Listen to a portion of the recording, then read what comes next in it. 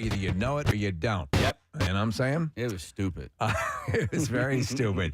All right, so we'll get the calls and see if we can get a winner on that. Yesterday, the verdict came in. You know, the world is focused. There's a lot going on in the world. There's all sorts of tumult, and there's war, and there's famine and disease and all that stuff. But the world is really focused in on the Gwyneth Paltrow trial. Well, I kind of am, because this is one of those situations where there's no, like, nuance to it. It's either like, no, you did it, no, you did it. Well, and that's something that I think is catching a lot of people's attention because somebody's lying. Somebody's flat out lying. No, somebody's not misremembering. And so the verdict came in. Kathy, do you have that story? Yeah, so the jury sided with actor Gwyneth Paltrow on Thursday, deciding she was not at fault for the 2016 ski accident with a retired Utah optometrist who sustained broken ribs and a concussion after the fall.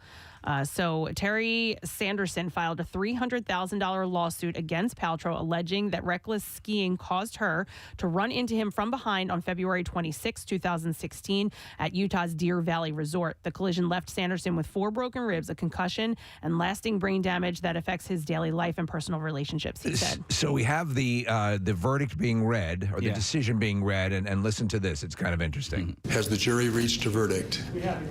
Will you please hand it to the bailiff, and the bailiff will bring it to me? Thank you. We'll now have the clerk read the verdict. Was Gwyneth Paltrow at fault? No.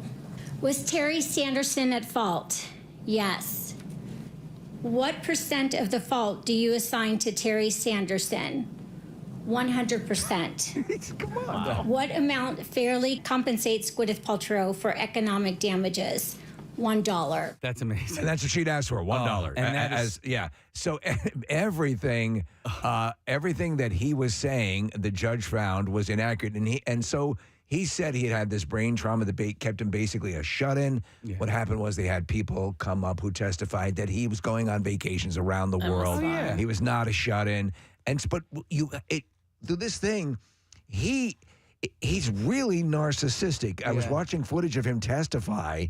And I don't know, he got it in his head that he was owed something or just wanted the spotlight because it was him that hit her. Well, and here's the thing, because at first I thought, because you can run into somebody skiing and it be their fault. Do you know what I mean? Like, absolutely. So I'm thinking, okay, even though he ran into her and hit her from behind, maybe she was at fault. You know, maybe she was skiing erratically or was out of control or whatever it may be.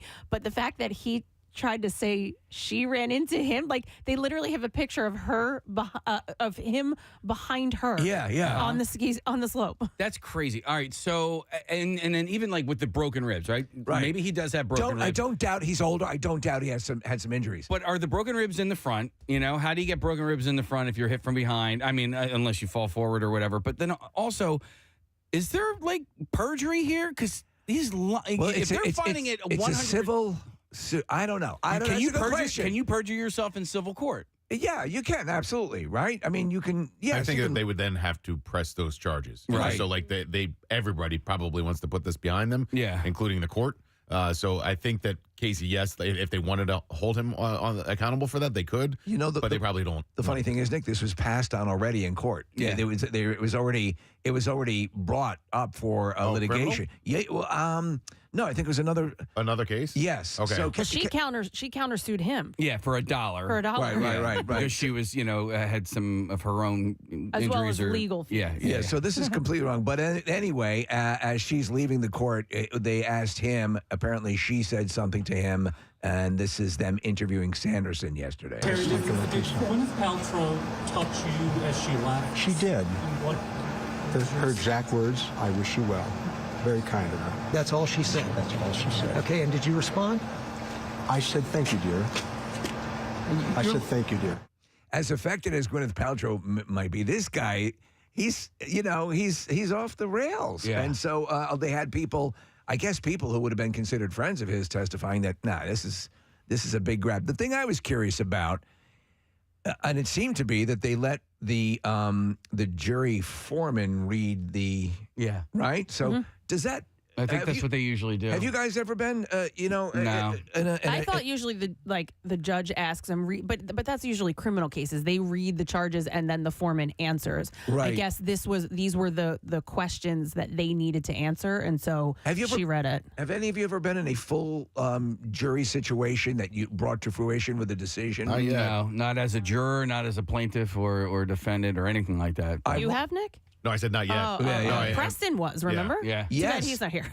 Right. But I mean, will they let you, because it's a classic movie thing, we, the jury, find, for the plaintiff or whatever. Right. And is it the foreman usually? We don't, because so that's what I was trying to figure out, because I know it seems weird, but that would be, if you're going to go, it'd be cool to be the one that gets to stand up and go, to whether guilty or not guilty. Steve, that sounds like the fun part of it, but the stressful part is being in the room and having to be the lead person that keeps control of the room and get everybody on the same page, right? Yeah, and there's so many weird aspects to see. I tell you what, let's get an answer, Casey, and open up the phones to our stupid question, which was again? Whatever happened to predictability? The milkman, the paper boy, and what? And it looks like Andy on line 4 was the one who got in first. Andy, are you there?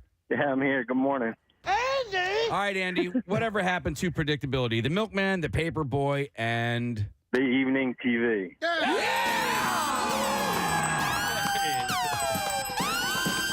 All right, Andy, you won yourself a pair of tickets for the Metallica 72 Seasons Worldwide Listening Party. It's going to be a party! That is coming to theaters nationwide for one night only, and that night is going to be Thursday, April 13th. So congratulations. I'm going to throw you on hold real quick.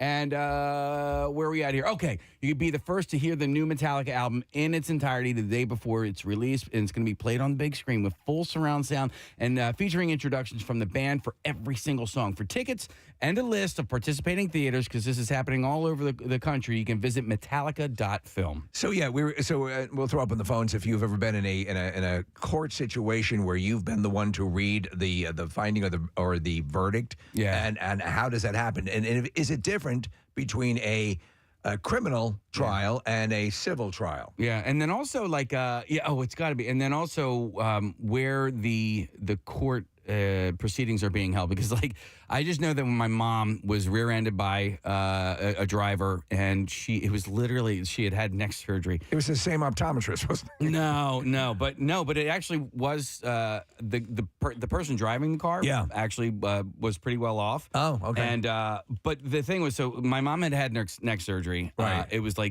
think the first day she was actually able to drive. She was allowed to drive again. She gets rear-ended, and it threw everything back, and she ended up having to have neck surgery again. Man. Yeah. So what's funny is this guy, the accident happened in Delaware County. This guy, because he was well connected, he was able to move the proceedings somewhere else that was going to favor his decision. She lost. Whoa! She lost. They thought she was going for a money grab. I know from full, I live with her. I know exactly what happened to her physically as a result, and she lost. And I was. It's weird to see how this stuff plays out, and how because we have the situation with Jason Sudeikis and Olivia Wilde. Yeah. And so in that case, they're fighting over the kids and visitation and all that stuff. So Sudeikis wants the trial moved to New York, or whatever they're proceeding with, because he believes that would favor him. Yeah, because in California, it's it's 50-50. It's a 50-50, right. no matter what. Yeah. Right, and she eventually won out. Yeah. But there are all these I guess machinations that go on that can allow you jockeying for a superior position, in court. We have a lawyer on line too, Steve, if you want to go to one of the phone calls. Oh, yes, please. Yeah. So we got Nick on line 2. Nick, how are you? I'm well, guys. How are you guys? Good. So in this case, I was wondering, and is there a delineation between a criminal and civil trial? And I know it's crazy, but we've seen it in movies countless times where the actual juror, the lead juror, gets to read the verdict. Is that the case, or am I misremembering or misstating that? No, you're not misremembering. I think the confusion is that it actually goes state by state. So every state, every criminal court, every state civil court, every federal court does it. Well, all the federal courts do it the same way, but they all get to choose their own mechanism. So whether it's the bailiff that might read the verdict, the judge may read the verdict, or in many states, the the jury reads the verdict, they may read the damages or whatever the case may be. So it goes by state by state. I was wondering, in a case where, say, you had some, like, let's say you had a mob trial or something of that nature, can the juror demur from reading the verdict? I don't know, out of fear. Could you wear a mask? Right. I don't want you to know what I look like at all. You know what I'm saying here, Nick? I totally get it. I can tell you from my experience, I was a homicide prosecutor in Philadelphia for a long time, and I've had juries that actually asked to be escorted out of the courthouse immediately after reading the verdict because they were concerned. Yeah. But there's a lot of protections that go into place depending on the case, depending on the risk, to protect identities, protect information. It's still, now it's 2023. A lot of that is still, they can't hide their faces when they're in the jury box. Yeah, no, understood. Are you in baby court right now? We hear the plaintiff in the back. I am the father of three. I currently have a 6-year-old and my almost 1.5-year-old doing their thing. We appreciate I love the show. We listen every morning, so I had to call it. Oh, well, thank you. I just had one more question concerning, it was about the, now I forgot it. I have a question. Go ahead, while you think of that. How is the foreman chosen? The foreman is typically chosen by the jury itself. So I can speak specifically for Pennsylvania. I can't speak for every other state, but in Pennsylvania, the jury will, and by the way, not only my attorney, I've actually sat on a jury. Okay. The first thing you'll do is they'll go back to deliberate after they've been instructed by the judge, and the first thing they'll do is they'll select or vote someone to serve as the foreman for the jury. So I remember the question. So Casey was asking about, this, it appears that since this is the finding in this trial, that the doctor, the optometrist who brought the complaint against Gwyneth Paltrow, there were a bunch of people that came up on the stand that seemed to indicate that he was lying. Is it possible he could face charges for lying in court? It is theoretically possible, yes. That being said, the standard for perjury is so incredibly high. You have to prove that someone not only said something that was not true, that it was material, meaning that it was important to the case, and that they did it intentionally. So in this case, it would be extremely difficult to establish that he intentionally lied when he has a brain injury, when everyone acknowledges that there's memory deficits. And I will tell you that perjury is generally pretty hard, but it's not impossible, right? So when there's physical evidence, when there's documentary evidence, or when later there's a recording or someone acknowledges that they know they lied, then it becomes much more likely. Because what blows our minds, our collective minds, or maybe just my deficient mind, is that it is the absolute opposite of what actually happened, according to the findings of the trial, that he slammed into her. Yeah. Sure. And I think that's where we all have to acknowledge that, like, humans and their memory are fallible. Right? Okay. There's tons of studies out there that you can convince yourself that something happened, even though it clearly did not. All right, I have to ask, your homicide, you worked with homicides. What was the most high-profile case you were ever on? And can you reveal that? I can't. I don't. Yeah, I mean, it's all public knowledge. I think I handled a couple. It's been 10 years since I worked in the office, but I, handled a bunch of cases that were in the press. Though I can tell you, my most interesting case was a case where the defendant had shot somebody. He didn't die, but then before that man, he was taken into custody. He was charged with a shooting, and then before his victim could testify, he had buddies of his in the neighborhood then shoot him again and kill him. Oh my God. But we were still able to use the now deceased man's statement identifying the shooter, which was the first time it ever been done in Pennsylvania. So that's probably my... No, well, good for you. What do you do now, Nick? I do a lot of different... I do a little bit of criminal defense. I do workers' comp. I do some personal injury. I do a lot of... I'm a vet, so I do a lot of veterans work as well. Oh, well, excellent. Well, thanks for calling in, man. Very informative. Appreciate it. Wow. I love when we get smart people that listen to our show. It also troubles me in a way, because I'm like, why are you wasting your time with us? Yeah. But a lot of smart people watch Vanderpump Rules and they just you need to be able to check your brain at the door. Vanderpump Rules. Yeah, they need a dumbed down thing to do for the day, and just listen to us. We are the distraction from the smart things they do the rest of the day. Let's go to Stephen on line 5. Stephen, how are you? You're a claims adjuster, it says. Yeah, how you doing, guys? You guys rock. Thank you so much. So, can you shed some light on some of the minutia of this case? Well, it came down to credibility, and basically, Sanderson was not credible. I mean, he just kept on elaborating on everything that happened, and what killed him was the social media post with the pictures.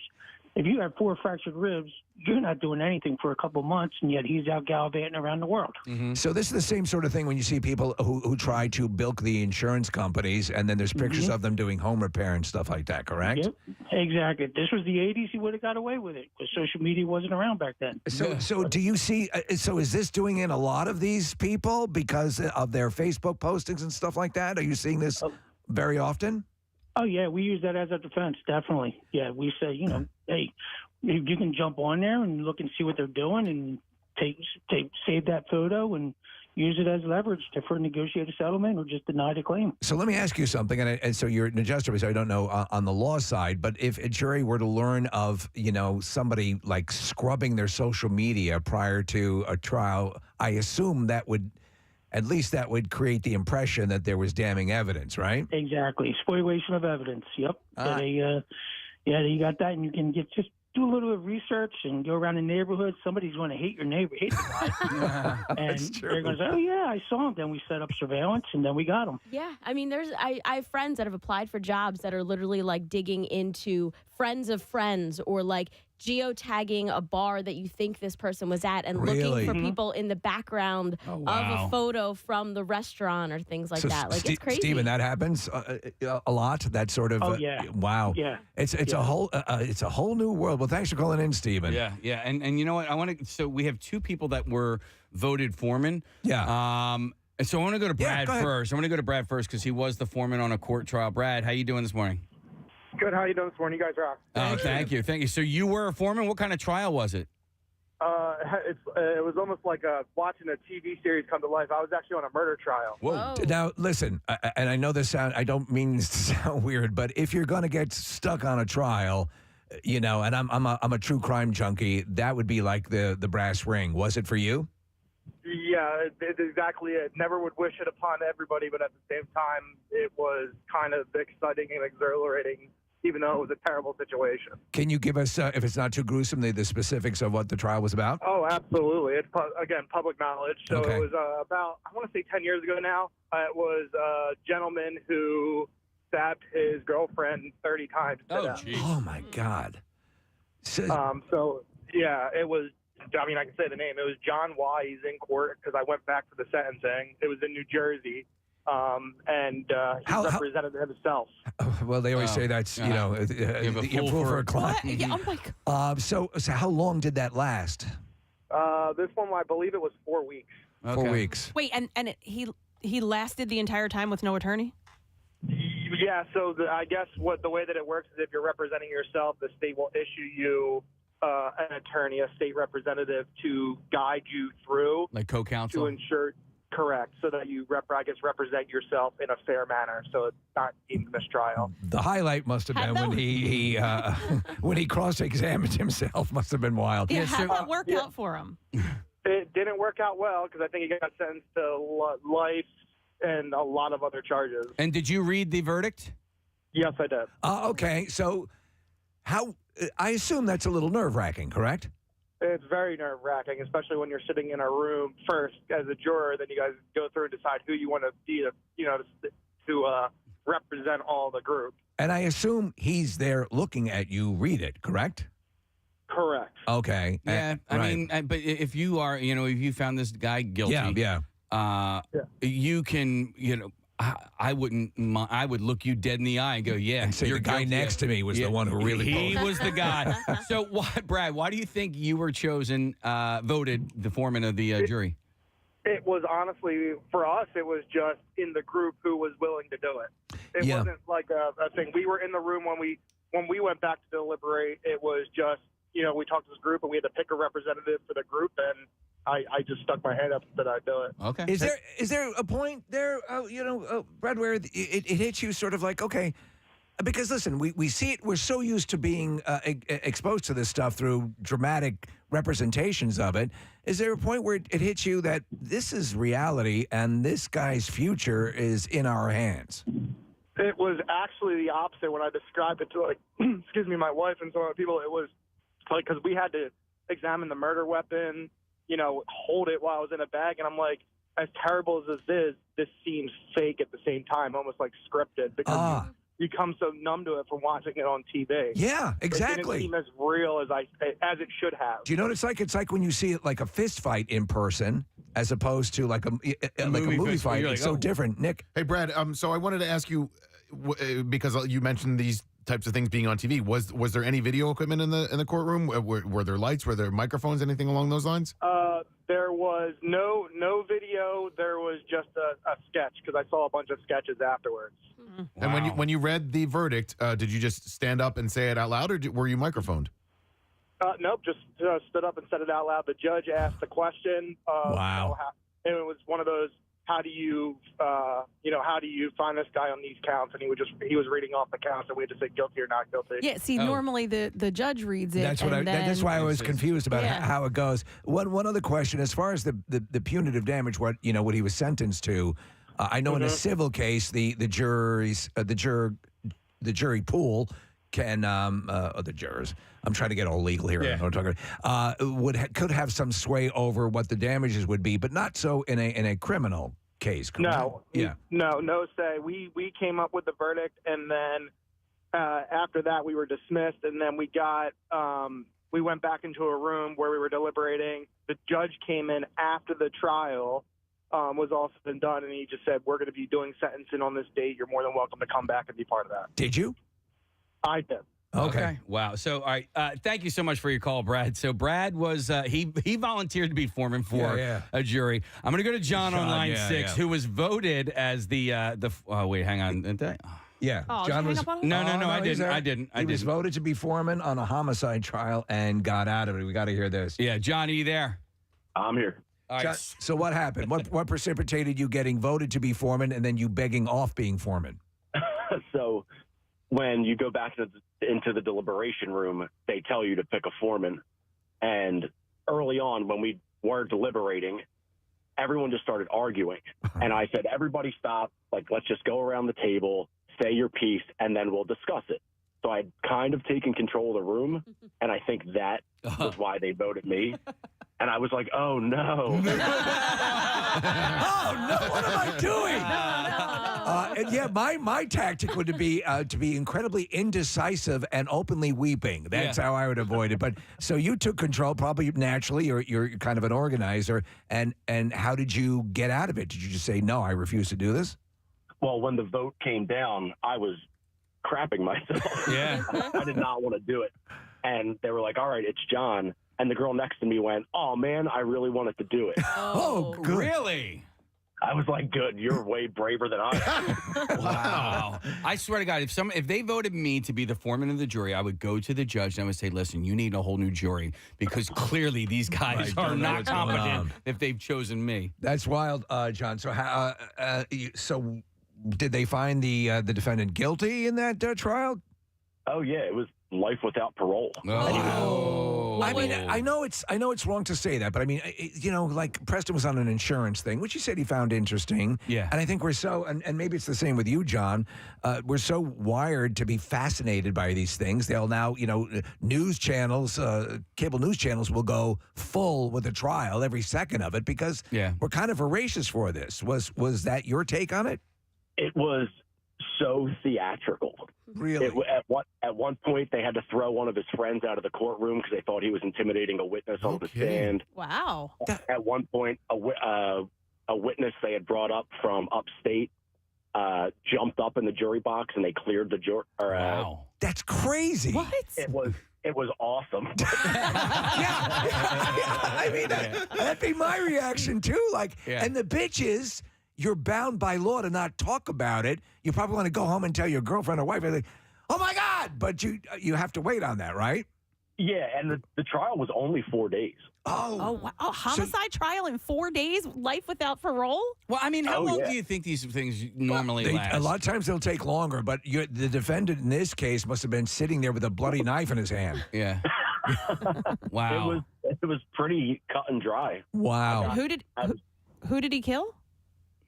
It was a drug dealer who killed a rival drug dealer. Okay. All right. It's like the coolest stuff you could have. Yeah. It's awesome. it was like being on the wire. It was. Oh my God! All right, John. Thanks so much for calling. I appreciate it. Is it weird that I do want to? I never get called for jury duty. Oh, I ever. get called. I never get called, and like I kind of want to sit on a jury, but like I don't want to sit on some insurance thing. Like I want homicide. Yeah, I know. I would rather have something juicy rather than an insurance thing, because insurance stuff that is well above my pay grade. Once you start talking like numbers, I don't know what you're talking about. Well, they'll do what they would have to do to make ostensibly allow the jurors to digest the information. And there have been some cool insurance cases, but does it speak ill about us that we want murders as opposed to? And why? I just think if you're going to, because let's realize. You're on a long trial. Yeah. You're getting, what is the stipend you get per day? 15 bucks, 20 bucks, or whatever, it's like per diem, whatever it is. Lunch. And everything gets upset. Mind you, that's how the process works. I've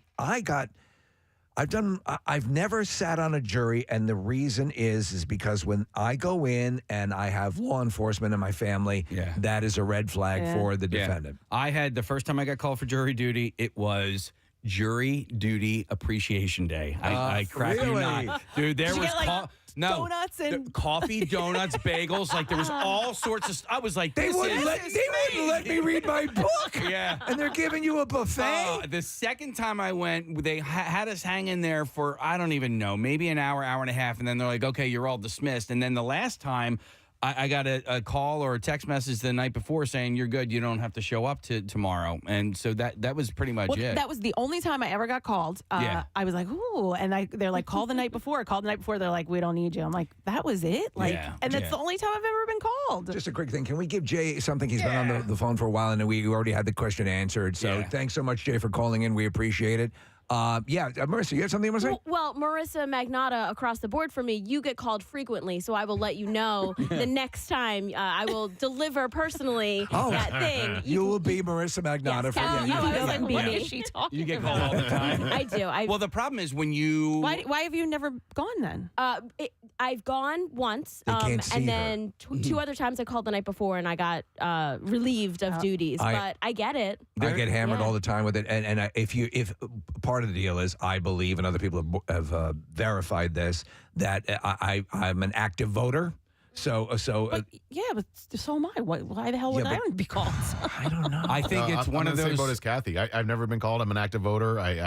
I've been in the same place for a long time, because you're not in the pool. That's like I feel like once you have been called and you have shown up, like they're like, okay, boom, you're in this box. Yeah. Here's my promise: if I get a murder trial, I will sell it to one of you if you want to go. Right. You know what, Nick? Let me ask you a question. I can't make it, but I've got a friend who can come and. She's great. Yeah, she does the news. Yeah, she's great. You'll love her. But Nick, how many different counties have you lived in the past, let's say, 15, 20 years? Because you've been in Chester County, Montgomery County, Delco. Yeah, my residence was in Montgomery County, but I think just Chester and Delaware. But so what? I would think that when you then now your name's like at the top of the list. He just bought a house. Like here, he's in this county. He's a resident. Again, I am not complaining. It doesn't happen, so I'm all right if I never get called. We can't go to her now, but Natasha sat on a jury for 7 weeks, 4 men on trial for murder. I wish you'd called in earlier, but we appreciate the call. Well, I'm sure we'll talk about juries and murders at some point, Natasha. Please call back when we do. Yeah. We have to break right now, right? Yes, we're gonna break right now, but we have all these prizes to give away.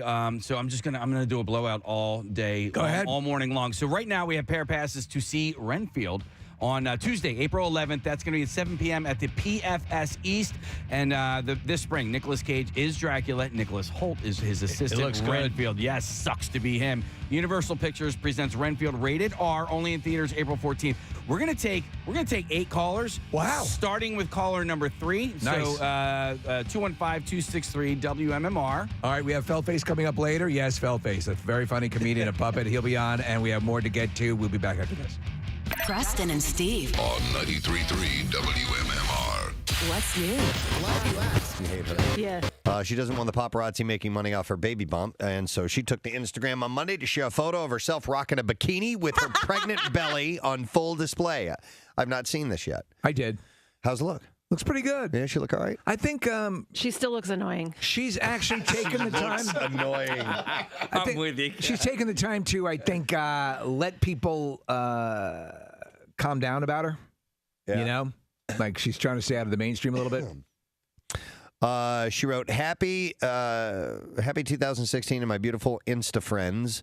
So posting a bikini pic is a little out of character for me, but just now, while I was on the beach, I noticed that I was being photographed. I figured if this kind of photo is going to be out in the world, it should at least be an image that makes me happy and be one that was taken with my consent and with a filter. She's right. So she did it. Actually, it's pretty smart. Who's she married to, or who's her boyfriend? She is married to Adam Schulman. They got married in 2012. What is he? Craft services? They've been together for 4 years, so before they got married. This marks the first time that Anne has publicly acknowledged her pregnancy since it was first reported in November. So you know what? She's really good in the Batman movie. She does a solid job. I didn't hate her. Yeah. But, Kath, I'm with you. She bothers the hell out of me. She really does. Yeah. Hey, but look at you hated Sandra Bullock, and now you love her. In fact, your whole lifestyle is now Sandra Bullock based. She's taken over my my Sandra Bullock. Your ire? My hate slot. Your hate slot. I have a couple. That's of those. That's what Dennis calls it. Yes. Jeez, I see the hate slot. Yeah, I can see the hate slots out. We'll see how our luck goes with getting our lottery tickets. I have a good feeling about it. I do too. Are they saying that it could possibly hit $1 billion? Yes. Yeah. Okay, because that's Here, what let's see happens. what They it's up start throwing some targeted numbers out, and then that causes that fuels a surge. The furor and I'll be there. Not that. I want to play.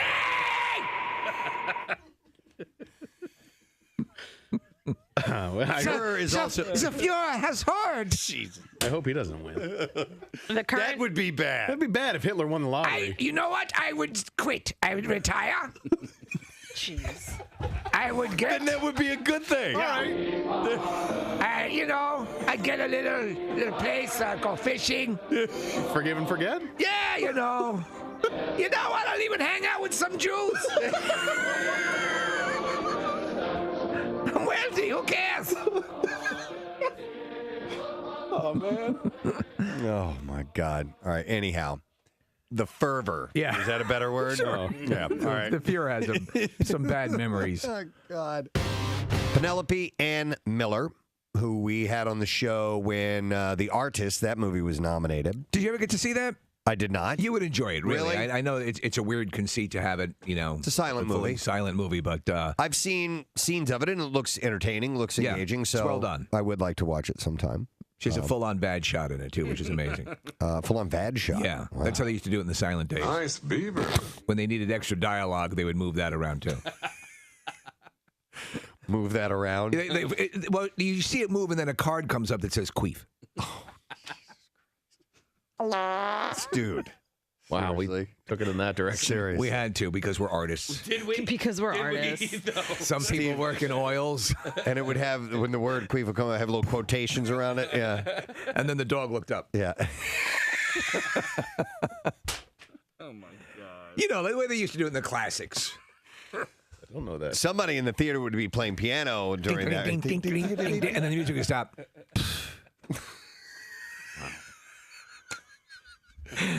Come on, Kathy, get in on this. No, it's all right. I'm good.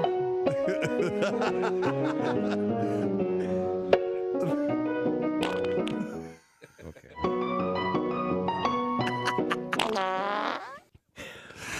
I don't even. Well, listen. My God. Some of that might be untrue. It might be. Or all of it. All right, some birthdays today as we wait for your answer. It is the 18th day of January, and from the band Korn, Jonathan Davis celebrates.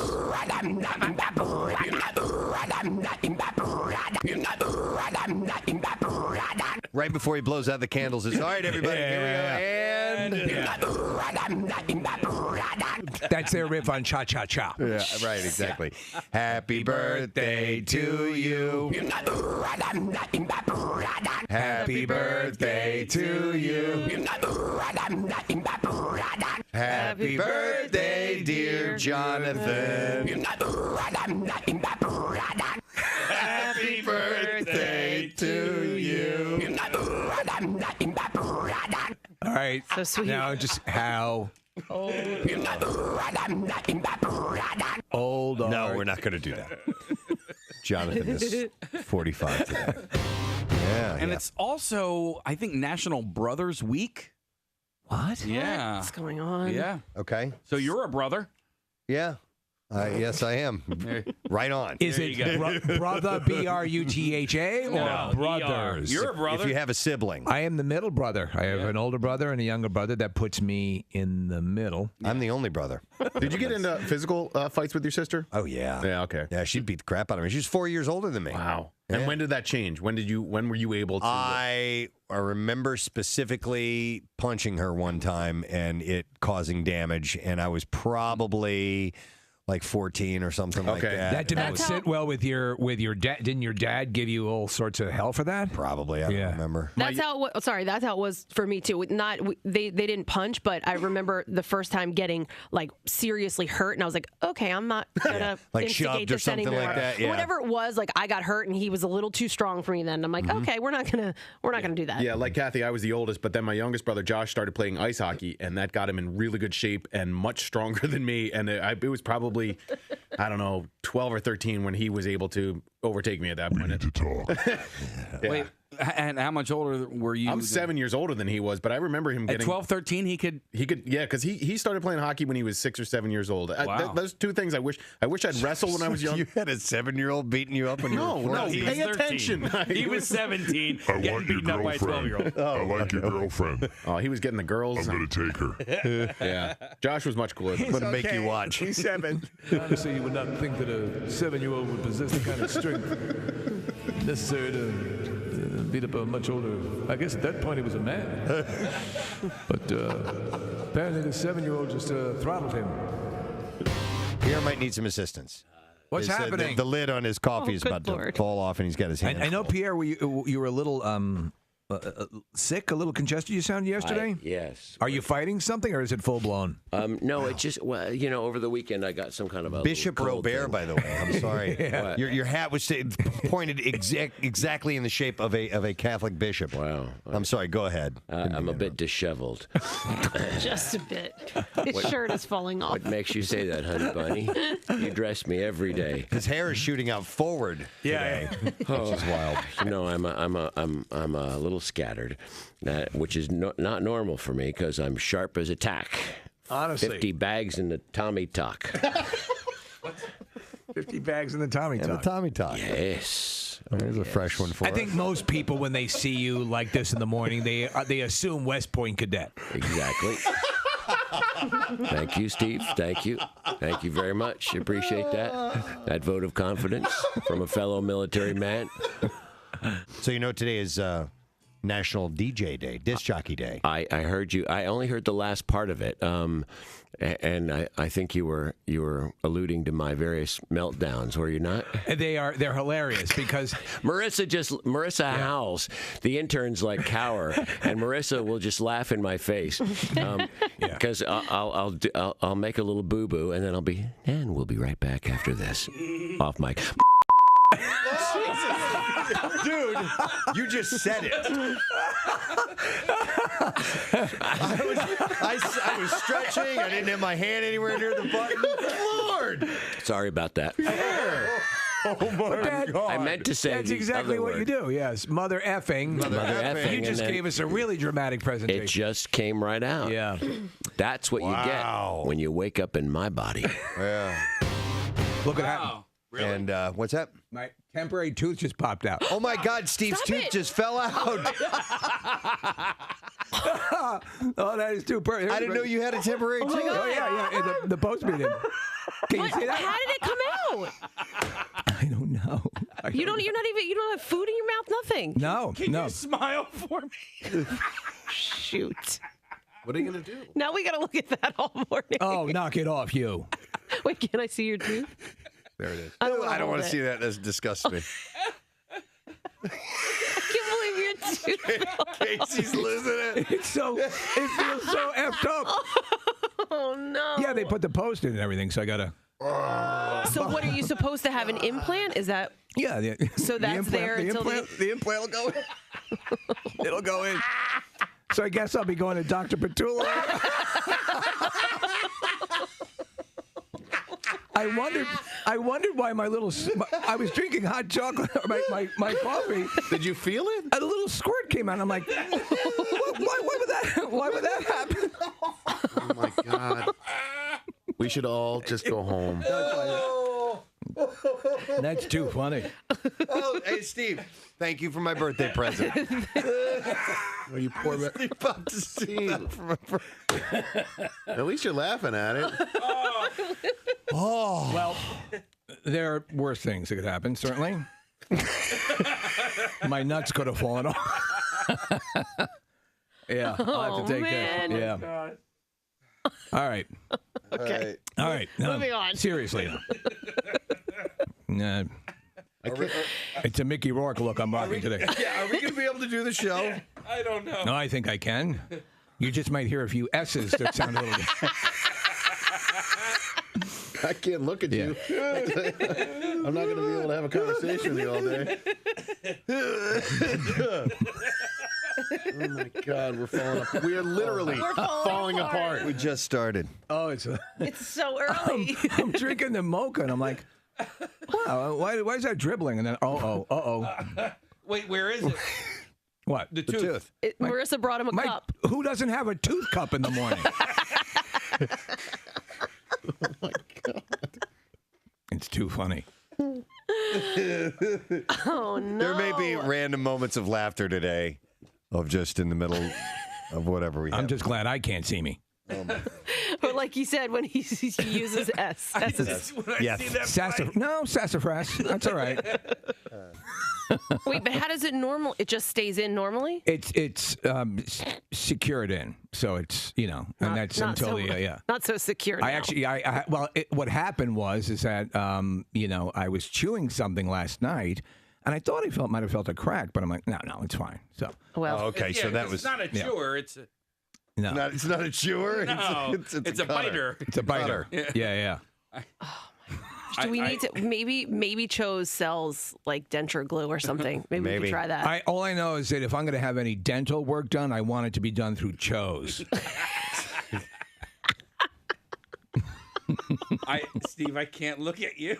I can't see it. The microphone's in the way, so I'm good over here. I can have a conversation. Left open, but all the appointments that are left, the majority of them are at Vibe Salon in Mount Laurel. So we're kind of pushing for all our Jersey listeners who don't get a chance to participate because usually, we're deep in Pennsylvania somewhere. Right. So now we're over the bridge on Route 38 in Mount Laurel, New Jersey. It's Vibe Salon. You have to go to PrestonandSteve.com. There's a few new things that you need to take note of, which is that they're asking for 14 inches of hair. You measure from the base of the ponytail to where you want to cut your hair. And if you've got 14 inches of hair, then you can sign up. You go to PrestonandSteve.com. You follow the link. You enter your information.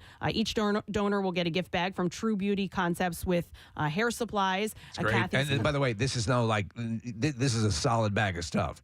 They always give such great stuff. They Yeah. fill the bag. And this year, so all of the stylists and myself will wear Kathy's Cuts t-shirts for the event. And this year, if you donate, we're actually going to put a t-shirt in your bag. So, nice. And then Duncan's going to supply coffee and refreshments. Appointments go from 6 a.m. until 10 a.m.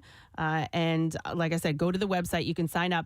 But if you know anybody in New Jersey or who can get to Jersey quickly, it's not far. After you go over the bridge, it's not far from there. So anybody that can make it into Jersey pretty easily, it's Vibe Salon in Mount Laurel that has all of the appointments that are available. That's excellent. Yeah, and it was of paramount importance to you to get a location in Jersey. Finally, we got it. And I know one little boy who's going to be out at that location. Did he more than likely tell you? This one. This little boy. I thought you meant Kathy's son. No. Do you know the other boy who's going to be out there? No. Is it who? It's basically in Jackie Bam Bam's backyard. So is he going to show up? He's gonna go over there. as well. That's You know what? Yes. So he called alone, me. yeah. He called me the other night, and I couldn't answer because I was at my daughter's ring mass, and it was he calls, and I put it to voicemail, and always within 7 seconds calls me back, just in case the first thing was a mistake, I guess. So I guess he was calling to tell me that he was going to be there. Maybe. Right. So if you want to see Jackie, he'll probably be there, early, like in the 7 o'clock hour. That's or something excellent. Like that. Yeah. Awesome. And honestly, you will feel so. People just love it when you interview people. We'll be cutting to you out at that location, and I know the plan is to have Nick out at the Jersey location possibly. When people get it done, they feel so good because it's going to these these kids that, whether it be cancer, alopecia, or whatever, can get this wig, and it's a straight through charity. I like that. They say they're going to do something, and they do it. Yeah. So the charity that it benefits is Wigs for Kids, and we've done some research over the years, and they make these beautiful wigs for little kids that don't have hair, and the kids get it free of charge. All right. So if you donate your hair, and then that child then commits a crime and leaves hair at the scene of the crime, is your DNA match? I don't know. I tend to think that they're the finest children that receive these wigs. Of course. Do you need the root I to don't get know. the hair? No, I don't think so. Do not know. Hey, real quick, there were 2 texts that came in, and one is an obvious answer, which was, can men donate to the hair drive? And yes, of course, and I'm hoping to. So that's what Steve was alluding to earlier. And then the other one, Kathy, I don't know the answer to. Can they donate money to Kathy's Cuts if they don't have hair? Oh, yeah, you can donate. If you go to the website, all the information is listed right there. But if you want to donate, because they do obviously have to, even out some costs that it takes to make these wigs. So if you want to make a monetary donation, you can absolutely do that. And yes, men can donate. As long as your hair is not bleached or, overly treated with dye, you can donate. So, and same for gray hair. I think it's like 30, you can have 30% grays in your hair. They will have to pull them out. But if you're fully gray or like the majority of your hair is gray, you can't donate. It's cool because I thought initially when you said that they'd extended the requirement to 14 inches, like, I wonder if that's going to be prohibitive. You already have one location booked up almost. Yeah. All right, so yeah, we can do this. I wanted to bring up something else. Jace was mentioned. It was kind of a pivotal day in a young man's life yesterday. Explain what happened. So Jace got braces yesterday. Braces. Wow. Okay, was he excited? He was not. He was pretty nervous about it because he can't have Swedish Fish, gummy bears, or Sour Patch Kids. For how long? Forever? Well, until they take them off? Until they. I mean, Son listen, of a bitch. I think that a lot of kids get around it and can figure out. Is he listening right now? No. Well, just play this back for him, Jace. Yes, you can. All of my kids had braces. They all ate Sour Patch Kids and all that stuff. Yeah. Well, so, listen, they went over the risks of what can happen and how the things can get pulled out and all that. Jace is a complete rule follower, so you can say that because the dentist or the orthodontist told him no, he will not do it. Oh, well, there we go. He is like such a rule follower, and he wants to get these off as quick as possible. And what the orthodontist said is, if you do these things and you don't follow what I'm going to tell you, then it's going to take longer. If you don't wear your rubber bands and you don't do this and that, and whatever, it's going to take longer. So he wants them off as quick as possible. So he's gonna follow through. Right. When you first mentioned it, it had been my understanding because of kids in my family, extended family, were like I thought that the braces had now become like a cool thing because 2 of my nephews and nieces had like team colors on their you can do that. Really like cool. Yeah, I think they try to make it a little bit cool for the kids. Yes, he could choose his color, and if he wants to put team colors on there when we go back, that's like they said, that's what they do every time you come in. It's like, all right, what color do you want now? To, I guess, try to make it a little more desirable. Yeah. So Casey, with your kids, did they opt for a jacked up grill? No. I mean, well, those things are interchangeable, right? So when we go in every month or whatever to get them tightened, they can change those things out. That didn't necessarily exist when I had my braces. And I think, Steve, as far as the coolness factor, it really depends on the kid, right?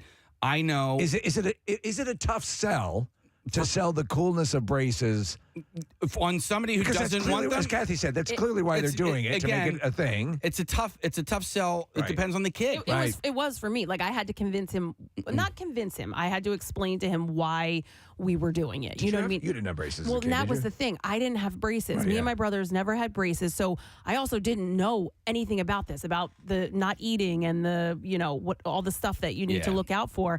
And flossing with braces. Dear God, it took us about 20 minutes to floss his teeth last night. I had my hands in his mouth. I was like, I think we got one Stand still! Yeah. Wait, it was insane. Do you always floss for him? or just okay, all right. I was trying to help him with these stupid braces. Taking that mouth out for a spin for the first time. I was like, this is ridiculous. There has to be a better way. We have to do something else. You know what? Water pick, maybe? You can get a floss with a water pick. That's what I have. Yeah. My toothbrush has a built-in water pick, which is awesome. They said we can do the water pick, but they wanted him at least 3 times a week to actually floss with floss in addition to the water pick. All right, so Go ahead. Oh, isn't there something you can like feed through it? Like you can kind of like needle dental and thread floss. it. Yeah. There's like That's what you something use, you yeah. kind of like tie at the end of the floss. You thread it in and pull The it cats through. ate those. So I can speak on this as a kid who had braces and as a parent who has kids. All three of my kids had braces.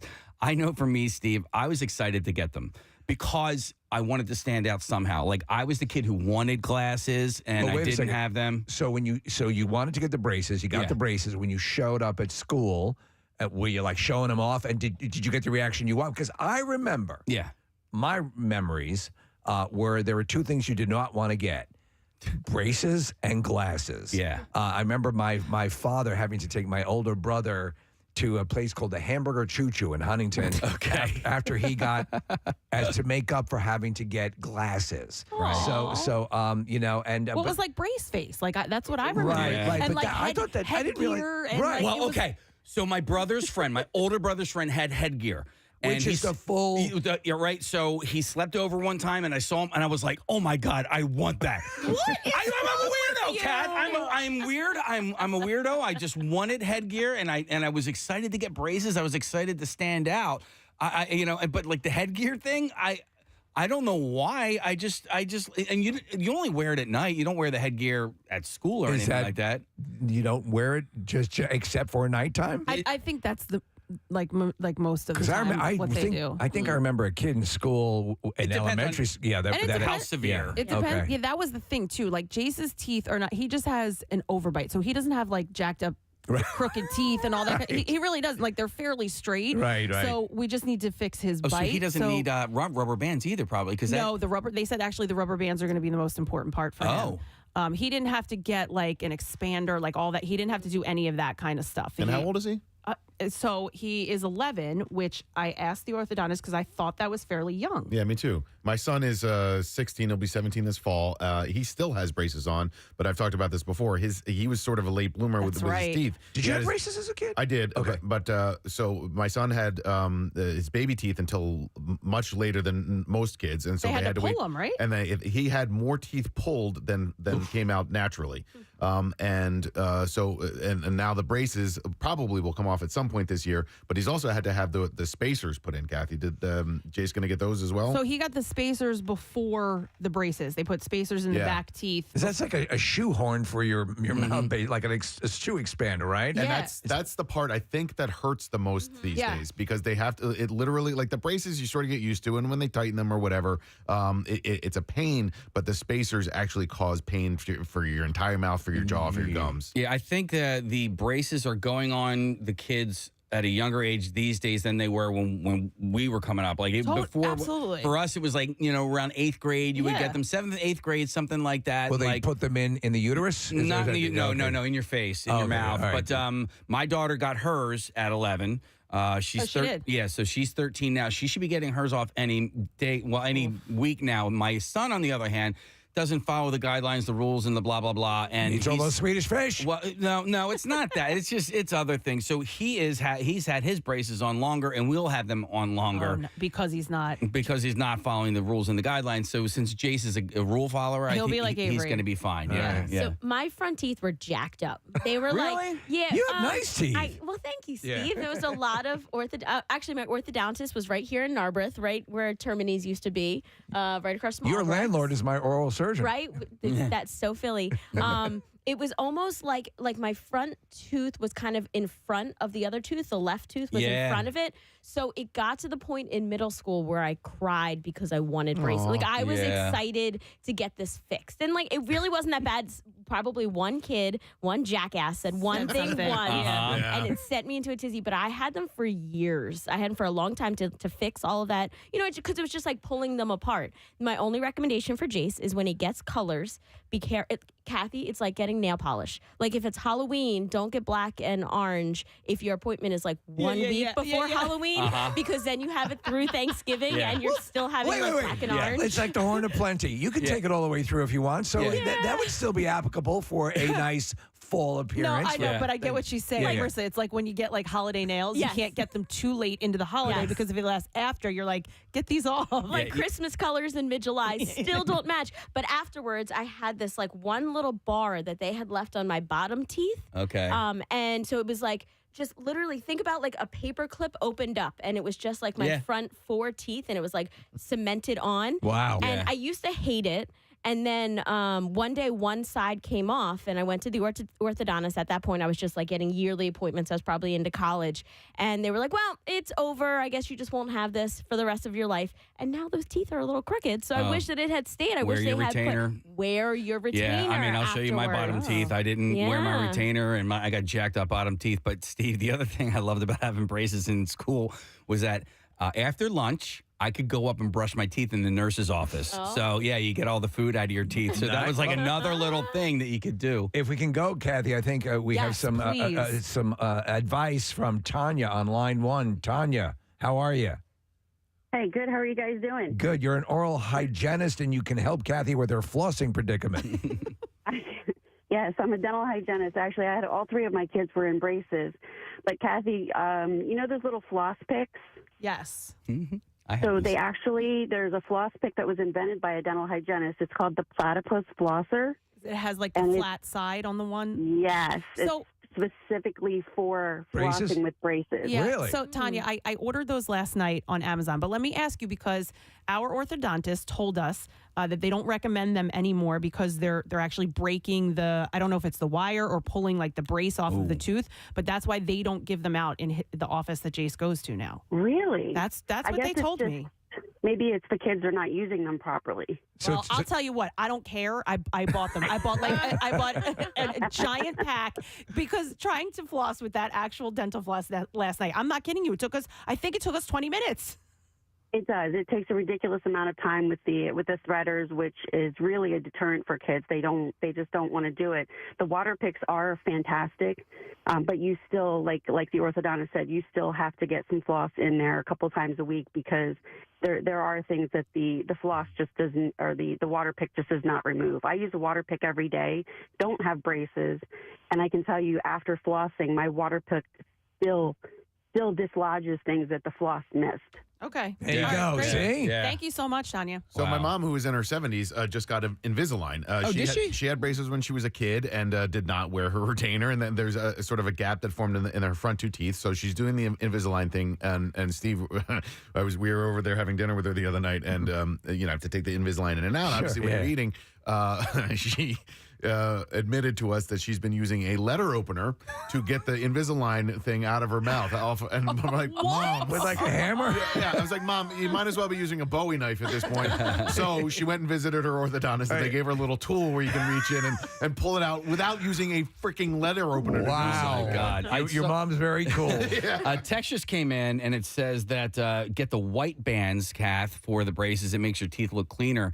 And I wanted to bring Wait, up hold on. White, like rubber bands? No. The we're talking about the color of Caucasian rock bands. Yeah. But also, like, they had what they were supposed to be clear braces. Yeah. And I always thought they make your. They looked yellow. They look yellow. Yeah. Yeah, because Heidi Gardner, she had on SNL, she had braces for a season or two, and I think she went with the. You couldn't notice them. Yeah, no, I noticed them. Yeah, well, but you're a mouth dude. I'm a total mouth dude. But I always thought that the clear braces made your teeth look yellow. Well, anything clear. Like, look at my this is a clear phone case, and I've only had it for a couple months, and it's yellow. Like, it's just going back. Well, how often are you going to keep your teeth in your pocket? Are though? you flossing Yeah. it?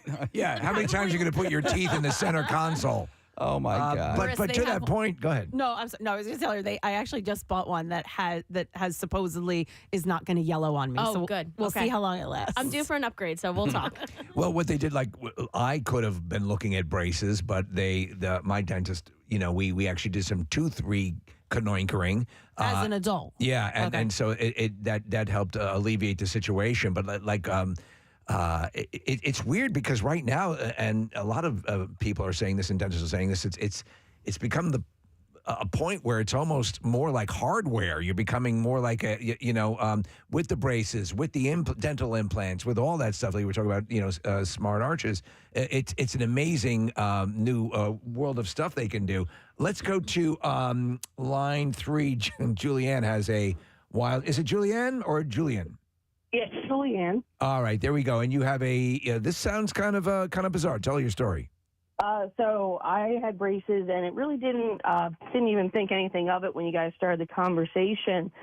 But when you said that Nick's son had baby teeth run in my family where no tooth is growing under it. So as I was growing up, I had 2 of them, and I didn't think anything of it. Then when I got my first x-ray to check for cavities when I was younger, they found out that instead of having no tooth growing under one of my baby teeth, it was actually growing sideways through the roof of my mouth. Oh, gross. Which, I couldn't detect at the Kathy would be time. she'd be a great nurse. Oh, gross. Oh, God. Yo, you got some gross crap happening in your mouth. Look at your head. You are nasty. Get her out of the office. Sorry, was that out loud? So now, Steve, I talked about the white bands on the braces, and this one says, "Do not get white." Every time I ate pasta, the sauce stained the bands like they were Tupperware. Okay, Julia, continue your story. Oh, yeah, I'm so sorry. I already lost her. Oh, all right. Oh, damn it. That's all right. Oh, That's all right. shoot. No problem. She was going to the meaty part of the sideways tooth story. Not a problem. Well, so when I was at my dentist, when I was getting my teeth cleaned the other day, they told me about a person whose tooth was growing completely upside down. Like how does that even roots, make sense? Was the person themselves upside down? Yes. Yeah. Listen, there's a lot of gnarly stuff. Like Kathy, the oral hygienist will tell you that some gnarly stuff can happen. But yeah, who told us they had an excessive amount of teeth? Remember, there's somebody we know said they were born with additional, like sharks, like almost like a shark's setup. Am I crazy? No, I don't think you're crazy. Yeah, but Yeah. Technically, I am. Kathy, you were talking about Jace being young. Melanie on line 2. Melanie, are you? Well, you there? Melanie, how you doing? I'm good. How are you guys? Good morning. Good morning. Okay, I don't want to be rude or anything, but my son's friend, she was 7, and she has a full mouth of braces. And my son's 7, and his whole mouth is still full with baby teeth. So I'm trying to comprehend why a 7-year-old. Yeah, that's like giving a 4-year-old breast implants to me. It's like it doesn't make sense to me. I think it's a waste of money, to be honest with you. And I don't want to be that rude by asking her. Do you think? Listen.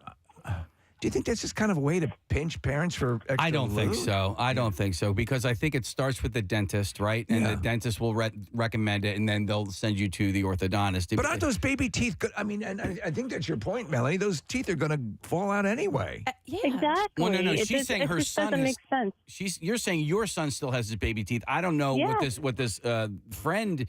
I don't know what their mouth situation is like, but also. So what is the situation, Melanie? I don't know. She doesn't know. She doesn't want to ask. She I feels really don't embarrassed. know, and I don't want to Just be rude ask. by asking. But at the same Have Kathy time, ask. it's Ooh, gross. No, I think you owe it to your son to ask. I mean, and I understand your point about not wanting to hurt feelings, but it is a big deal for you. It's a cost. These things aren't cheap, and it's a really big deal for your son. So you're well within your rights to ask the question. It's Kathy next door. What's happening in your gross son's mouth? Yeah, my son doesn't need them, thankfully. It's just I'm just concerned his teeth hasn't fallen out yet either. So maybe that's a good thing. I don't know. Well, I mean, my son, and I alluded to this earlier, but it took a long time for his baby teeth to fall out, and eventually most of them had to get pulled. So that's probably another question for the dentist. Yeah, so my wife actually works in the dental industry and has for a number of years, and she just texted and told me that the first ortho consult is actually recommended by age 7. Really? Yeah, and I guess it's an industry that is growing and getting smarter, and you're learning and standing on the shoulders of giants, Steve. So that's very beautiful. Thanks for calling, Melanie. It says the biggest reason for the shift from children getting braces as a preteen to potentially as young as elementary school is both dental technology and orthodontic treatment procedures have changed significantly. Did you guys get when you go to the dentist? So I remember going to the dentist as a kid that age. It was actually kind of fun because the waiting room had highlights magazines. And things. Highlights. Right. And then also they would give you they had this character called Tuffy Tooth. And Tuffy Tooth had these kind of like, they were like tarts Like, Yes. And so you'd put them in your mouth prior to brushing your teeth, and it would show where you weren't brushing. Do you remember Yep, these? I do actually. Yeah. Good. They were like really like gritty. Right. Didn't taste bad. No, it kind of tasted like a Razzle. Remember Razzles? Yeah. And that was like. Do you remember when they would fluoride your teeth? And they put your teeth in these, essentially the mouthpieces. I hated that. I hated that The so taste much. was so gross. Yeah, because they'd offer you like bubble gum, and I'm like, this doesn't taste like bubble gum. It tastes terrible. So I've been told by Dr. Petula that I am, and Dr. Cos, your landlord, that I am a very good patient. Like, how are you guys when you go? Well, I've gotten, as far as dentistry, I'm not better. proctology. No, Yeah. my previous dentist made a lot of money off of me because I didn't take care of my teeth properly. So I have been flossing with regularity now, and so now my mouth is better. I haven't had like cavities in a long time. All right. But when you're in the chair and getting anything done, that stuff? That's what I'm saying. Are you? Yeah, I'm better now. I'm better now. I used to be a little bitch, but My I've gotten wife better. freaks out, and she's really? She's got to have earbuds, and I bought her over the earphones because anything that she's hearing clinking or anything drives her crazy. Did she as a kid have bad teeth? No, she has good teeth, far better than mine. Because I would think that would stem from like having to get like root canals or the drill. I should be the one freaking out because Right. I had less than stellar dentistry as a kid. My brothers are all paying the price.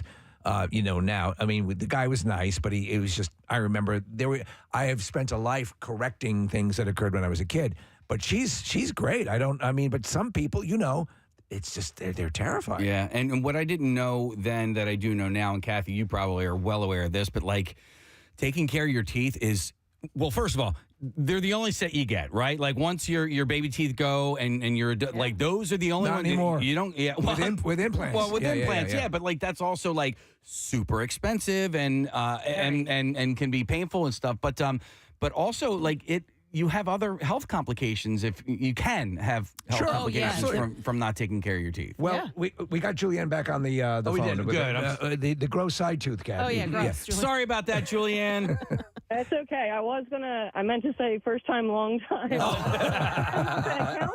can't say that now. You're calling back. So what happened with the sideways tooth? Did it eventually pierce out your cheek? So the concern was that if it continued growing, it would grow the other side of my mouth and cut the roots of the teeth on the other side. Oh, man. So the point of the braces was to open up the space where it was supposed to be, and then I got dental surgery. They opened up the roof of my mouth and actually capped the tooth. This sounds ridiculous. I've never heard anybody else getting this. They capped the tooth with a metal cap with a chain on it, and every time I went into the orthodontist, they pulled more down on the chain and actually reoriented the tooth in my mouth and then reset the spacing of all the teeth. I mean, that's elaborate. That's elaborate. So it was, I've never heard of anybody else dealing with it. Yeah. But, yeah. Well, we're glad you called back because, that seems pretty horrific, and we got to hear Kathy be a very comforting nurse. To you. Very supportive. Supportive. Thanks. Let's go to Tom on line 3. I think he's our shark tooth guy. Oh, is he? Yeah. Yeah. Tom, how are you? Good. Have you ever called in before about your bizarre collection of teeth? No, I haven't. Okay, well, so explain what you have this shark tooth or had this shark teeth situation? Yeah, when I was a kid, like I lost my first set of kids' teeth. They came out, they start growing back in, and I start losing other teeth, and they start growing back in. And my parents were like, "Yo, this is kind of weird."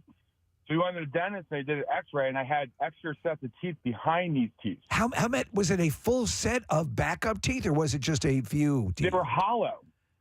Whoa! They were hollow until my adult teeth started coming. There's in between teeth that were just like they broke very easily. Wow! So so what was the process like of removing them? Horrific. I still have fear of dentists to this day because they had to go in and they cut the whole gum line. Oh. Teeth because they were afraid that they would open up too much and I would lose my adult teeth early on. Like they were afraid they had to get to this point where they're like, get these out, let's see what's underneath. So they had to cut the roof of my mouth, take these teeth out. It was just horrific. And I remember being a kid and it was but the funny thing is they made these molds to go over my gums so that you couldn't see the stitches and whatnot. That's wild. So they taste like bubble gum. So here I am, the shark mouth kid. They put these molds over to like the roof of my mouth, so like the stitches weren't exposed. If I was eating the mold. that's crazy. Did you have any other anomalies like that, or did you have Well, flash forward to wisdom teeth. They start growing sideways. They were coming underneath, but I didn't know they were there. They were growing underneath the molars in the back of my mouth. How many European vacations has your dentist taken? He retired. He's done a couple of college on me alone. Yeah, absolutely. Well, Tom, that's go ahead. To remove the wisdom teeth, they're like, oh, they're sideways. And I'm like, what do you mean? They're like, we have to take all your molars because they grew underneath. So I have no molars in my mouth. Oh, my gosh. Oh, man. How do you chew? Yeah, seriously. Can you enjoy steak? I learned how. I have a shark mouth boy, so I know how to do that. I'm shark mouth boy. I can do anything. Tom, that's wild. We appreciate you calling in. We have Sherry on line 8, who's a dental hygienist, and she can explain the ages. Sherry, are you there? Yes, I am. Yeah, so we were curious as to why a kid in the 6 to 7 range would need to have braces. But you're a dental hygienist. You can explain? Yes. One of the reasons would be is if one of their jaws is too small compared to the other jaw and there's not enough room for their adult teeth to start coming in, rather than wait for them to come in all crooked and pull some adult teeth to make room, that makes sense. Put braces on to expand the jaw to create the room. So in a sense, you're sort of setting the table for the incoming teeth. Yeah. Absolutely. Okay. And the other reason would be if a child sucked their thumb or a pacifier too long and created a change in the shape of their mouth in order to put the jaw back where it belonged. That would also be enough. So that I always thought that was sort of on the borderline of an urban legend, but the thumb sucking thing can really F up a mouth. Look at my absolutely in the room over here. That's the last picture I had taken, my school picture in 8th grade, right before I got my braces. And I'm not even embarrassed to say, but I sucked my thumb for a long time. Right. And it would probably it's embarrassing. I sucked my thumb until I was in 8th grade, and I had big time buck teeth as a result of that. Really? Steve, when I used to call it binky teeth, and when Jake, because it's like this, it almost like arches, the teeth push out and almost arch. And so when Jay started getting binky teeth, I was like, that's it. I threw his binkies out, and I was like, I don't know where they are. I'm so sorry. I don't know what happened. So that was it. We didn't do it anymore. Binkies are the culprit as well? Way to do it. Sherry, yeah, okay. So what if you have a kid and they're sucking their thumb, when do you have to break them of that for it to not impact their teeth? Best to do it by age 3. 2 would be awesome, but usually by age 3, and then it can start to correct itself if things had started to change. Casey went to the 8th grade. Yeah. He's not the only one. Wow. Dude, listen, I loved it. I mean, you're a self-pacifier, right? Yeah. And they call it a pacifier for a reason. It pacifies you. It calms you down. And I have a hard time explaining it, but when I did that, when that plug went in,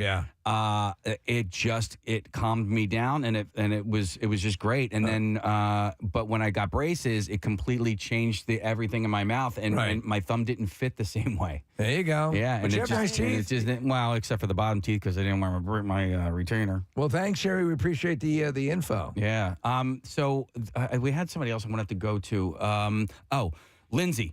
She had full dental implant and braces, and by 16. And I just want to know how and why something like that happened. Lindsay, are you there? Hi, how are you guys? Oh, we're great. What happened? Why? So you had What happened? It says full dental implant. Kathy says it sounds gross. Okay. No, not yet. Hold on. So the guy Tom had too many teeth, right? Yeah. I was genetically missing one of my front teeth. Oh my gosh. So I should have called him when I was 7 and said, "Hey, dude, hey, Shark Boy. Can I borrow it? So there was no seed of a tooth. There was no. So what happened was you know how when you get X-rays when kids are little and you can see all of the teeth above. Yeah. There was just a giant blank space. There was nothing there. So we started having those conversations of braces, implants by the time I was 7 or 8. So 7 or 8 sounds about right. So what happened was they had to, like Nick's son, pull some teeth because they needed to start making this room. So you know how when kids pull their teeth, you can kind of feel a root there and everything like that? Yeah. There was nothing there. So they basically they explained it to me at 14. So I'm 32, so I still remember it. very traumatic experience. I had to get a bone graft for them to create this space. I've had them. Yeah, it's wild. They actually, and then you have to wait for the bone graft to take, and so they were doing that so they could do an implant? Yes, they did the full screw. So, like, when I go to the dentist, you see the screw. Do you want to hear the crazy part? And, Kathy, you're going to freak out when you hear this. They didn't put me under. They didn't give me any. I only got 7 shots of Novocaine before they drilled a titanium screw into my mouth. Oh, my God. You poor thing. Go ahead. So then what happened was I had so when people talk about implants, the actual implant is the screw part. Yeah. The cap is like the tooth part.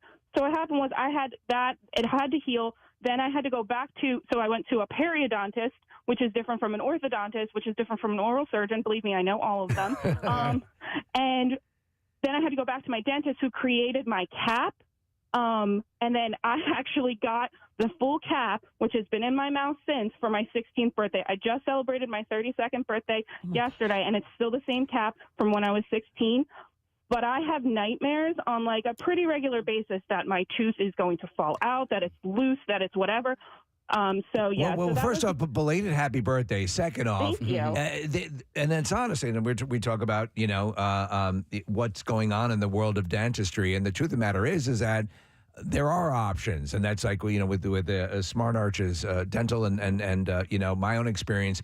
Yeah, there are ways for you to get a set of teeth that'll function for you, but you do hear some crazy nightmare stories. I'm just glad Jace seems to be okay with it, right? Yeah, right now? like, you got him over the hump. I did, and I kind of he was like, in like a couple of months, if I really hate them, can we have them taken off? I was like, sure, yeah, we'll we'll reevaluate after a couple months. It sounds as if he's going to follow the rules and have them off before he knows it. So, thank you everybody for your calls. I really appreciate some crazy and gross stuff that Kathy was definitely reviled by. But we're going to take a break and come back. Casey, do we have anything to give away? Yeah, as a matter of fact, we do. Thank you, Steve. We have a case of Juice to Jupiter Tangerine IPA, new from Fatheads Brewery. Juice to the max and packed with a punch of tangerine and citrus flavors and aromas. It's super juicy, out of this world IPA. It's going to keep you coming back for more. So we'll take caller number 7. And when we come back, we're going to have a bizarre file from Preston. And guess what? We're going to have the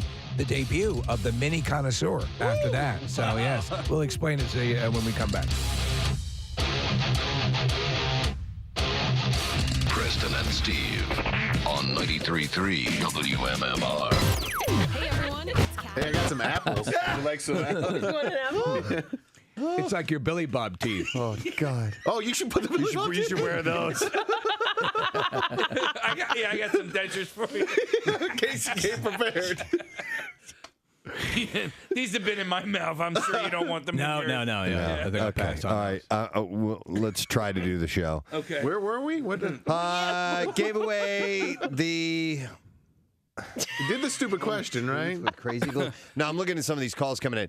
Yeah, we did the stupid question. So he gets Lego Marvel's Avengers, which is available for PlayStation 4, all platforms, PlayStation 4 and Xbox One. All right. So, dear God. All right. So at the box office this weekend, number 1 was The Revenant. Yes. 16. Yes. I know, man. It's sad. Your lungs are full of mucus. My tooth fell out. Our pets' heads are falling off! We're going to have to remind people of that all morning long. It's too good. Yeah. It's been a rough week for the ladies in Charlie Sheen's life following last week's revelation that his ex-wife Brooke Mueller is back in rehab. He's For now, the, 15th time? 15? All right, you have to stop. He's not going to be able to get through the show. I have to. Now I have to take it. I have to explore different letters. We're not going to make it through 7 a.m. S's are fine, but F's are... Yeah. Farfignugan. Oh, my God. This is going to be the worst show we've ever done. No, it's not. No, that's saying it's a going to lot. be brilliant. I could never, ever, ever, ever do live stage acting. I can't even do it on camera when you get multiple takes. There's no way. We're hoping to one day master radio. I'm so self-conscious of don't mess it up. that I will mess it up. But when I was in high school, we started if you had a lead, you started in June, July, rehearsing your lines and everything. I guess maybe if you have enough rehearsal. I mean, anything I've ever attempted to do, I've had very little rehearsal on, and I'm like, yeah. Even when we, excuse me. Again, here we are, perfecting radio. Dude, that was. You sound like snots. I'm nervous.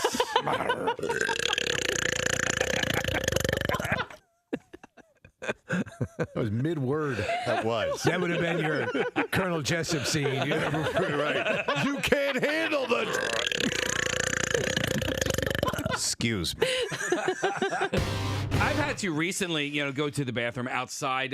When we were driving up to Maine and Boston this summer, I had to, my family went into McDonald's and I was outside with the dog. And I found it ironic that it was fine that the dog was peeing outside, but I actually had to hide the fact that I was peeing outside. But there are... Dogs get away with everything. They do. But there are secrets, so, or tricks to the trade of, peeing outside. All right. With this model, this life-size model that we have here. Mandingo's twin. We have two of them? Dan Dingo. Yes, we have Caucasian and we have... Yeah, there's Mandingo and Dan Dingo. So... What you can't do is lean up against something you're clearly or hide behind a bush so you're clearly going to the bathroom. What you have to do is kind of be out in the open. You still want to shield your junk. You want to have your back Wait a to second. the people. All right, so describe the environment that you're in where you're pulling this off. This is where people are, right? All right, so people are there? Where are you? You are people. All right, you are people in a parking lot. And never forget it. All right, and then behind me is not people. Okay. All right, so I'm on my phone. Junk out. You can see my junk is out. I am now on a phone. Now, no, there's no wires. We've never met before. Look, watch. I got one hand on the phone up to my ear, not talking to anybody. And then my other hand, which would normally be on my piece, aiming. On your bird. This hand is now up here, You know what? It works. Hold on, but don't you have to hold it? Won't it go wild? No, it's not like a hose that you turn on at high pressure, Kathy. Have you ever encountered one? No. Still waiting for that magical night. It's flipping all over the place. It's a little bit crazy. Walk a little bit. So you're like Chris Angel. Yeah, you're like an illusion. A little bit. Okay. All right, that makes sense. I don't know if I could do that technique or not. I know what he's saying, though, because you're using the simple art of deception and distraction.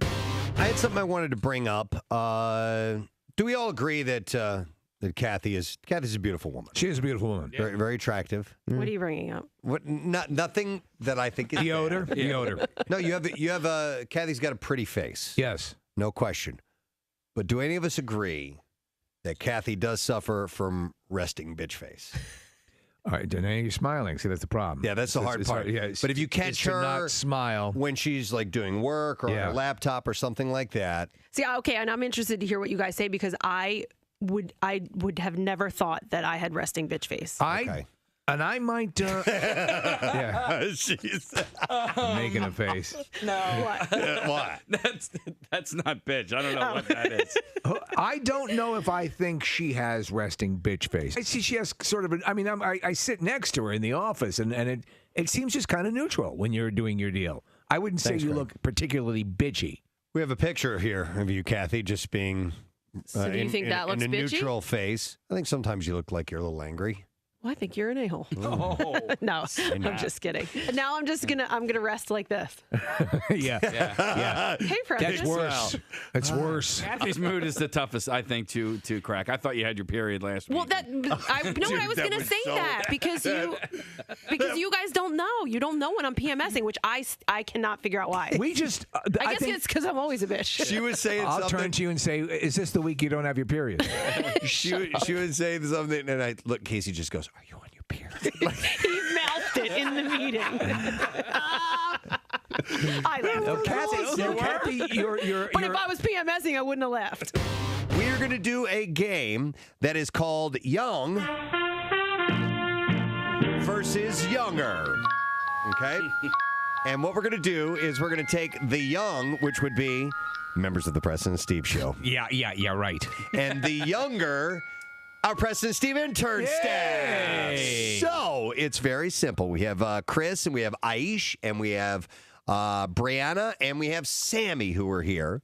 And what we're going to do is Marissa made a list of various things from different generations. So there's abbreviations, there's terms, there are people, all from a different generation. I have things from the Preston and Steve Show's generation, and I have things from the intern age's generation. All right, guys, the younger crew. What is a flash cube? A flash cube. Do we have all our answers written down? Yep. All right. Brianna? Yes. Okay.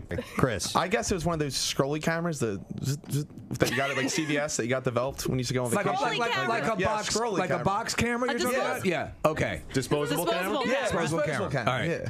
Is that right? That is incorrect. All right. So I'm sorry, listener Matt, you lose. All right. Aish is playing for Bob on line 2. Aish, what is a flash cube? A cube that flashes. I really don't know.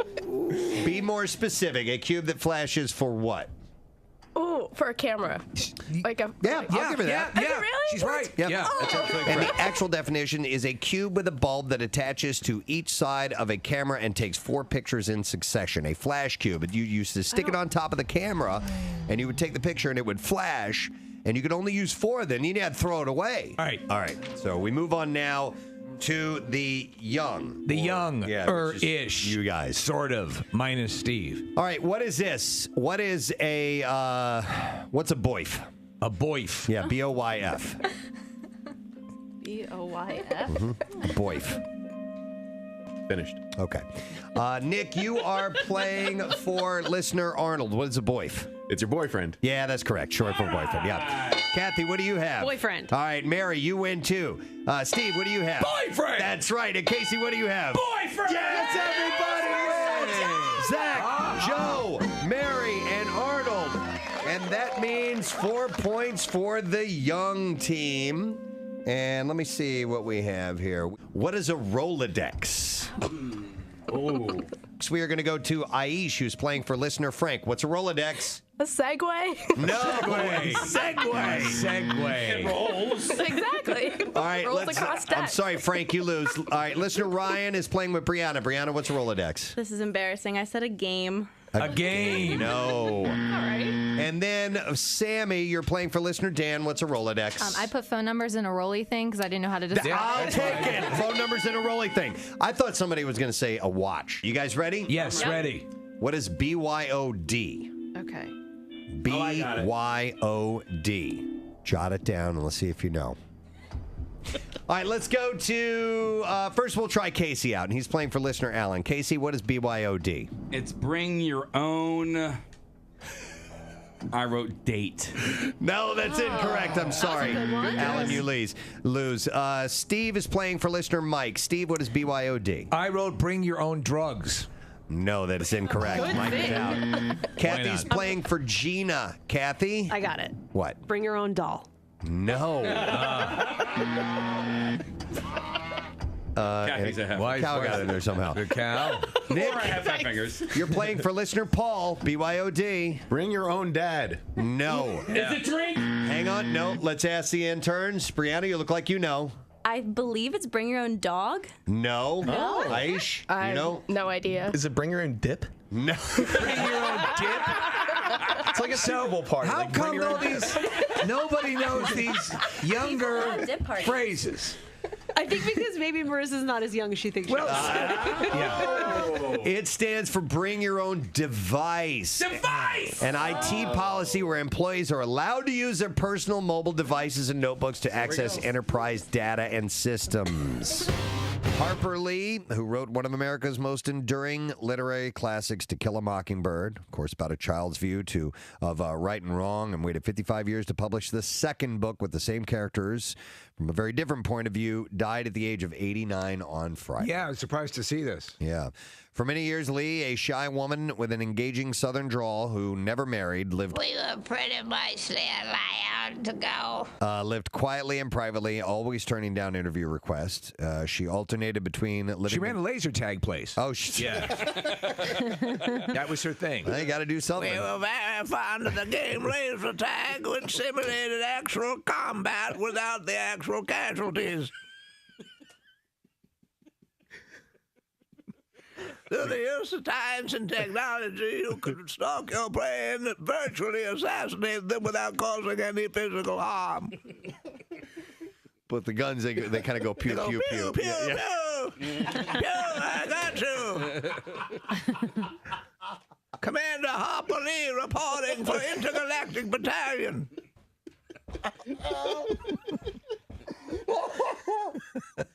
Wouldn't that be the wildest thing? She ran a laser tag place? Harper Lee's laser tags on Route 14. No, you like did TV commercials for them and everything. Yeah, So it's intergalactic fun.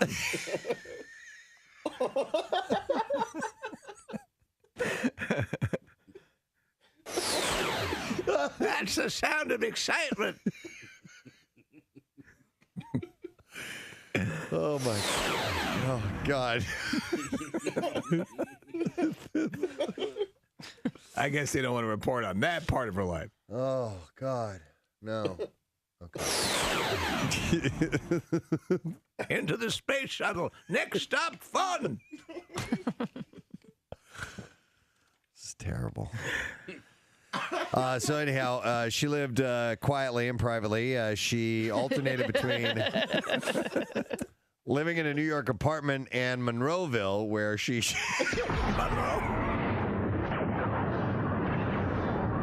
shared a home with her older sister, lawyer Alice Lee, who is the one That's this one. We were pretty much allowed to go. Any of you guys read Go Set a Watchman, the second one? No. It's I heard, it didn't get stupendous reviews. It's too bad. Yeah. This is a terrible thing to say. What? She just should have done the one. You know, Well, I think this was actually, wasn't this cobbled together without her consent? 93.3 WMMR. It's Friday!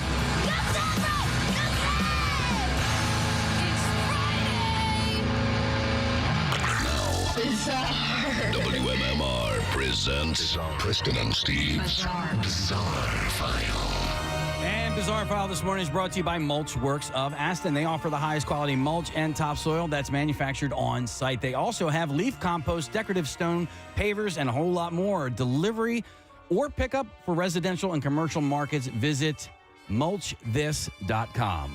The old man bandit has been arrested after trying to rob a Maryland bank, one of dozens that he has targeted over a criminal career spanning 45 years, according to the police. You will not believe how many times this guy has robbed banks. I want $20. Police say non-sequential bills. Stephen Gregory Gass, who served more than 8 years in prison in Florida after pleading guilty to bank robbery in 1991, then received a 13-year sentence in 2010 after admitting to robbing another 21 banks. My God. Over 2 years. Yeah. Was granted compassionate release for medical reasons in 2019. Well, according to police, he didn't learn his lesson. Glass allegedly robbed a bank in Bethesda on June 18th, and then he targeted a Wells Fargo in Gaithersburg on July 14th.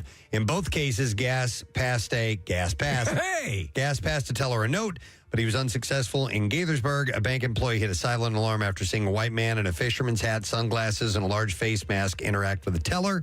He then fled in a vehicle, which police followed before arresting him without incident. Police say the 67-year-old also wore a fisherman's hat while robbing the Truist Bank.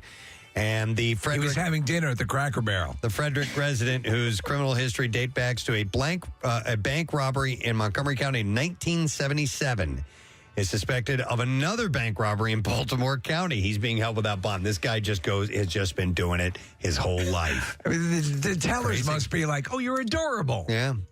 A 32-year-old San Diego man drowned in Newport Harbor over the weekend because he tried to retrieve a cell phone that had fallen into the water. Come on. Matthew Morrow was with friends and family on Lido Isle on a man-made island in the middle of the harbor. Somebody in the group dropped the phone. Morrow jumped into the water to grab the phone and just never came back up. That was it. Wow. Isn't that crazy? Wow. Nothing. Yeah. The sheriff's deputies were called to the area. Lifeguards recovered his body from the water, and paramedics attempted to resuscitate him, but he was pronounced dead. He probably went under, got distracted by a TikTok feed. And didn't realize he needed to breathe. Right. I need to breathe, and I forgot. Maybe. An elderly German couple are taking to court the owner of a cockerel, which they say crows 200 times a day and is tantamount to torture. Friedrich Wilhelm and his wife Jutta say that Magda, the rooster, begins a cock-a-doodle-doing from 8 a.m. in the morning and doesn't shut up for the rest of the day. The pair want the bird removed from their next-door neighbor's home in western Germany. And in preparation for court-made daily logs... This bird is a nightmare. Recording... Shut up! Shut up!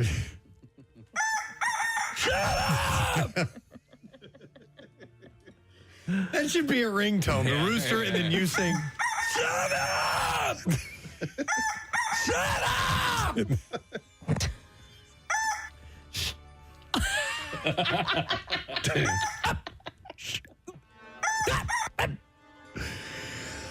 But they have been making daily logs, recording each time Magda crowed. Make sure you enter that in the log. We can't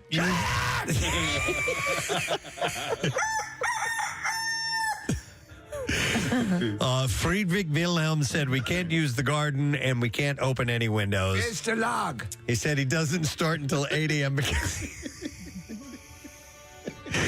because he's locked up at night, but then he crows 100 to 200 times throughout the day. It's the rooster log. And it's I need to see your rooster log. I'm looking.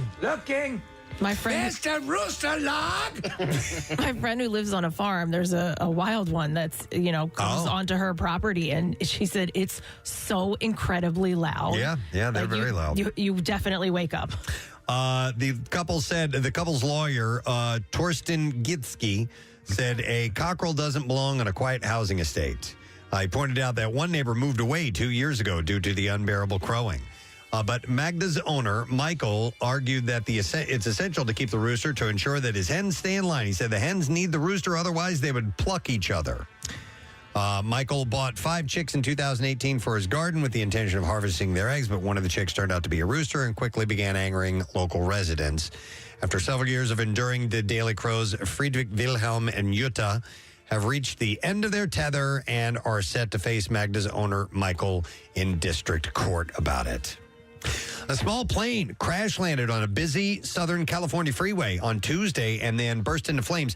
Nobody was injured in this whole thing. If you watch this footage, you cannot believe that no one was hurt. They said had it been rush hour, had it been later, that there would have been multiple people dead. Oh, sure, yeah. The plane carrying 2 people landed on the 91 freeway.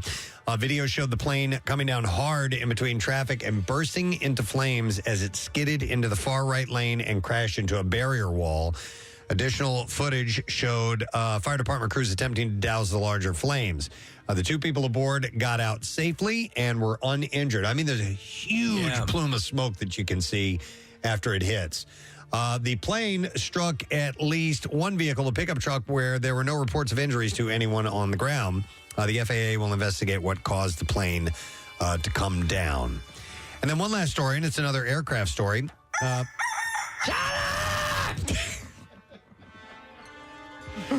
Did you write that in the log? Where's the log? A Southwest Airlines flight attendant suffered. You entered this one twice. Just right there. Then you 4, and then you put the line across. Well, now we start a new one.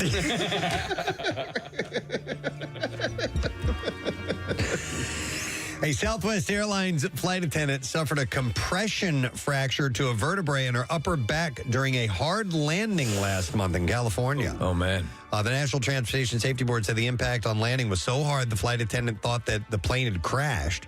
She felt pain in her back and neck and could not move and was taken to a hospital where she was diagnosed with a fracture. Wow. The safety board completed the investigation without saying what caused the hard landing. None of the other 141 people on board the plane were injured in the incident at John Wayne Airport. The pilots told investigators... Come down on runway 7. Part of the deal is the air traffic controllers have to talk like John Wayne. American Airlines Flight 202. Runway 4 is clear for landing. I love flying into John Wayne. Right? Every pilot wants to go there. Yep. This is Humphrey Bogart Airport. The pilots told investigators that they were aiming for the normal touchdown zone on the relatively short runway. However, it ended up being a firm landing, the NTSB said in its final report, but a compression fracture. Well, we've all had, I assume at some point a landing that was a little rougher than you thought it might have been. Yep. All right, that's the beat file. Let's take a break. Preston and Steve. On 93.3 WMMR. Sticks and turns. Just spotted a Death Destroyer.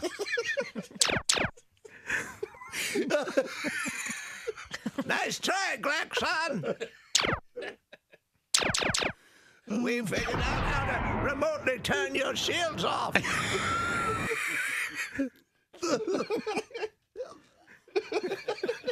I want to live with this for a while. I believe we had this gentleman in our studio at our old radio station worked at probably a dozen years ago or so. I think to promote a movie, we're Up the Creek, right? Without a paddle. Come on! Son of a bitch! Without a paddle with Seth Green and with Dax Shepard. Yeah, that's right. That's a fan. Yeah. All three were in the studio. No, I don't believe you. You didn't get the name right. I got the idea right. No, You're Up the Creek without a paddle. Everybody, this is Matthew Lillard. Hi, everyone. You have a lot of people in here. Yeah. We got some barbecue, too. If you're hungry, man, grab a bite to eat. You're awfully fancy. We try to be. Hey, how do you like doing the convention? I know you've done your share of conventions, and you have a couple of things that really put you in that realm between Scream and the Scooby-Doo stuff and 13 Ghosts and all that stuff. I'm in a lot of bad movies that people like.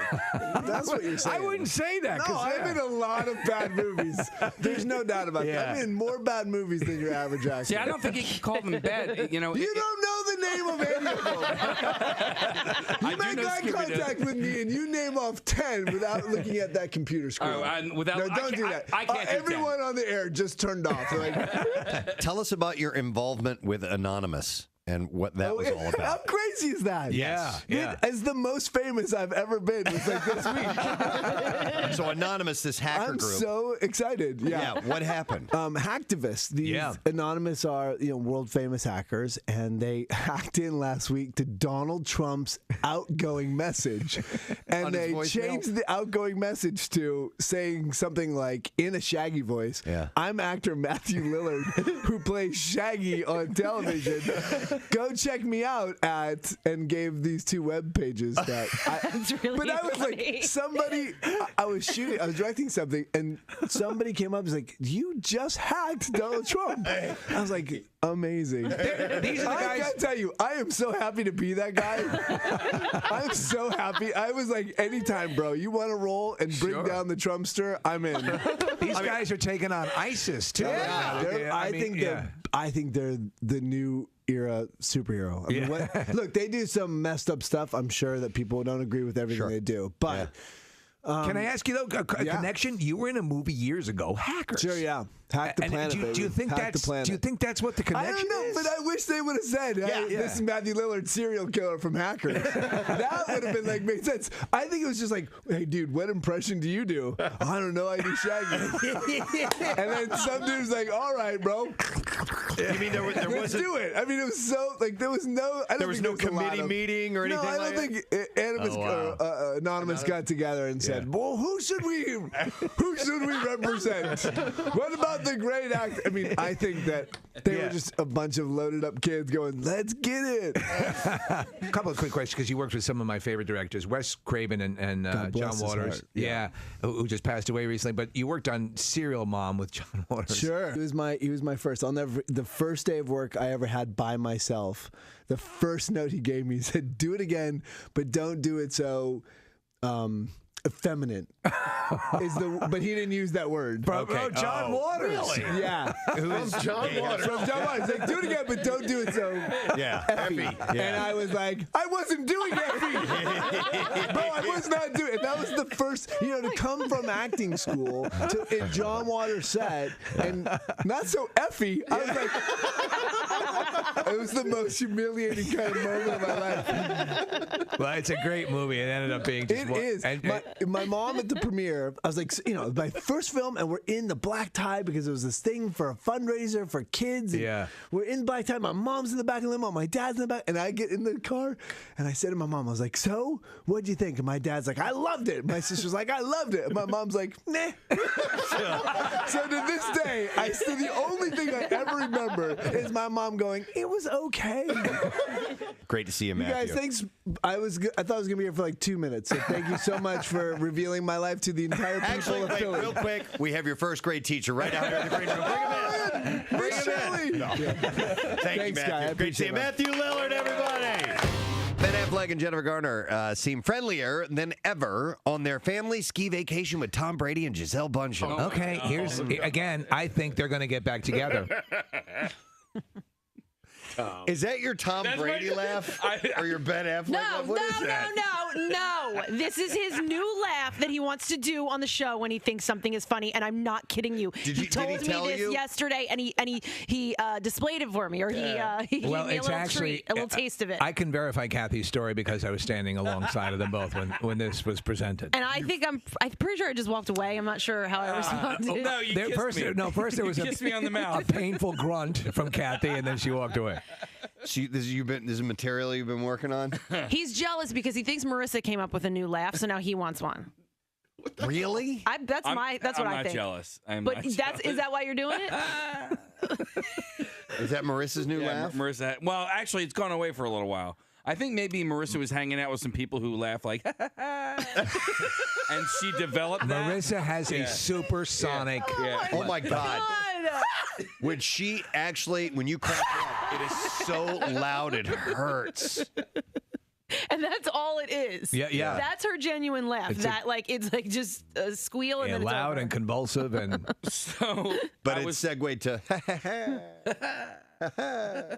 Why don't you laugh like Burgess Meredith is the penguin? So now we have Casey's new laugh. No, but go ahead, let's hear it. No, so the genesis of it was I was watching the red carpet for the Grammys on Monday night. Yeah. And you had these two talking heads on the TV. Who were horrible. They were terrible. And somebody said something that wasn't funny, and then they both laughed. And then so I was like...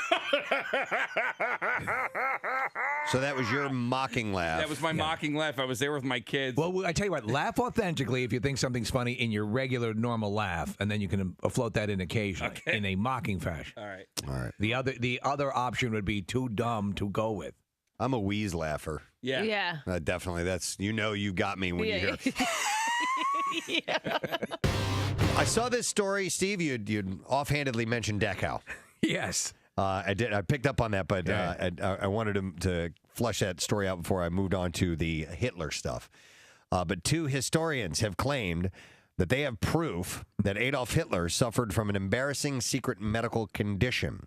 In their new book, which is called Hitler's Last Day, Minute by Minute, historians Jonathan Mayo and Emma Craigie claim that they have discovered medical records proving that the fascist dictator had a condition known as hypospadias.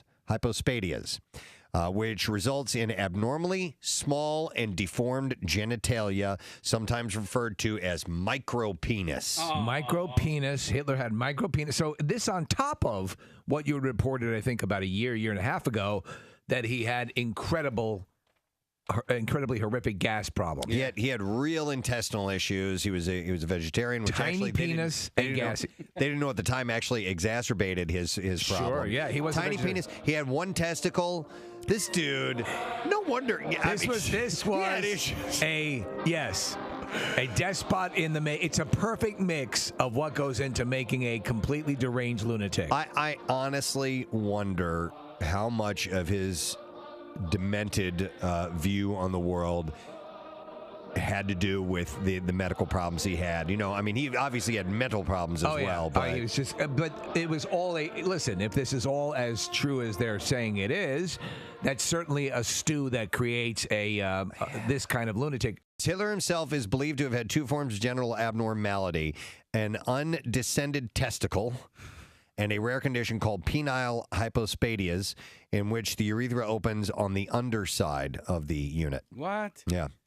Recently, a German... I pee out of a small hole near my taint. Time to invade Poland. Wow, I'll show you what it's like. He declared it. Recently, a German historian also claimed they had evidence that Hitler only had one testicle. By the way, there was a song in 1939 called "Hitler Has Only Got One Ball." What? Wow. Who sung that? Want me to read you the lyrics? Yeah. Right. Hitler has only got one ball. The other is in the Albert Hall. His mother, the dirty bitch, cut it off when he was small. Hitler has only got one ball. Goering has two, but very small. Himmler has something similar, but poor old Goebbels has no balls at all. Wow. That was a song in 1939. Who sang that? Bing Crosby? No, it was Weird Al Yankovic. Really? Yankovic. Yeah. The earlier. God almighty. That's heavy duty for that time. Yeah, big time. The dirty bitch? Yeah, I guess so. I don't think it was recorded. I think it was one of those sing-along in a pub type of songs. Not like an MGM musical? No, nothing like that. Ta-ta-da-da, that filthy bitch. Honestly, though, you couldn't exact the kind of revenge you wanted to get on a Hitler. I mean, what could you do that would equal the horror that he exacted upon the earth?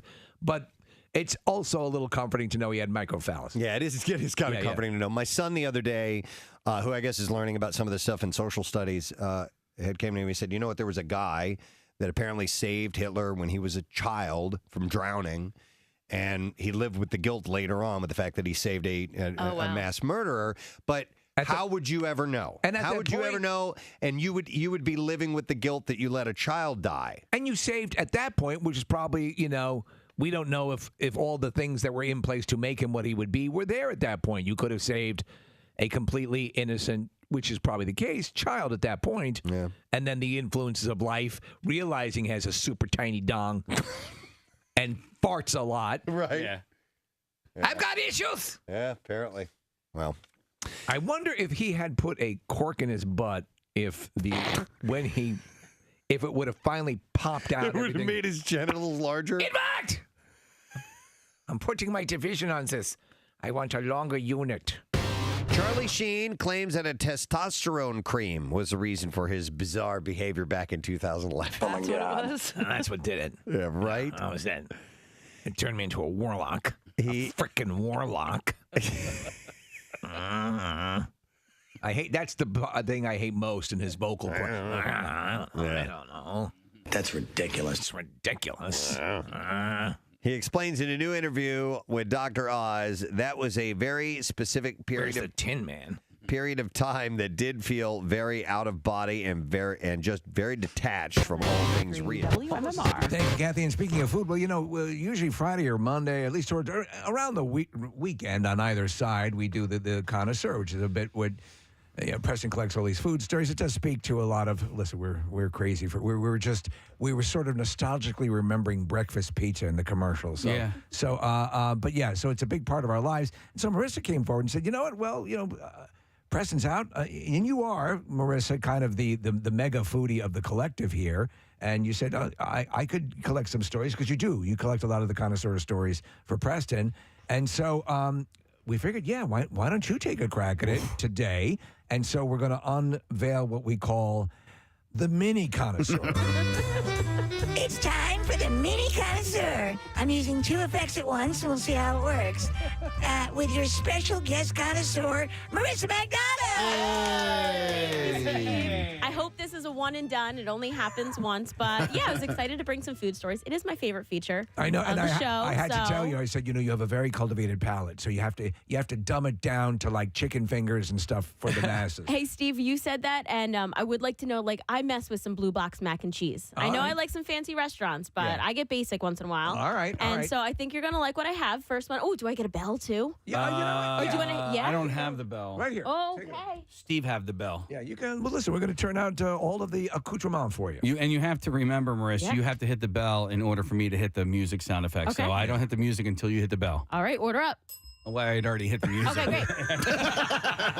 Our first mistake. Come on! How does this happen? No, go ahead, Marissa. Preston, we miss you so much, guys. Duncan has breakfast tacos. What? Huh? Yes. What, like right now, I can go. Hang on a second. I'm going to go to my Dunkin' app and see You if I can can go order. right now. They rolled out this week. They're available nationwide and all day long. So, Marissa, interesting fact, and Nick, you spoke to this gentleman at our Flyers appearance. He builds his company builds the Dunkin' franchises. Yeah.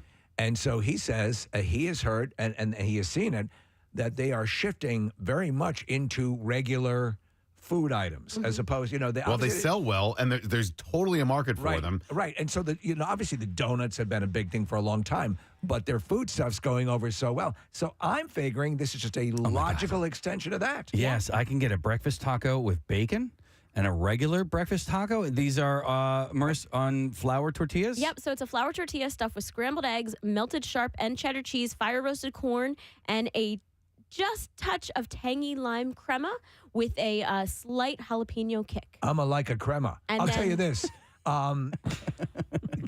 Tacos sit in the realm of pizza for me. Even bad or not very good pizza is still good. So even a substandard, and I'm not saying this is going to be substandard, but I'm saying Dunkin' is already ahead of the pack because I dug. They had their Beyond sausage. Steve, Yeah. I miss it. I miss it so was much. Damn good. Yeah. It really was. Also, Nick and I were big fans of the steak and egg. They were great. Sandwiches. Yeah. Yes. And I guess people didn't eat it as much as you and I did. That was my Yeah. go-to. And now I just get the sausage, and I like the sausage. Don't get me wrong. In case we live in a world where you can go to Wawa for a hamburger. All bets are off. Now, listen, this is great, but I'm looking at it. They have the breakfast wraps. Yeah. This is just a breakfast wrap. It's a fold instead of a wrap. And I'm okay with that. I think it's ingenious, remembering that we run on Dunkin'. Yeah. And with extra ingredients, because the breakfast wrap is just egg and cheese with maybe some extra bacon or so something this on has it. a little bit of flavor to it. Yeah. We'll probably get some dropped off for us to taste test. Yeah, like right now. And a crema, right? Yeah. Maybe if Matt Cowper's more listening. crema. And I can confirm, so I have a friend, Newman the Food Man. He has a place called Hilo Tacos. Great tacos. He tried it the other day on his Instagram. He said it's pretty good. If a taco man gives it the thumbs up, that's good enough for me. Wow. All right. Hey, by the way, just a little hint. Dunkin' has cold brew liquid concentrates coming soon, which means you're going to be able to make their cold brew at home. Oh. All right. Yeah. All right. Order up. All right, 1 for 1. Woo! Hey, Steve sent me this one, and I'm very excited about it. I'm going to stick on that level. Ramen for breakfast. Cup of Noodles is setting their sights on breakfast. The iconic ramen brand's latest product is designed for the most important day of the meal of the day, Cup of Noodles breakfast. It's a limited edition offering with bright, colorful packaging that is artificially flavored as maple syrup pancakes, sausage, and egg. No. So where do you guys? Wait, is it? I love ramen, and I love ramen. and I love ramen, and I'm the jury is not completely decided on this yet because I would take it out for a spin, but my reflexive reaction when I initially saw this was like, no way. Well, is it a noodle or is it eggs? It's a noodle, but they said instead of the sauce normally, it's more of a syrup. All right, No, so I this is disgusting. feel like Ooh, gross. Yeah, I know. It's Ooh, like gross. Julianne from earlier. Says our resident dental hygienist. I feel like a couple of months ago I had asked about because pasta is like it's bland, and I don't mean that in a bad way. But that's how they advertise it. But if you're looking for something bland, you're not eating pasta plain. No, you're putting something on it, and it sort of lends itself to maybe having you could add a sweetness to it rather than something that's savory or salty. You know, though, when something sits in the realm of to me, this is a savory ramen. You know, that's what I love about it. So I bought. And cup of noodles, I dig that as well. But you have to be open-minded. I will be open-minded, and I don't like with the cup of noodles. I will eat. I prefer ramen, like the package of ramen, not the cup of noodles. But if I do the cup of noodles, I will open it and I have to dump those vegetables out. I don't like those freeze-dried vegetables. So you make your own. But here's the deal. I bought and Marissa. So back me up on this. I always thought ramen was sort of like a lower-calorie food alternative. It's pasta. But it's not. It's higher in calories than you would sodium. assume. And sodium and all that. Because that's what you're mixing into it. That's all salt. It's the little packet that comes with it. Yeah. That's what I just said. Pretty much. Yeah.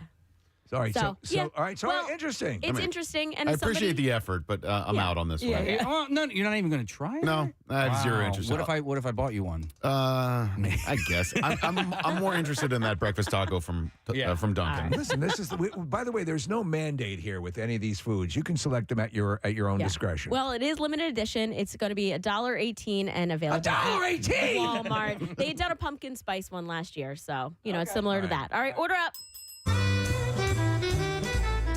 All right, I'm going to the other end of the spectrum here, guys. Another year, another dynamic showing for Philly chefs and restaurants to lead the James Beard Award. All right. I saw this pop up a number of times. Apparently, we killed it this year. Killed it. So Philly nabbed a whopping 60% of the nosaminees in the Best Chef Mid-Atlantic category. Suck it, Manhattan. So Jesse Ito from Royal Sushi and Izakaya in Queen Village.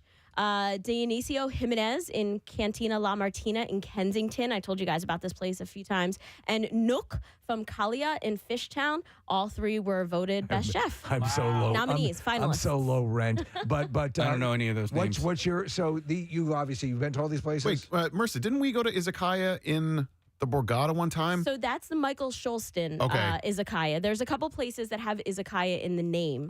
What's the cuisine? Sushi, Japanese, yeah. Matt Cord loves this Royal Sushi. It's right around right near his house. Okay, so he is goes there izakaya all like? the time. I'm sorry to interrupt. Is that like a style of Japanese cooking? Izakaya? Yes. I got you. Yeah. Okay. Yeah.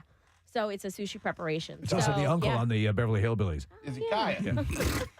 All right, so they were in the Best Chef Mid-Atlantic category. Then we have more. Ellen Yin, who owns Fork and A Kitchen, High Street Hospitality. I know her. Yep, has been nominated the Outstanding Restaurateur National category. Yay. She's also been nominated 2018, 2019, and 2022. She's kind of the Susan Lucci of this category, and I think that this is her year. All right, so Nick, who did we have on who had a food show? Was it Richard Kind? No.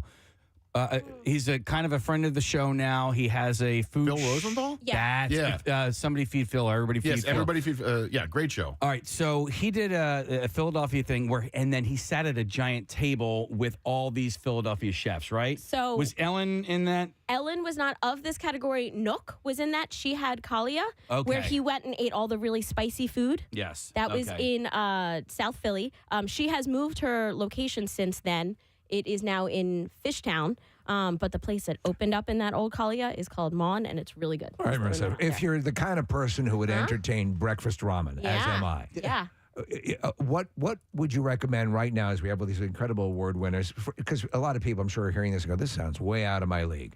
What's the most approachable, new, super happening restaurant that people need to check out if they really want to take a jump over into the finer cuisine available? Because, listen, we live in an amazing city with all the stuff going on. So how does somebody... What's the door they go through? Oh, my goodness. Wow, you kind of put me on the spot. This is actually where I clam up and I get really nervous making restaurant recommendations on the moment. The restaurants you leave out will hate you forever for that. You should try a good seafood place would be Clam Up. I love it. Yes. Love it. It's like I do a whole podcast about this where I talk about this every couple weeks. I mean, there's so many places. There's like a really cool dog park place that is opening up in Manioc. I love eating at a dog park. Oh, my God, it's the with best. great food. No, there's many. The chocolate pudding is great. Oh, What's the name of it? I think it's called bark, maybe, but Steve, it's up your alley because you can bring your dogs. Listen, I'm not looking. I'm not looking to split a table pancake with my dog. Right. What's a good entree for the food? Well, here, wait. While Do you know what you I'm saying? think about it, because she has to go into a whole longer list of options. But I want to make a recommendation because it almost doesn't belong where it is. But there's a new restaurant in Conshohocken, Hook and Ladder. I've heard of this. It's it could be in New York City. Where is it? It's right when you come over the Fayette Street Bridge. It's in the old Washies Firehouse. Yeah, so it's the old firehouse. They had to keep a portion of the firehouse in order to build whatever the restoration was that was there. Hook and Ladder. It's really cool. So it still has the pole that the firemen would slide down. Oh, neat. Yeah, there's a couple of walls that are. Can you bring your dog? No, you can't bring your dog. What's the food like? It's great. It's very that's what I mean. It almost doesn't belong in Conshohocken. You have to be an exploratory eater and be ready for a higher price that you would normally pay than in Conshohocken. But it has a cool sky bar where it's outside, tables outside. There's a bar outside. There's an inside bar area that's beautiful, and then there's a dining room area, and it's attached to the Westin Main Hotel, the new hotel that's in Conshohocken. That outside bar that you're talking about, it looks really cool. So, and the great thing about Conshohocken is all you have to do is park in Plymouth Meeting. Well, Steve, they have a parking garage. Oh, that do you they? Yep, you Awesome. park in, and it's literally right at the front door. Yep. We had a singles mixer in Conchi that one time, and I parked in a spot where I'm and I was watching the meter, and I was like, okay, I have until let's say 8 o'clock. I need to go out and move my car. And as I got out there, the meter maid guy was there, getting ready to ticket my car, and he had chalked my tire already. And so I said, hey, if I pull out and then pull back in, am I good to go? And he's like, I said that on my wedding night. And he goes, he's like, technically, yeah. He's like, because Did you do left. it? Yeah. And he watched me, and I'm like, dude, don't do this thing where you're telling me I can do this, and you're just going to ticket me anyway. He's like, no, technically you've left and you've come back, and that's what I did. So thank God, because parking can be. So I've always said this to you guys: parking in Conshohocken is it's not hard. Not bad. No, it's not. If you just know where to park, you guys didn't know that there's a parking garage that was a half a block from where we were having the mixer. Had you just parked in there, you would have had no problem parking. We used to do Quizzo. It's not there anymore. It used to be called, I think it used to be called Toads or something like that. And it was right across the street from the parking garage. Yep. And so I used to go there. Yeah, we were at the Great American. What was the name of the Great American Pub? Yeah, it was that Upstairs. big ballroom at there. It's huge. Yeah. By the way, this place, the Hook and Ladder place, Kathy, you said they have a rooftop bar too? No, so it's called the Sky Bar. It's not a rooftop bar. It's just it's a few stories up, and it's outside, and it overlooks the courtyard they have for the new business complex that's there. So technically, it's in the sky. Yeah, right, exactly. Was there a rooftop bar recently put in someplace in Conchi? The Great American Pub has a rooftop bar. I see. Yeah. That's actually awesome. Don't go up there on an extremely hot day. You will melt. Yeah. But spring is coming up, and anytime the sun goes down, it's perfect up Look there. at this. There's a rooftop bar at the Great American Pub in Wayne, and they added that over the last few years as well too. And so they just put it on top. I think they actually started during the pandemic. Anyway, I love rooftop bars. So do I. They are such a great addition to any I don't restaurant. even drink. Yeah, but just Steve, if you're in a city and you're at a place where it's just a cool place to chill. Yeah. And Kathy, you're right. If it's hot out, it's not pleasant, or even if it's freezing or whatever. But I like that atmosphere. You know. Did you go to the one at the hotel we were at in Orlando, the Ventura? No. All the way up top? It was awesome. No. So I go up there. Rodney and I shared dinner, and then, of course, we made love. No, it was Kathy, so up there, the view off the one side was all of Universal. Yeah. So, I mean, so nice. it was cool. just sensational. And the other side was the highway. No, actually, a little bit. Yeah, because you're right. on the highway, you could see the hotel that we were staying at. Nick, that rooftop deck at the Great American Pub is actually pretty cool. Even the view that you see, you can kind of see Conshohocken. You see, Kathy's house. You see no, you can't see my house, but it's you Rockstar think Rob's you're house. in that you might be able to see Rockstar Rob's house actually. But The velvet flag. Or, Maris, did you think of the restaurant? Yeah, I have a couple of recommendations. Actually, Kathy, I concur with your Hook and Ladder. I went there a few weeks ago with some girlfriends for brunch. They just started that, and it was really good. So if you want some approachable places, Steve, how about I recommend Middle Child Clubhouse in Fishtown. run by these guys who make these great sandwiches, but they have bigger menu in their new place in Fishtown. It's really good. It's really fun, decorated nicely. And then Craftsman's Row, which is a place it's actually right across the street from Steven Singer. So they have really big milkshakes and really great burgers and all sorts of food. And then Steve, they were on my holiday activity list. Remember the ones with the big milkshakes? Yeah. All right, cool. We tried to go there. We had reservations, and because it was for my wife's birthday, me and the kids, and we got there maybe 10 or 15 minutes late for our reservation. They were like, sorry. Oh, no. The place is really popular. Yeah. And then real quick, my buddy, because he's in the hotel industry, he says the Attico at Cambria Hotel. Yeah, it's a great spot. It's right on Broad Street.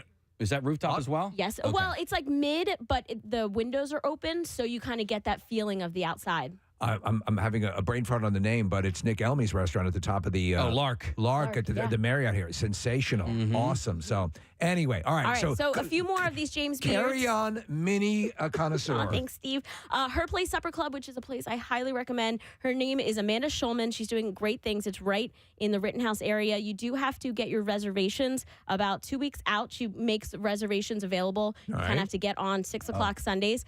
She was nominated for We're burning daylight. Emerging Chef category. Oh, and nice. Friday, Saturday, Sunday in Fittler Square. Outstanding restaurant in the entire country. Is that right? Right here in Philadelphia. So when you say, Kathy, when you say this is a place you'd find in Manhattan, I think you need to say this is a place you'd find in Philadelphia now because that's it's pretty amazing. I mean, that one was like you would see it in the city, before you'd see it in Little Country. All right, order up. Guys, this one comes with a taster. Really? Yes. Neshaminy Creek Brewing Company has debuted a Rita's Fruit Beer. So they're going to make a whole line of beers. The first one is inspired by Rita's Ice. It is mango flavored. It launches on April 15th. It's a refreshing seasonal blonde ale brewed with mango on an easygoing 5% APV. And Connor is here, and he's going to give some little tasters to everybody who would like to try. It's hopped with Hercules and Chinook, and then conditioned in loads of sweet mangoes. Just bring them all over to me and Nick. It's hopped with Hercules and Chinook. So they're type That of... sentence makes no sense to me. That's why I said to Marissa, you got to bring it down. Yeah, people who like beer... Squirt taboflavonoid with just a pangy of Dipolor. The hell are you talking Oh, about? I do love Dipolor. Casey, what's the just a pangy? Rizza, the hot pie Rizza. Sky Rizza. Sky Rizza. Rizza. Sounds like one of those medical ads. So people who are into the beer world, who, and I know there's many listeners who are, they do know what those are. They're type of hops that you buy from the area. Gotcha. And so pretty much it's a Rita's Fruit Beer. So they're going to be doing a whole line of them. The first one's mango. They're throwing a party on April 15th at the Neshaminy Creek, Croydon, and Dublin tap rooms. Live music, circus performers, food trucks, and of course they'll be scooping Rita's Ice there. Yeah, I was talking to your boyfriend about this just a couple of weeks ago. Marketing for these breweries. This is the best Sky Rizzy I've ever had. Steve, you can really taste the Flibador. Yeah. Was it 2SP had their Wawa coffee stout. Yes. And it was so successful for them. And it was, and Bob, the brewer there, he has a Russian Imperial Stout that is award winning, gold medal winning.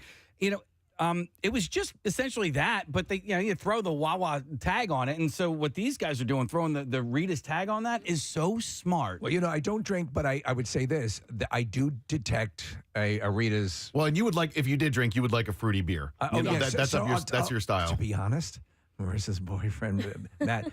What's the line of beer? Dewey Beer Company. So Dewey donated beer to my wife's charity event. Oh. People were going out of their minds. There's an apple cobbler beer, right? Yep. Do we like it? Do we? We do. Absolutely. It's endorsed by Rockstar Rob. Oh, he liked it.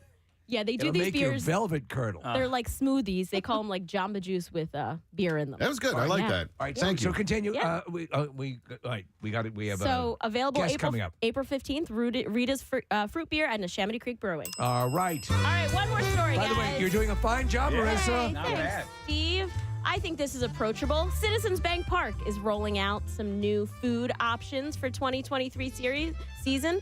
Aramark introduced some new food offerings at Pass and Stow. They are giving out, well, not giving out, you can purchase Mexican street popcorn. Oh. Steve? It's interesting. Go on. Yeah, so it's made in-house with tagine spice, lime, and cojita cheese. Wait, so this is like Mexican street corn except popcorn. On popcorn. I love it. Isn't Yeah, that I'm in. So baseball, Yeah. and they serve it in a little mini Phillies helmet like they serve ice cream. No, you Terrific. I need a bigger. I popcorn need in a mini helmet. I need an That's- extra large Why not helmet. put it in a hypodermic? Yeah. I want a big bowl. So Nick, when you walked in to our Flyers Yes. event this week, what was I doing? Popcorn. Yeah, makes Steve happy. But yeah, I'm a huge fan of Mexican street corn. I think we had some at Camp Out this year. Yeah, the Corn Hub. Yeah, Corn Hub Delicious. guys. Yeah, and so yeah, Marissa, this sounds good. I like it. Kathy, have you ever had tagine on your margarita on the rim? Oh, you know what? Yes. Wait. Well, as a matter of fact, I did. Hold on. I don't know. What is it? It's like the red spice. Oh, yes. Sometimes Okay, they'll yes. ask for absolutely. salt, sugar, or tagine. Yeah. is the new, I think it's pronounced tahine. I think it is. it's a Okay. yeah, Tahine? H. Yeah. All right. I actually, whatever. Okay. No, I want to hear it. please, please. You're not pronouncing it right, Ellie Mae.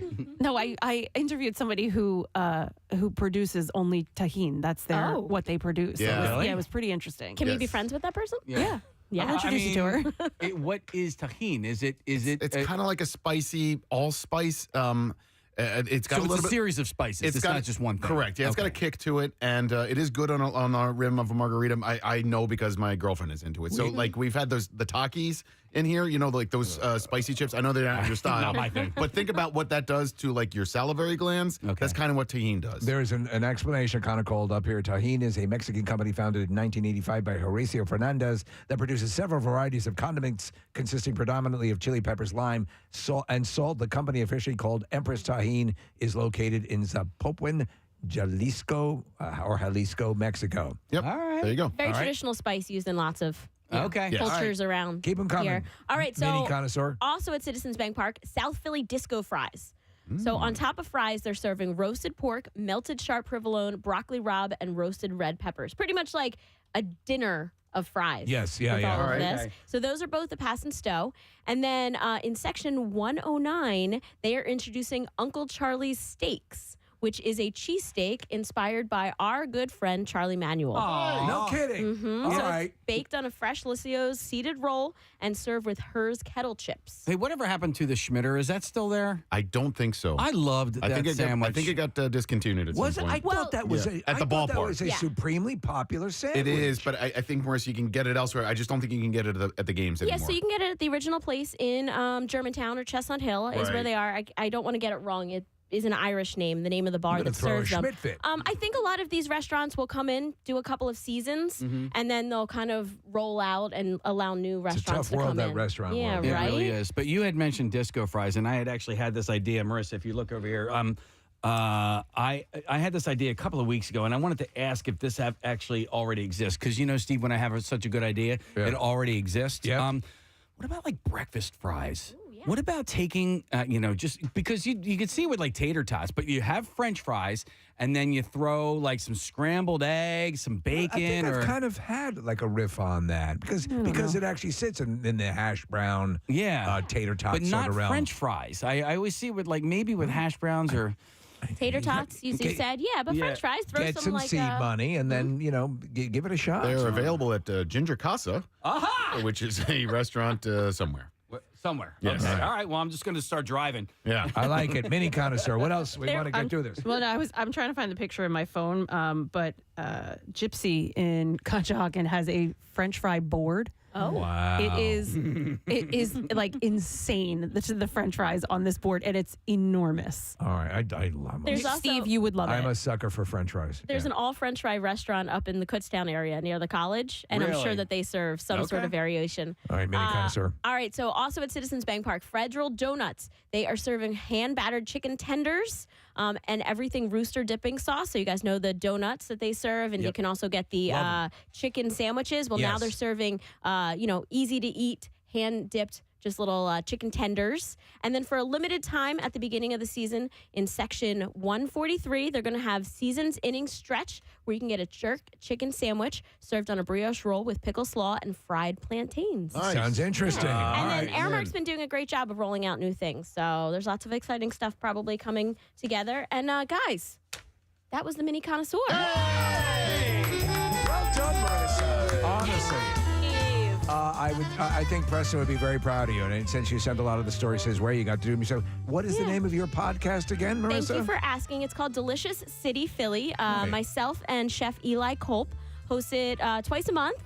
And we have chefs and food enthusiasts and all sorts of people on. And as we just learned, there's every reason to be so excited to live in this area. Yeah. I know we are a foodie city. We are as competitive as any other around, and it's something to be proud of. And start taking advantage of all these great places, and give them some business because they work hard, and it's a tough business to be in. Yeah, he's the food expert. I just sit around and talk about restaurants that I've eaten at. So There you go. we have a lot of fun. Nice job. All right. Well, we do have to take a break. Right. We have a guest coming up. Yes. Steve, I told you in the beginning of the show that we had a ton of giveaways this morning. So what are we giving away? So now we have a pair of passes to see Prime Video's Air, starring Ben Affleck and Matt Damon, and the screening is going to be on Wednesday. It's 7:30 at the Regal UA King of Prussia.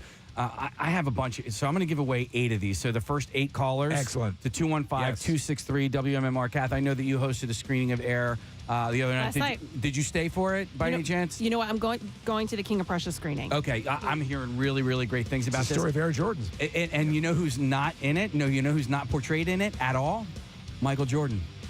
There's just his mom. There's nobody playing Michael Jordan at Right, all. So yeah. it's a kind of a cool little concept because everybody knows what Michael Jordan Right, looks like. So, exactly. So that screening is going to be next week. And so callers 1 through 8 at 215-263-WMMR. All right, we're going to be back after this with our friend Randy Feltface.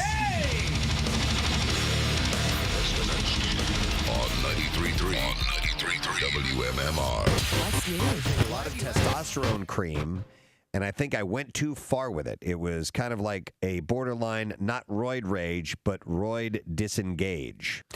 The former 2.5 Men star also addressed his violent torpedo of truth, defeat is not an option tour, saying that's the stuff that I do look at and cringe a little. Oh, good.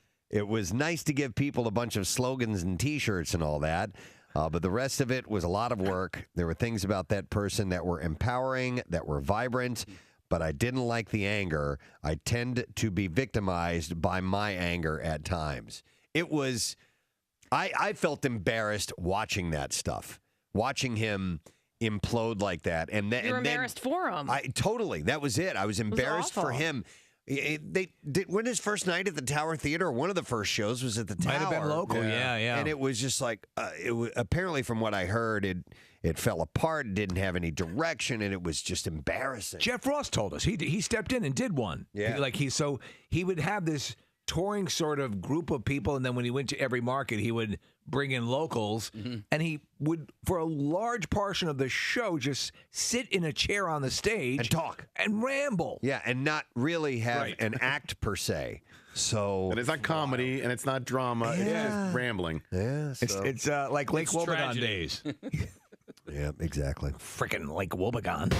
We need to do a letter of the day. I understand, Casey, you are the keeper of said letter. Yes. Here we go. Preston and Steve on 93.3 WMMR. Now, the Daily Letter. All right, in the Preston and Steve.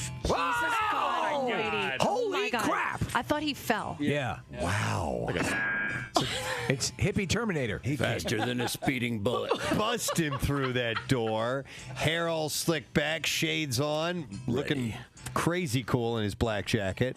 Oh my God, he's about to pass out. Quick, somebody. Stand behind Hold that man up. Help me, Jesus. Help me.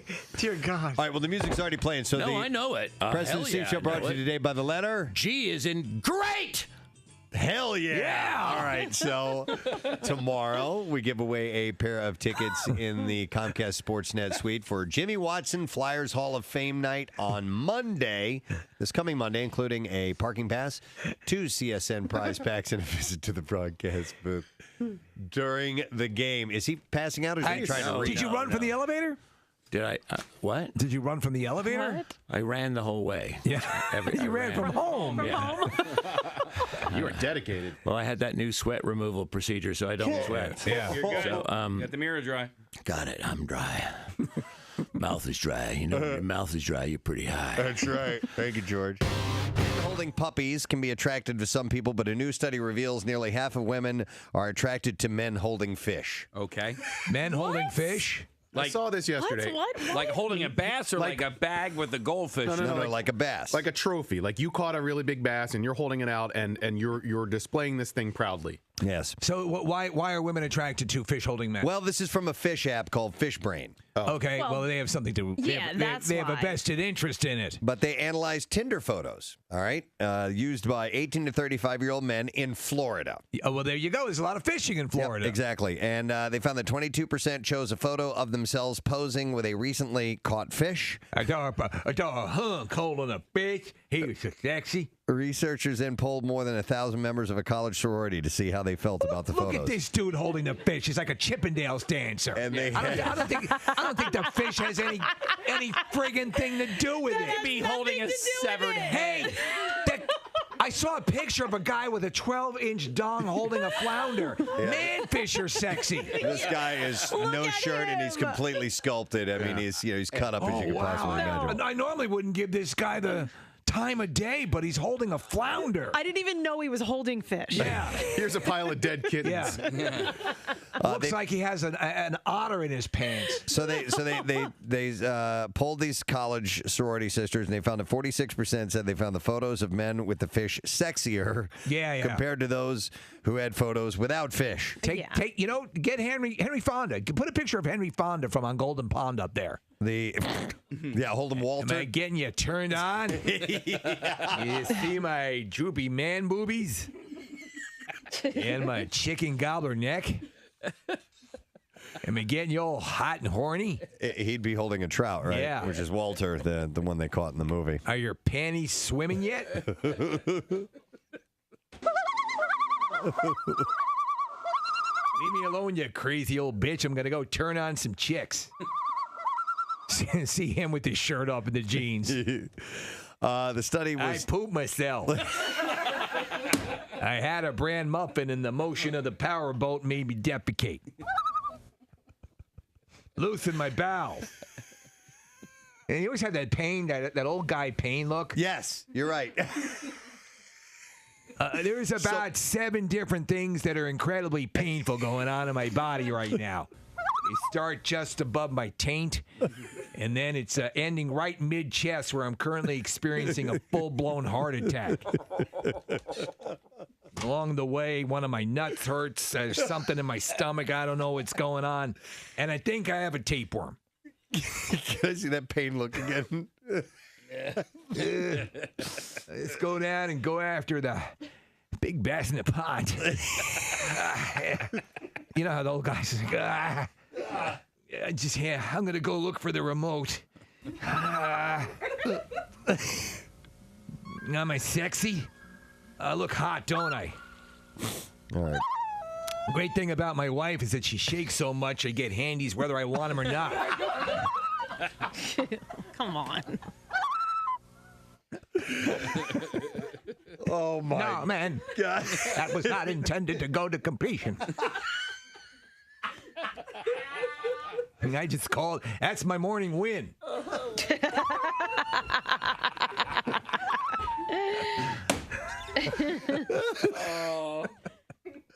An unintended handy is this morning win. I mean, we can wrap it up on that note. Yeah, I think we're good. Men holding fish are sexier Yep, than there men you who go. are not holding fish. Who knew? That's something I noticed, and I thought I'd share that with you. Japanese great tits, particularly vocal song. Japanese great tits. Okay.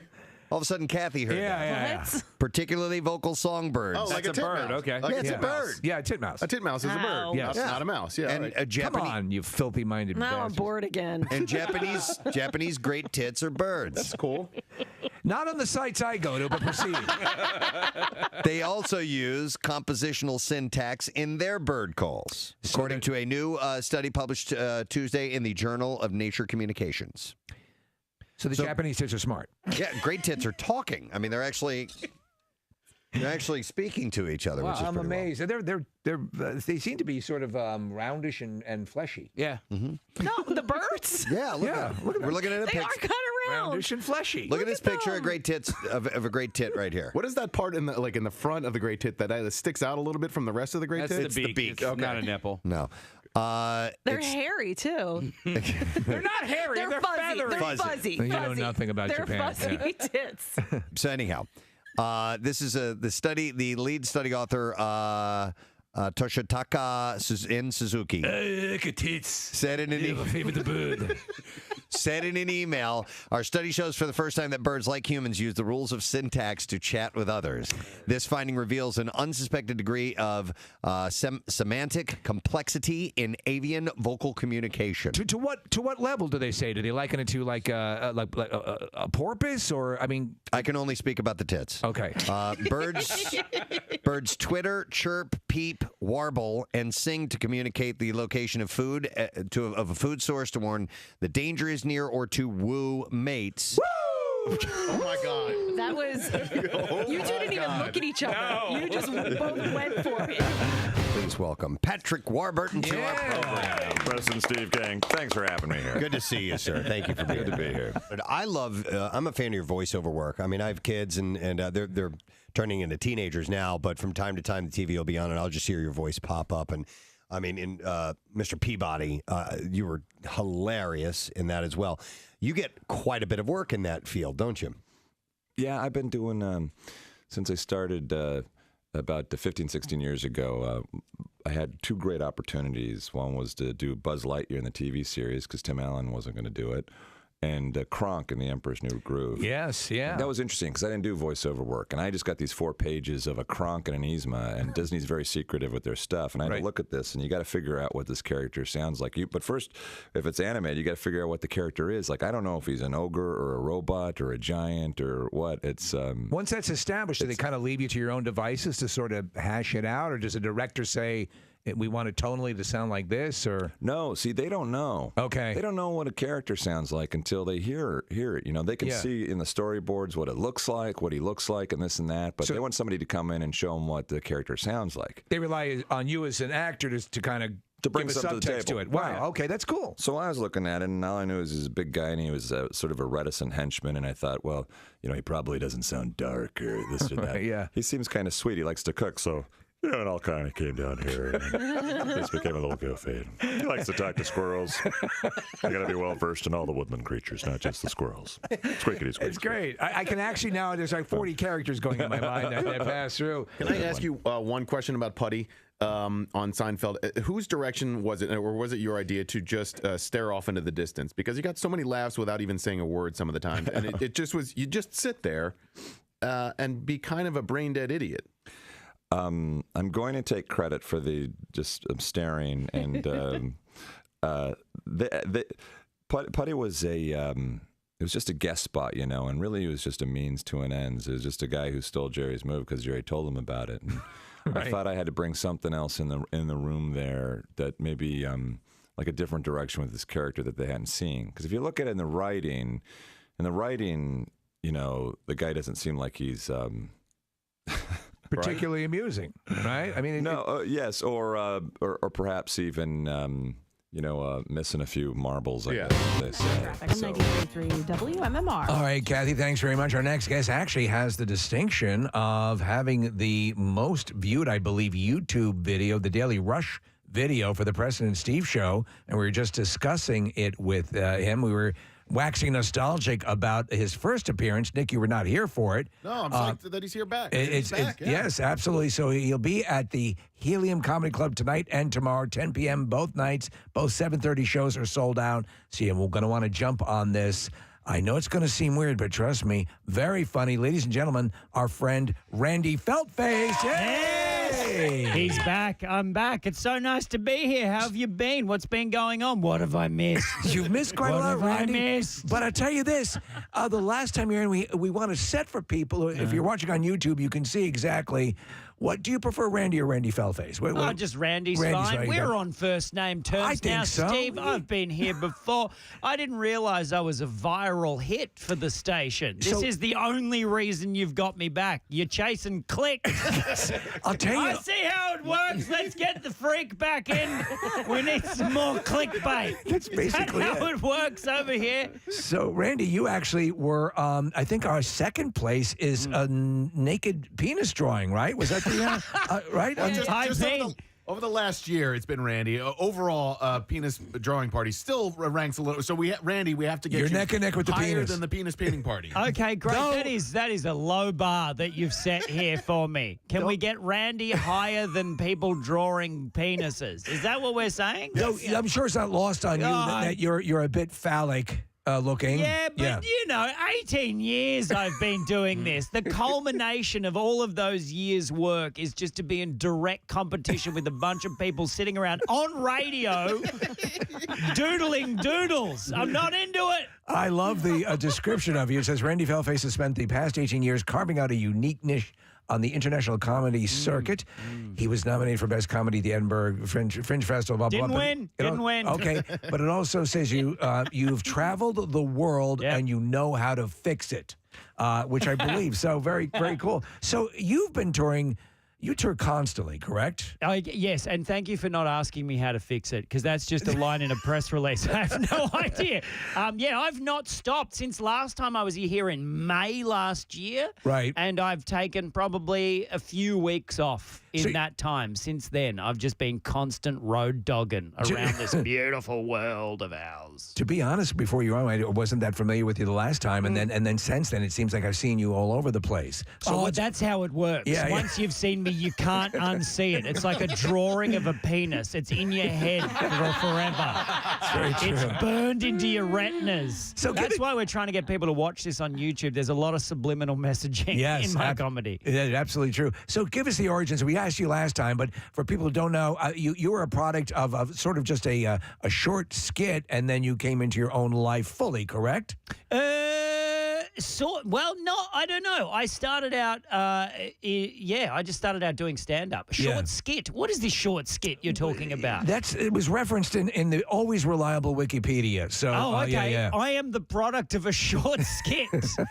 Talk about my mother that way. I'm okay with this. This is fantastic. I started out just doing like little bits and pieces. No, I've always done stand-up. That's where I started. Let's start a new origin story. Yes, absolutely. So, and you're now born Australia? Born in Australia, yes. All right. And the last time you were Let's grind this interview into the ground. How can we make this as least funny as possible? Well, let me ask you know that. what I'll do? I'll just conflict any stories that you just have deny about everything. my origin. Yeah, deny everything. Let's do it. I wasn't born in Australia. Next question. Oh, you weren't? No, He I was. He's being a contrarian. All right, I'm being a total contrarian on the radio. I've heard it works really well for clickbait on YouTube.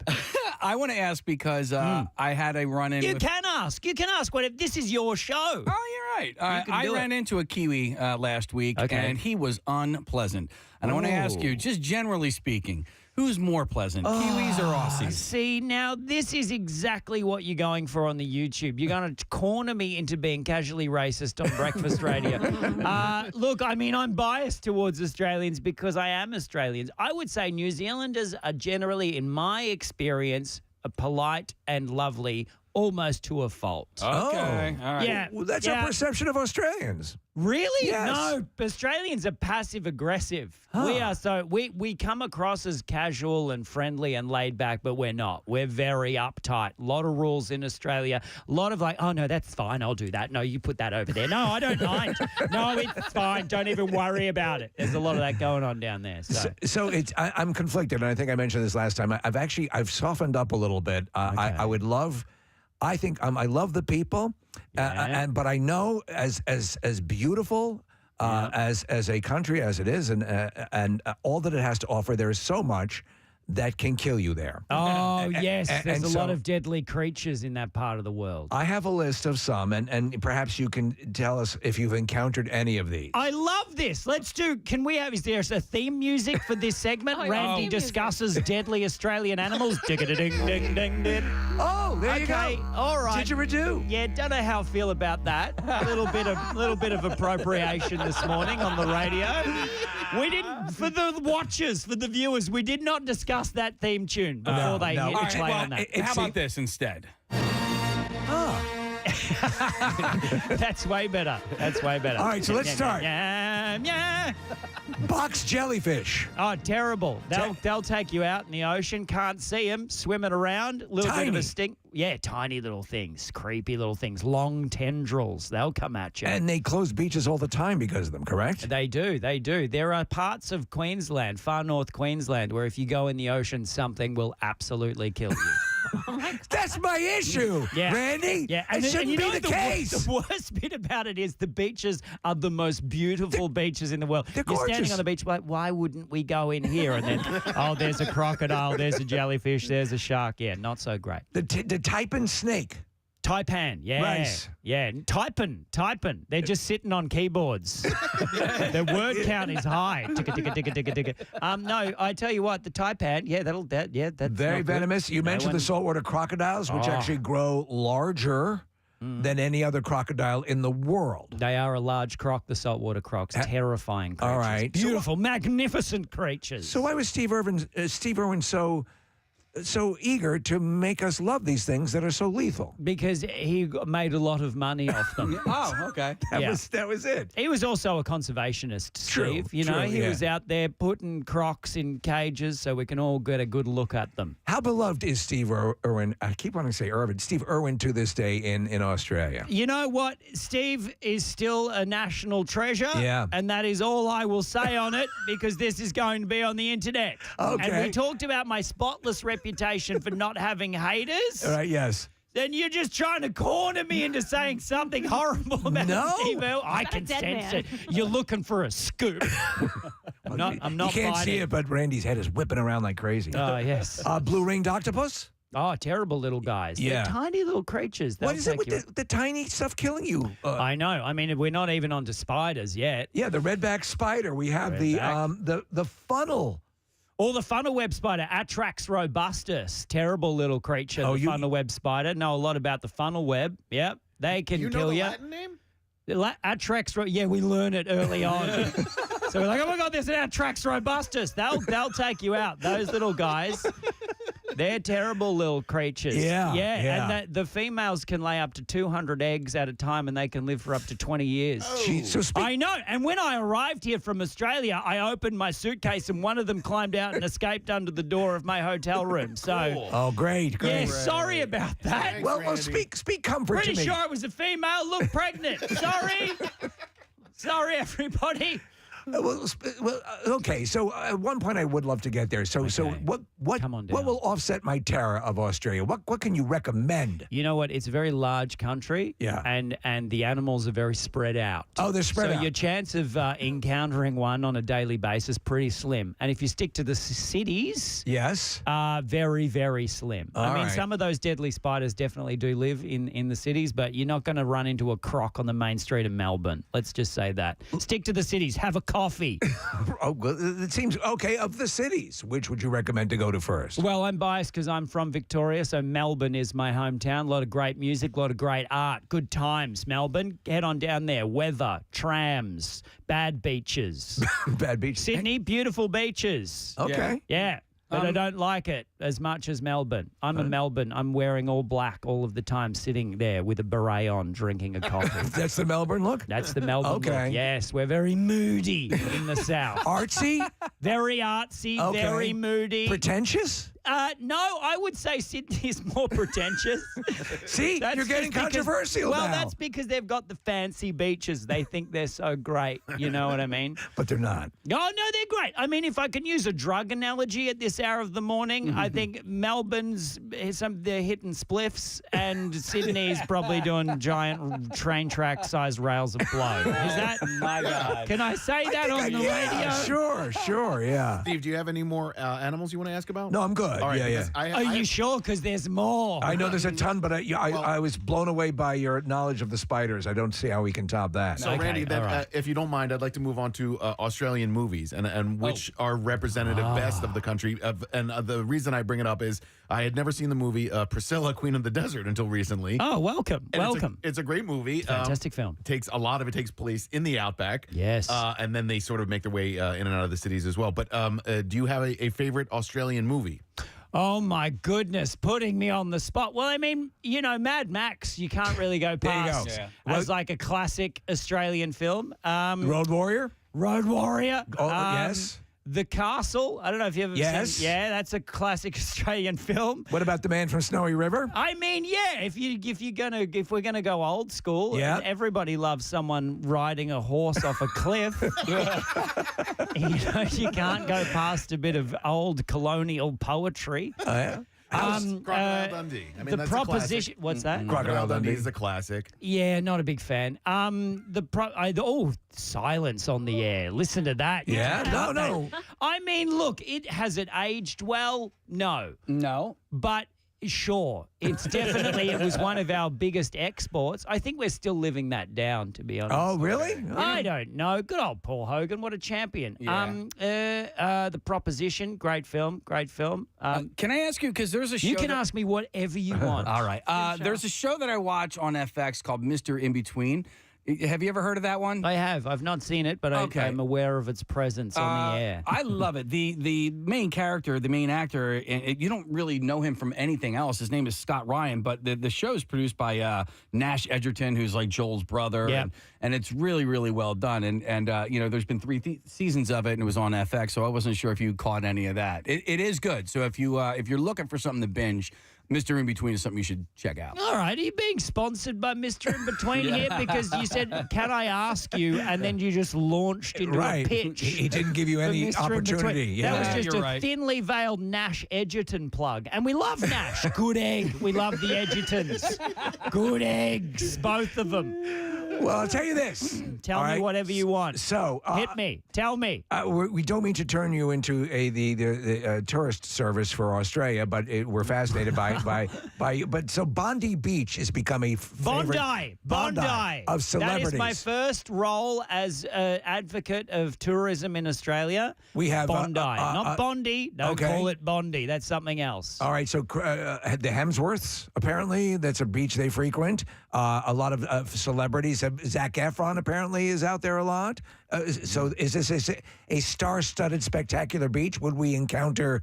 What is the celebrity to deadly spider ratio there? At Bondi Beach, much more celebrities to deadly spiders. Oh, yeah. okay, It is the place to be seen if you want to Instagram yourself on a beach in Australia. That's where you go. That's where you go. Yeah, That's in where you fact, go. they started. There's like a reality show. Oh no, that was in Byron, I think. They were doing a reality show of Instagram models in somewhere in New South Wales. I actually think it was in Byron Bay. All right, well, let's ask Byron Bays, I think it was called. Byron Bay is a look, I'm digging a hole here. No, you're not. No, listen. Can you feel how little I care about Australian beach culture? Well, let's ask you about here because you came to Philadelphia. Oh, Philadelphia beach culture. Love it. It's the best. Love it. When I'm not avoiding drinking the water, I'm swimming in it.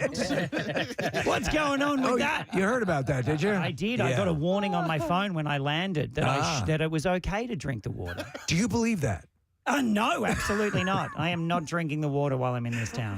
Can you take, because of your we're not quite sure what you are, What? It's best not to ask. Okay. So you may have all sorts of exacerbating circumstances to drinking tap water. I don't know. Right. Especially Yes. with liquid latex in it. No, I respond. Was it liquid latex? It was liquid latex. Oh my God! It was in the drinking water. 8,500 gallons poured into the to some of the contributaries of our drinking waters. Well, you know what? If we're going to speed up the end of the planet, you might as well just pour some liquid latex into the river systems. Yeah. Why not? Yeah. Let's wrap it up as quickly as possible. Now that you've experienced, you've been here before many times before. What is the story as far as where you like to go when you're in town?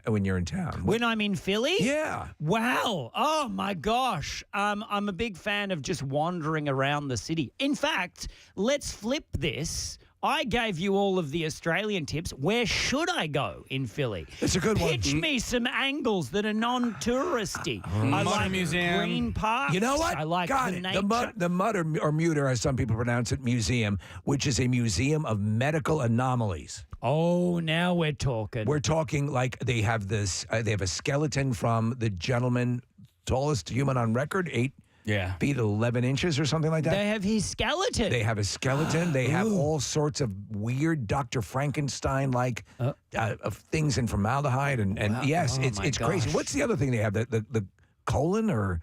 Yeah, it's the largest colon. Oh, you got to see the colon. If you go into Philly, have you seen the colon? Liberty Belt? No, go to the colon. Sorry, are you a history/art fan? No, but I'm a big fan of the colon. Well, Steve went and got a tour of the place called the Masonic Temple. Oh, my God. Oh, okay. Yes. Is it the first lodge of Philly? Was it the old school Masonic Temple? It's an old school. Would you like to become a Freemason? Maybe I already am. If I had opposable thumbs, I could do the handshakes. By the way, I want to let our listeners know who we're talking to. We're talking to Randy Feltface. Randy is going to be at Helium this weekend. Both of his early shows tonight and tomorrow night are sold out. So only the 10 o'clock shows are available right now. Get on them because you have to see. Like if you're on YouTube, to see what we're dealing with here. And by the way, extraordinarily funny as well. Yeah, so heliumcomedy.com to get your tickets. But also, Randy, you produced and released a comedy special in July of last year, and was that shot here in Philadelphia? Yes, you know what? I came in here on the day that I was filming that special back in May last year. Right. Yeah. I shot a special. It's called Smug Druggles. It's on the YouTubes. You can see it on my YouTube channel. When you finish binge watching people drawing penises, flip over to my channel. Check out Randy Feltface Smug Druggle. You know what? I loved filming that here in Philly. That was a real treat to shoot that special in this town. So this is kind of my homecoming post special. Well, we consider you a family member here. So there thank you go. you so much. I'm like an honorary colon. That's the way we refer to you. You know, you should switch the Phillies mascot up. It should just be a colon. Well, we do. What is the Phillies mascot? Well, the Phillies mascot is the Fanatic. We have a couple of good ones, though. We have Gritty for the Flyers. Oh, nice. Yeah, who's another big...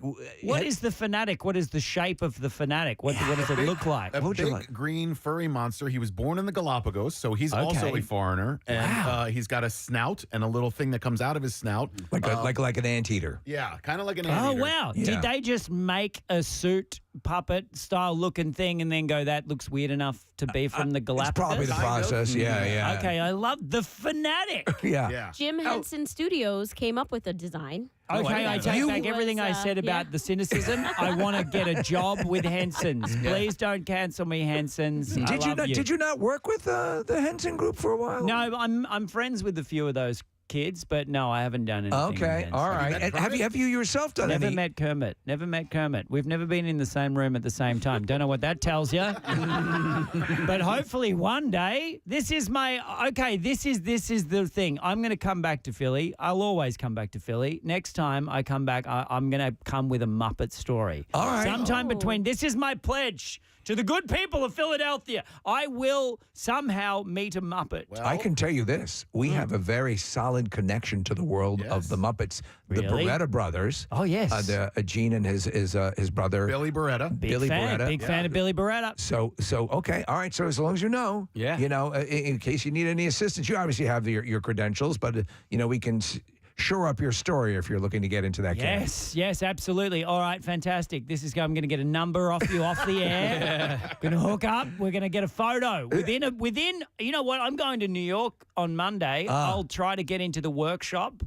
I'll try to scam my way into the Henson workshop, and I will get a photo of me with someone. All right. And I will send it to you, and we'll put it on the. I'm putting the gauntlet down sometime within the next week. I'll meet a Muppet. You're really shortening. I your know. time You know what frame. I've done? I've just dug a massive hole for myself on live radio. I can't take this back now. Randy, the last time we had you here, were you as dressed up as you are now? No, I mean, you look I was nice. more casual. I Yeah. put a suit on for this because I thought I needed to clean up my reputation in this town. Well, no. Even after meeting us, you see how we're dressed. We look like slobs, except for Kathy. I know, but you're here every morning. Yeah. You know what I mean? I'm a special guest. I had appreciate to that. look my nicest on the air. Plus, this is what I wore on stage last night, and I slept in it. Oh. So. Where do you buy your clothes? Target in the children's department at Target. Hey, me too sometimes. I'm a size 6 kids. Send me all of your clothes. I literally, when I was a waiter, I didn't have any money, and I had to get my clothes, and I went to the Husky section at Kohl's to get my work attire. Oh, yeah. Husky was so when you were a bigger kid, they would throw around the terms husky and stocky. And stocky, not fat. He's stocky. Oh, wow. Yeah. So that was, you know what that meant. What do they call fat people in Australia? Fanatics. It's a healthy breed of. I mean, we think of the, I know we have an obesity problem here in the States, but it doesn't seem to be the same in Australia, is it? No, not quite as bad. You're running away from all those I feel like spiders. that's something that's happening across the planet, isn't it? As we evolve into sitting creatures more than walking creatures. Yeah. As I sit down. I'm standing. You're standing, we believe. I'm standing. Yeah, you don't know what's going on under here, but I am. No one needs to know what happens under the table. I've seen on your Instagram, there clearly are legs that are available, I guess, that are kept in a separate case. Absolutely, yes. I have the body of a horse. I'm a centaur. Very cool. So, the shows are sold out for the early shows, but the other shows are sold out. Yeah, the late shows are still open, and still they're open. the best ones in Philadelphia. Come to a 10 p.m. show in Philly. You'll see some fun stuff. So, you have a wide smattering of fans. Describe to us the quintessential Feltface fan. Lemon cardigan, glitter eyeliner, cute bob, bangs, pink Converse, houseplant tattoo, starburst earrings, pet rabbit. See, I've seen it 1,000 times. I know. They're all cosplaying, cupcake bacon, pronoun flipping, D&D on ketamine, geek chic, bubble tea kind of vibes. You know what I'm Wow. saying? Well, you know your Lot fan of base. nerds! A lot of gamers. A lot of anime fans. I love them. I love them. Whatever your persuasion, it's well worth the time to see. And I understand that you're good friends with Heath McLeod. Is that right? I don't know who that is. All right. So anyway, well, look below you, might be able to find. Anyway, the Helium, as I said before, always a joy. Again, you want to see this in person because it is a great show at Helium Comedy Club. It's always a pleasure to have you here. Oh man. my gosh, it's so Yeah, great yeah. to be here. Thank you so much. I have one question. Have you started pronouncing the W in the title of the radio station? Yeah, we do sometimes. You doing it? Sometimes. You doing the W? Well, sometimes, yeah. You, I think you held us to task last time on Yeah, that. I'm missing the W. Keep it in there. I want that in. All right. I'll meet a Muppet if you start using the W. You've heard him this morning on WMMR, the Preston Steve Show. Oh no, I wanted you to start saying double M. Oh, that's what it was. It was like W double M. Yes. Oh, that's true. Yes, W that double- was. I recall now. W double M. Well, we'll have to take that WMMR. out for a swing. But everybody, it's Randy Feltface. Thanks so much for coming in. We appreciate it. And we have a whole bunch of stuff to get to. Case Brandon still, Metallica on the- Brandon on- Metallica. Oh, awesome. So stick around. We'll be back with that. Preston and Steve on 93.3 WMMR. It's MMR's. You need to see his face right now. Yeah. He just went into putty mode. And Which you because I think a lot of guys went in there and like, I don't even do that or whatever. Like Tony's and Vinny's. Right. I just made him just a big idiot.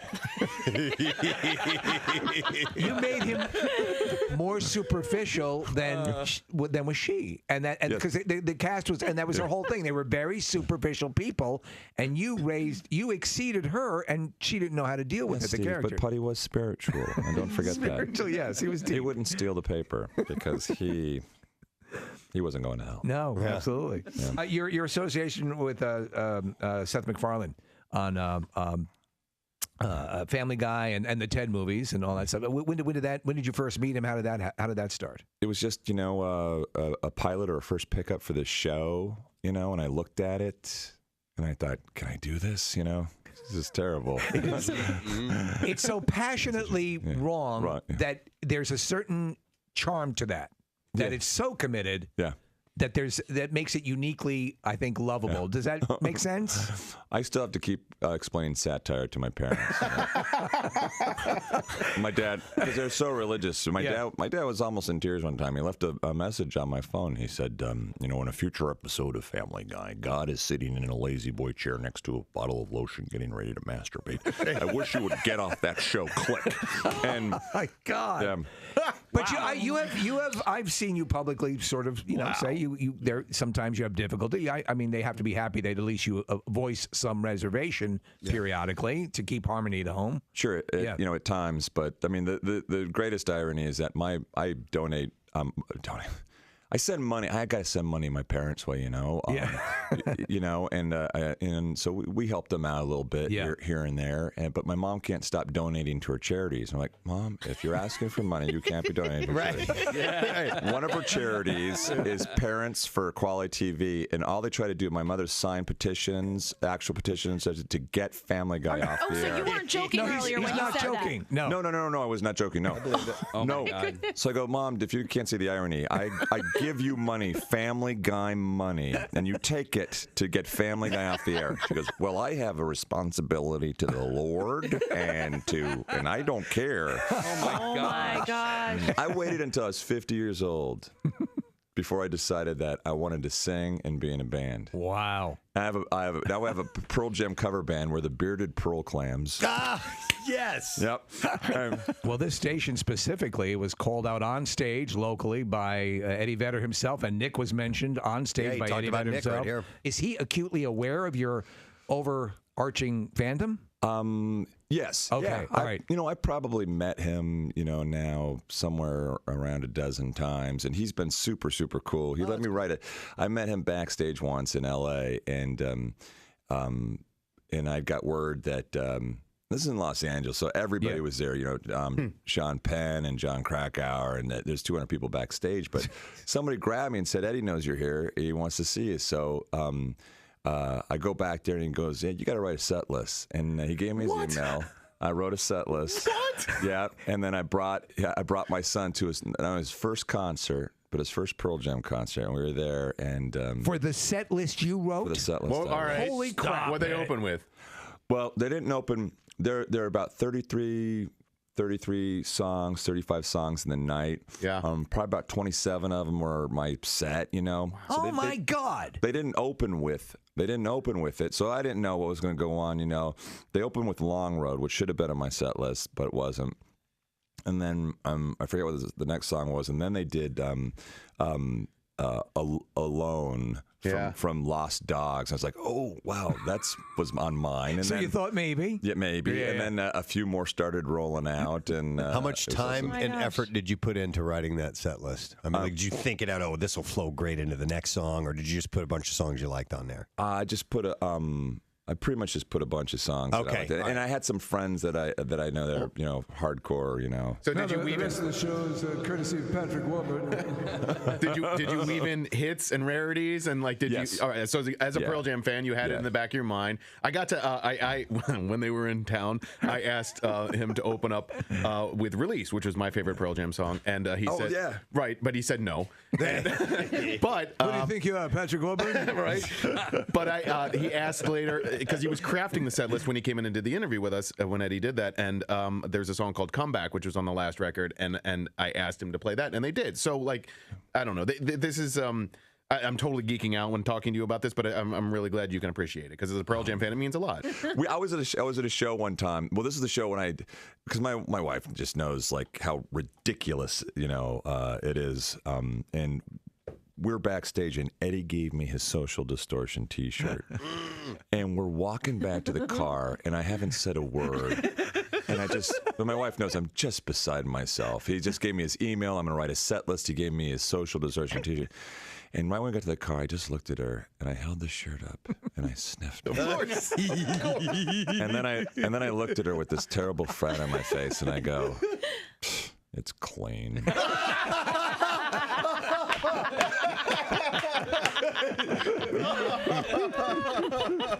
Now be honest. Brilliant. Is it your whoopee now? Ladies and gentlemen, Patrick Warburton. Yeah. Thank you for being here. Why'd you staple this in the right-hand corner? Because if you notice, I messed up the left margins, so I couldn't staple in the left. Okay. Wasn't it for a church event too? It was. And isn't the left side evil? Correct. There you go. That's why I did that. The left side's evil? Sure. That's The why left side is That's why if you evil. write with your left hand, they used to hit you with a ruler to make you right. Did they really? Yeah, that's right. yeah. That's right. I remember hearing that left-handed people were considered Something. touched by the devil or wasn't something good. like that. The word sinister is from the Latin meaning left. Shut up. Oh. And I think when you get your communion, you're not supposed to get it with your left hand. You're supposed to get it with your right.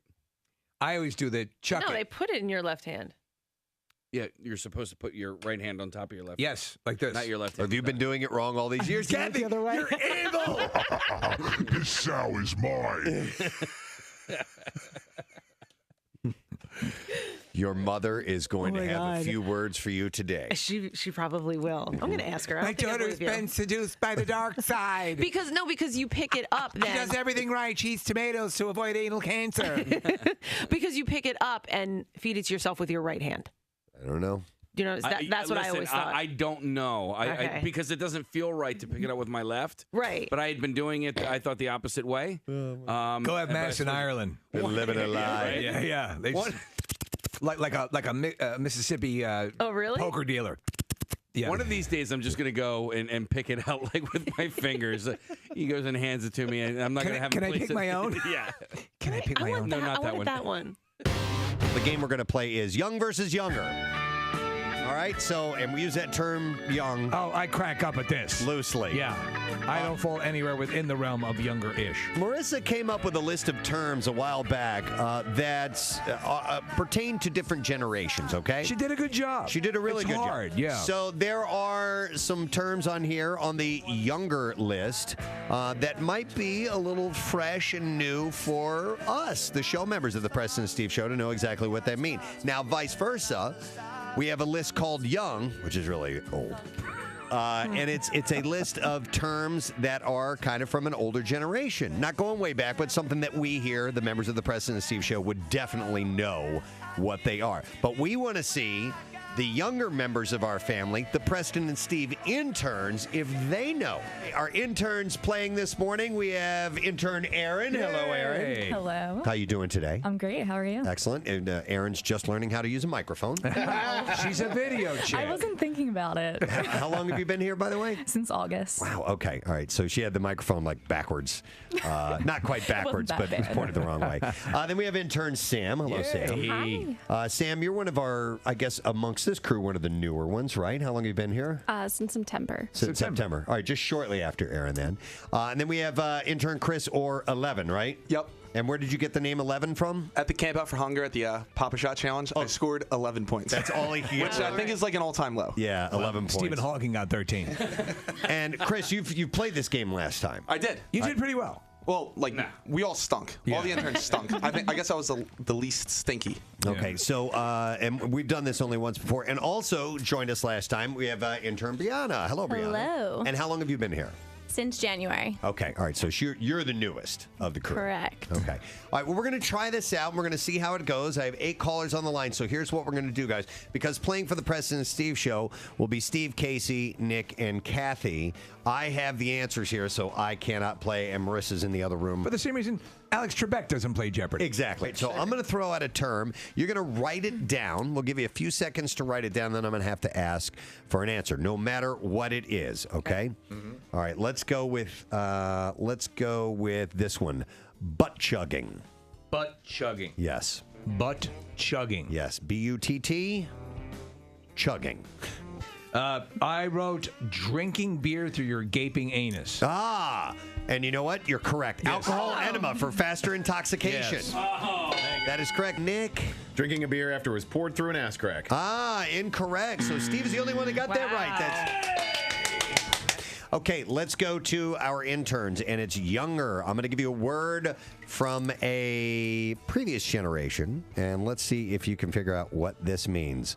Malarkey. Malarkey. Let's go to Aaron, who is going to be playing for listener Fred. Aaron, what do you have for malarkey? I put bull crap. Bull crap. Yeah, we'll accept that. Right. Yes. It's meaningless talk or nonsense. That is correct. So that means that listener Fred wins Big Short on Blu-ray, I believe. Yes. All right, and then let's go to Sam, who's playing for Ed. Sam, what do you have for malarkey? I also had crap. All right, yes, we'll go along with that, too. Let's see. Chris, what did you have written down? I put nonsense or crap. That's it. Yes, absolutely correct. They're rocking it today. We'll get a prize for Matt on line 7. And then Brianna, let's see if we can do a clean sweep. Brianna, what did you say for malarkey? I'm the only one that got this wrong.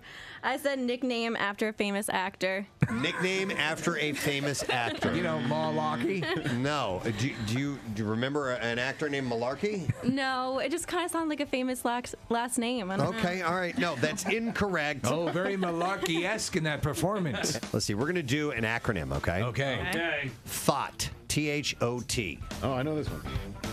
Thought. T-H-O-T? That is correct. Oh, man. All caps. T-H-O-T. Thought. Do you guys know what it is? I didn't Don't know say it. I didn't know it stood for something. I do. Okay, all right. So I think I know. A couple of the youngers know I'm what thinking this through is. this. Let's go then to Steve first, and this is for listener James. Steve, what is thought?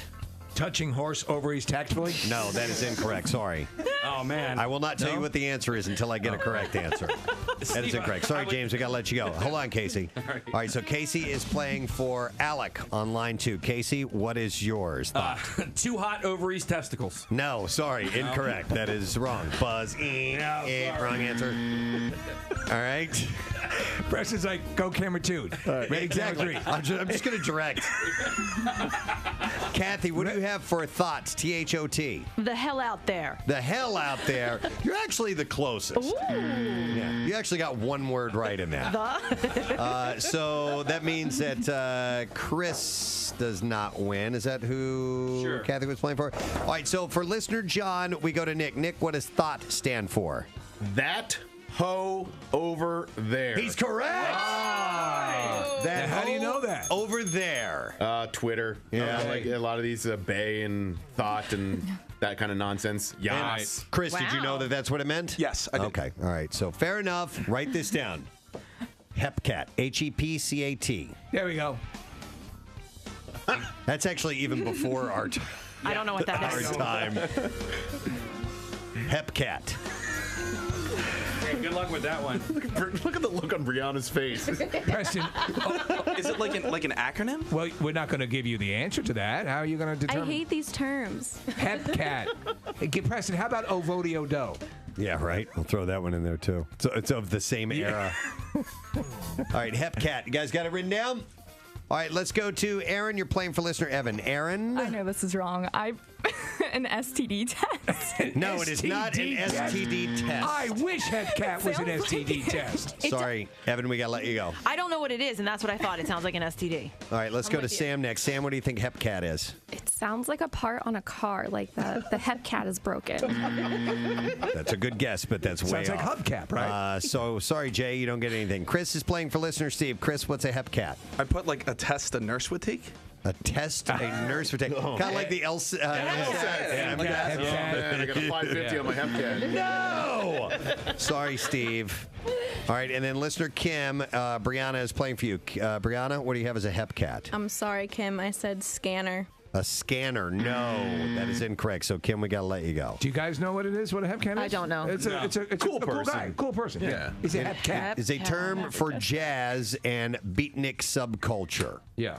So that's what that means. All right, here's one for you guys. Throwing shade. What does throwing shade mean?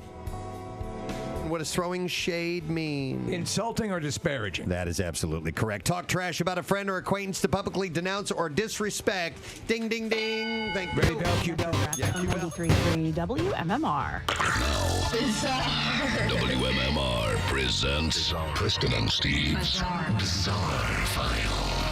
And Bizarre Files brought to you by Sequoia Outback, making backyards beautiful all over the Delaware Valley for over 25 years. You can stop in for their annual Spring into Sequoia sales going on right now, Route 309 in Hatfield, or you can check them out online at decksupplies.com. I'm going to lead with a follow-up story for you. This is from a little while back, but a former priest and 2 women accused of having sex on a church altar have been charged with institutional vandalism. I remember this story, and it occurred to me at that time that he's not a very good priest. Right. District Attorney Warren Montgomery says 37-year-old Travis Clark, 41-year-old Mindy Dixon, and 28-year-old Melissa Chang were charged. Documents claim that Clark was caught videotaping himself having sex with 2 dominatrices on the altar of Pearl River Church in Louisiana. Wow, I like these candles. Clark, Chang, and Dixon were originally arrested for obscenity because their sex acts had been visible from the street. However, prosecutors ultimately charged the trio with the lesser count of institutional vandalism. Archbishop Gregory Amond announced that Clark had been working in St. Tammany Parish and had been removed from the ministry. Amond said that his desecration of the altar in church was demonic. I am infuriated by his actions. When the details became clear, we had the altar removed and burned, by the way. Well, we're looking at the mugshots. Each one of these people is just completely messed up. Yep. A man accused of threatening others with a chainsaw at a Raleigh hotel is in custody. Police have arrested Jacob Vandenberg in connection with the incident. We need to get rid of that chainsaw greeter. Police surrounded the Red Roof Inn after responding to a disturbance call on Saturday night. The man threatened several people, but no one was hurt. Police said the man used a chainsaw to menace victims. The man in question eventually left the hotel in what appeared to be a dark-colored sedan. Security footage captured a glimpse of the man, who was wearing a dark green baseball cap, long white coat, dark jeans, and white shoes. The motives surrounding the man's actions were not known. Police confirmed a chainsaw was stolen from an area Lowe's home improvement store, and that storefront is boarded up as a result of that break-in. Now, was the chainsaw running at the time, or was he just simply threatening to use it? I don't know. Okay. I assumed it was running. Vandenberg is charged with second-degree kidnapping, assault with a deadly weapon, larceny of a firearm, and disorderly conduct as well. With 30 compressions and 2 rescue breaths, 16-year-old Toriel Norwood saved her best friend's life, and it was just a day after completing a basic life support class at her high school. Wow. Yeah. She said, I never would have thought that I would be the one out of all the students in my class to have to perform it on someone. Norwood was driving 3 friends home in St. Petersburg when another car slammed into her from the left and sent the car careening. She said, we crashed in someone's yard. I hit a tree. The impact jammed shut the driver's side door, so she had to climb out the front window. 2 of her friends managed to get out of the car unharmed, but the collision had caused her 16-year-old friend, Azaria Simmons, to hit her head on the backseat window. She said, when I turned around, I didn't see Azaria running with us, so I had to run back to the car as fast as I can. She was just sitting there unresponsive, and that's when the training that Norwood had just learned kicked in. She said a lot of people started to gather around to see what was happening, and I started yelling, back up, she needs space. She pulled Simmons out of the back seat, avoiding broken glass from the window. She said, that's when I checked her pulse on her neck. I put my head against her chest, and I didn't really hear anything. Oh, man. So that's when I started doing CPR on her. And after the 30 compressions and 2 rescue breaths, Simmons regained consciousness. Paramedics quickly arrived and rushed her to the hospital, where she received stitches for a gash in her forehead. Norwood, who's a junior, participates in the school's Athletic Lifestyle Management Academy. The program prepares students for various careers in health science, and one of those skills learned is CPR. Pretty It's good cool. to know it. Yeah. A police officer in Harrisonburg, Virginia, was stable after having accidentally been shot during an attempt to stop a loose cow. So officers were responding to an animal complaint Saturday night after a cow escaped a stockyard earlier in the day. This could have been an utter catastrophe. Thank you! The cow... Thank you, ladies and gentlemen. Love you. Good night. Was found near a 7-Eleven a short time after the call. Officers intervened after ranchers were able to capture and contain the cow. An officer was struck by a bullet in the lower body and transferred to a medical center for non-life-threatening injury. Now, the department is investigating whether the officer was shot by a fellow officer or by someone else trying to stop the cow. So they're trying to round up the cow with a gun? I guess at some point somebody took a shot. Yeah. I don't know why. He's by the 7-Eleven. Shoot now. And then the sad part of this, because injuries were sustained during the attempt to wrangle the animal, they had to euthanize The the cow. animal. It wasn't the cow's fault. It was like the cow was packing heat. Somebody was trigger happy. It's gonna get bloody right. Yep. All right, the Chesapeake Bay blue crab. We're all familiar Yes, with it. absolutely, Common yeah. around here, right? Well, it's just turned up in Irish waters for the first time ever. And wildlife experts there say its presence could pose a serious threat to native marine life. We don't need your kind around here. Blue crabs are an invasive species in Europe. Like, Are they? Like snakeheads or blue catfish are here. Huh. Marine scientists consider them a large and aggressive crab species, highly effective at reproducing. How did they get over there? So Ruth McManus spotted a dead blue crab. Dear God, what is that? I've never seen a crab that huge. Ruth McManus spotted the dead blue crab washed up among Let me seaweed. take a look at that. That's a blue crab you've got there. On Dollymount Strand. Was that from Dollymount Strand? In Dublin. In Dublin?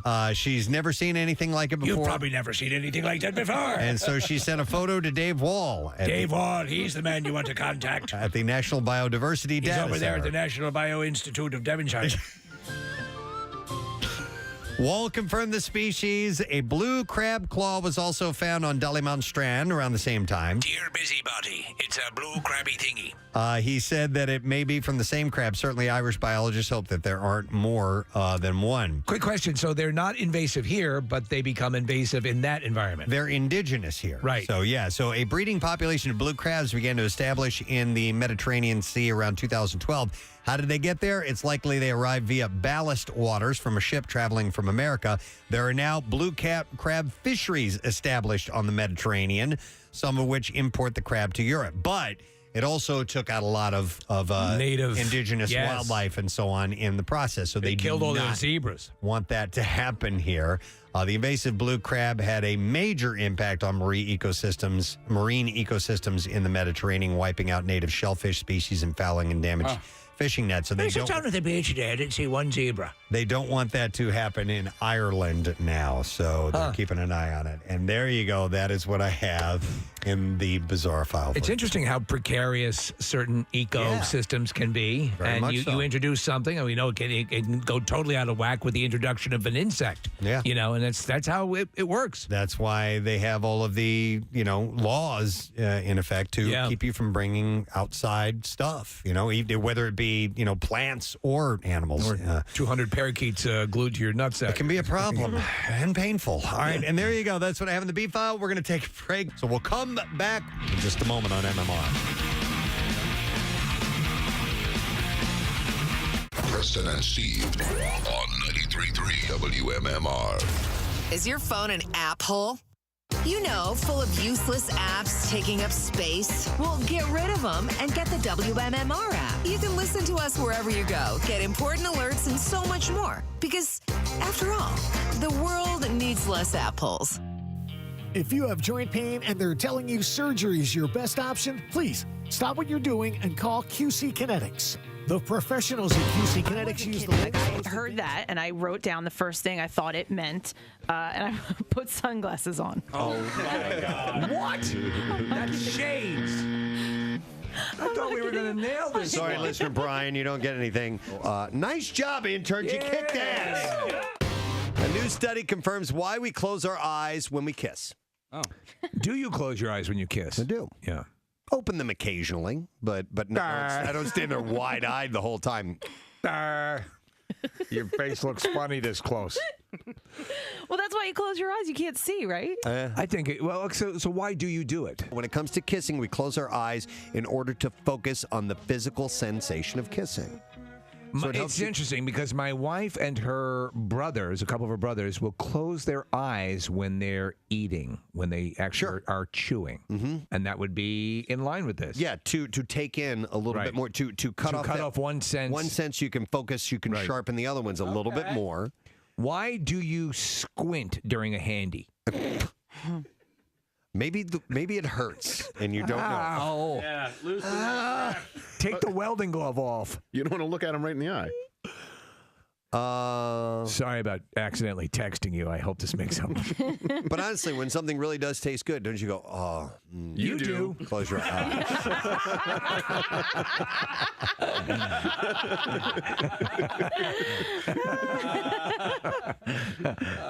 I'm a sensual eater. Oh, God. Dude, yesterday you were doing it yesterday with that chicken.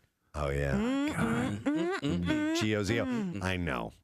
Do you on Thanksgiving? Do you stick your head down and lick the stuffing out of the turkey? Dude, Thanksgiving is a bit of an orgy. Yeah, oh my God. For me, it's very sexual. It's my favorite. It is my favorite holiday of the year because of the food thing. Last night I had tiramisu ice cream from Brewster's. Oh man, and I was driving and closed my eyes. Your mouth watering? I'm actually salivating a little bit. But it is Did you hear it? It's sexual, right? I mean, it is. I was having roasted vaginas and boob soup last night. Oh. And I'm like, this is very sexual. Boob soup. Hey, Preston, I thought I don't normally suffer from this where you get annoyed at people eating and the sounds of it. But on Wednesday, I think it was Wednesday last week, I was going to jump across the table and strangle you. Me? It was Preston, yeah. Really? With those soy crisps. Every single one, you were like, you put it in your mouth and it's yeah. Right? Yeah. First bite is always super loud. But how else are you going to eat them? I know. They're crispy. But I know what Casey's and I eat one at a time. I know what Casey's talking Was your about. mouth closed? Yeah. Then you can't suppress the crunch. I don't. Well, that's a good ad. That's a good ad slogan. You can't suppress the crunch. How did you guys fare in Lent anyway? Is it done? Are you done? You finished? I actually did great. I'm very proud of myself for how I did. I gave up chocolate, and I still haven't had it. Although technically yesterday I was allowed to have chocolate. Why? Why yesterday? Because it's after the Holy, crucifixion. The Holy Thursday vigil. You're allowed to. Did you do Sundays? No. So you haven't had it. So technically, all right. So I didn't do Sundays, but I did. All right. So hear me out here. Okay. I bought Skinny Cow ice cream cones, and the kind that I bought it on the box, because everything Skinny Cow had was chocolate based, except for these one ice cream cones. It was an ice cream cone, vanilla ice cream with caramel drizzle. All right. What I didn't know was that the cone was laced in chocolate. I'm seeing a whole new business here, Preston. Lent lawyers who can argue your case. Yes. But luckily, it is. There's Dear Father, my client was unaware that the drizzle was, in fact, chocolate on the box. And I want to enter into Exhibit A. It says caramel. It is, though. It's always like, you always have to have, there's always a reason. Like, well, here's why. Yeah, heavenly lawyer. Lent lawyers. Your Honor, Kathy gave up processed foods, was unaware that this is a new process. She was absolutely in a state of dementia when it occurred. But I mean, luckily, when I had my first Skinny Cow, it was on a Sunday, and I'm like, okay, all right, I get away with this one. But I was mad because nowhere on the box did it say that there was chocolate. My client was in a car with a whole bunch of children heading to Menchie's, and yeah, it's just when you're, by my reckoning, when you're having to, but this and I couldn't. The light was dim in the room. Look, you tried. You have to give me some credit. I give you credit. I give you all the credit. I read the boxes. I give you all the credit. Now, did you, after taking that one bite and you realized it was chocolate, then you throw it away and get rid of it? No, it was on Sunday, so I got away with it. The whole thing. You can't throw it away after you start eating it. Thank you, Kathy. You probably did better than I did. Kathy will represent you. Yes. I'd like to call Kathy Romano as a hostile witness. If the soul doesn't fit, you must acquit. Yesterday, we had a conversation with our assistant program director, Chuck D'Amico. Where is he? Is he in here? Let's get him down here, Chuck, if you're in the listening area. He had told us this before the break, that there are several foods that through his life he had never even tasted. That not only does he not eat these foods, he has never tasted. And these are not, like you said earlier, Steve, escargot. This is not foie gras. These are not these exotic things. It's the never tasted thing that blew us away. Yeah. I could see I don't eat it because I taste it, I don't like it. And as I've said many times, to put this in perspective, and I use this because I think it's effective for you to understand, these are foods that if you were to walk around during the day with your mouth open, probably would end up in your mouth anyway. Yeah. So you almost have to actively avoid ever tasting a lot of these foods. So apparently I'm going to try a whole ton of food that I've never even tried in my life. I'm not all that interested in food. And when I am interested in food, when I am hungry, I want to eat something I'm comfortable with, something I know. So I get what I know, I get what I like, and I move on. And then a lot of stuff I've never tried because of the way it looks, the way the texture looks like it would feel in my mouth. They're shocked and mad at me for some reason that I haven't had a strawberry. Or they go, you know what, I'm just like you. I'm just not interested in wasting any time or money on something I haven't had before, because the risk of not liking it, like I said, I just go with what I know and what I like. I think Chuck is a little nervous about this. I mean, he's gone 43 years without ever sampling any of these items, and now we're going to make this happen. I think melon has a very mild flavor to it. Let's go with the... Fine, show me a melon. Let's go honeydew. All right, he's saying cantaloupe. Jay's saying cantaloupe. Is this cantaloupe? Cantaloupe is outstanding. All right, Chuck is now eating cantaloupe. First time ever. Cantaloupe. It's juicy. What do you think? It's good. It's good. And you've never tried it. That's pretty good. All right. I know you want to eat mine. one. Isn't One that down. good? There we go. Good. Cantaloupe is outstanding. Now, you want to try something completely different and have a cucumber? Just stay away from the hair and fur and all that stuff. Yeah, go. All right, cucumber. No, we're gonna get to the hair and fur. Cucumber, he hasn't had it yet. This is very eat the whole mild. thing or bite? Bite half of it. Just No, it's very mild. There's virtually no flavor to it. I don't trust a thing you say. Just take it. No, it's extremely mild. It's great. But I could use a cucumber. I love cucumbers. All right, so Chuck is sampling the cucumber. Seeds in it. Yep, but they're edible. You don't like seeds, right? No. All right. You can get what's called an English cucumber that doesn't have any seeds in it at all. Got a funny accent. And socialized medicine. Yeah. What do you think of the cucumber? Tastes like nothing. Yeah. You know what's right? great? A little salt on it, man. Outstanding. What do you mean? Salt. You know what you do? You cucumbers? put a piece of cantaloupe on each side of it, and it tastes great. He's never had a strawberry. All right, this to me is one of the holy grails. Now, are these in season? Because from Florida. Okay, when they're in season, they're sweet and they're wonderful. Get one of the really red ones. Really red. That means more juicy. They're This both. has green on the end. Is Like that okay? a used feminine napkin. See, this scares me. Don't use that one. Cut the tip off of the green. You Pick a circumcise it. different Just one. get How about another that? one. Pick a different one. That's better. All right. Now just take a bite of small it. No, those bite. are seeds, right? Are they hard? No. Those little seeds? No. Seeds? Well, they might be to you, but most. He's nervous about the strawberry. I'm excited that I might like it, but I'm afraid to bite it. Just stick the whole thing in your mouth. I'm excited that I might like it, but I'm afraid to bite it. It's so good. They're one of my favorite. That's favorite my fruits. first album. Yeah, I say. Go ahead. All right, he's doing it I don't first like- time ever. He doesn't like it already. He touched like it. it. Hold He it, touched it hold to it. his lips and said he didn't like it. Bite it. I don't like the feel of it. Shut up and bite it. Put the whole thing in your mouth. Just do it. Just do it. Go. Go. Go, go, go, go, go, go, go, go. All right, he's chewing on it. Bits in it. It has little bits in Just chew it up. He doesn't like it. it. You know, it's like sand. It's like sand. It's a strawberry. Oh, dude. No, because of the texture, huh? No, the sandy bits. Quick question. The sandy texture of it overrides whatever pleasant taste it might have. They're like little crunch. They feel like bugs or something. So the question is, does the sandy texture override the taste of it? It ruins it. It Okay. ruins If it. these are odd. Yeah, I'll give it. Strawberry. It was juicy and tasty, but when you find those little... Do you like a Nestle Crunch bar? Yeah. Think of those as like crunches in a Nestle Crunch. Now finish it. We have Try mango. Let's do mango. So that's not the ripe? same as that other yellow? Here, wait, hold on. Let me, because Usually orange is more ripe. here, yeah, do this piece right there. Okay. That's all right. Okay, go ahead. So what is this again? This is mango. You've heard of this before, right? He's like a little kid. He touches it to his lips. He's shaking. Now that is a fantastic fruit. It's like tangy. Yeah. Yeah, it's tropical. Yeah, it's not so bad because it's citrus. No seeds or crunchy bits. Do you want to do raspberries? Because they have what Chuck says is fur on them. He won't like them, but let's have him try it. And It is 10:08, no Sad Bro Friday. Oh my God, it's so close to the weekend. Now, I was thinking about what we talked about earlier in the week, and yesterday afternoon and evening, Thursday evening is a close competitor, but Friday is, to me, is the most no sad broiest of the weekend. Yeah, and you know what? I'm going to give a shout out because I had a really, really cool, relaxed Thursday night. I went to, my daughter is in a play. I feel like all my daughters are in like 1,000 plays. You're like Flo Ziegfeld with all these shows you put on. But last night was the opening night for Catholic Community Choirs, CCC's Matilda Jr., and it's at Cardinal O'Hara High School, and so they have a show tonight and tomorrow and Sunday. Steve, it was so good. I mean, these are little kids. Right. Like, I think like 8th grade is maybe 9th grade is as old as they go, but like 2nd, 3rd graders, dude, they have like cables, like people are flying across the for like 3rd graders. Yeah. Wow. And so the little girl who plays Matilda, I think she might be in like 3rd grade. I think her name's Rose or something.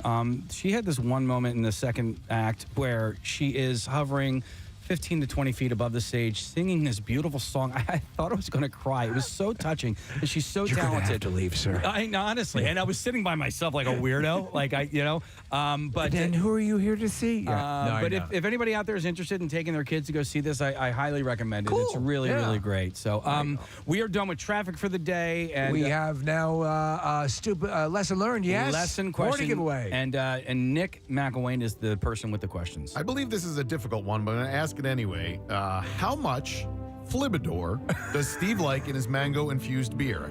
If you were listening, oh my God, I hope you know the answer. How much Flibidor does Steve like in his mango-infused beer? And I will give you a hint. It's not a real word. Oh my God. You know what? This is interesting. I'm going to like this experiment because you are a grade A level Preston and Steve listener if you remember that. Yes. And you deserve everything that you get, which is modest. Well, no, the prize is actually pretty good. What is it? It is a $100 gift card to Nebraska. Oh my God. Yeah. $100 to Nebraska. Oh, yeah. Yes. You're I going take to earn that it back. today. It's awesome. You're going to earn it today. So the question again, Nick? How much Flibidor does Steve Morrison like in his mango-infused beer? 215-263-WMMR. There we go. The trash business is a gold mine. 93.3 WMMR with Preston and Steve's Hollywood Trash. All right. Time for Steve to take out the trash. What's going on, Steve? Very nice. Joshua Tyler Best, a contestant on Katie Thurston's season of The Bachelorette, has been arrested for possessing child pornography.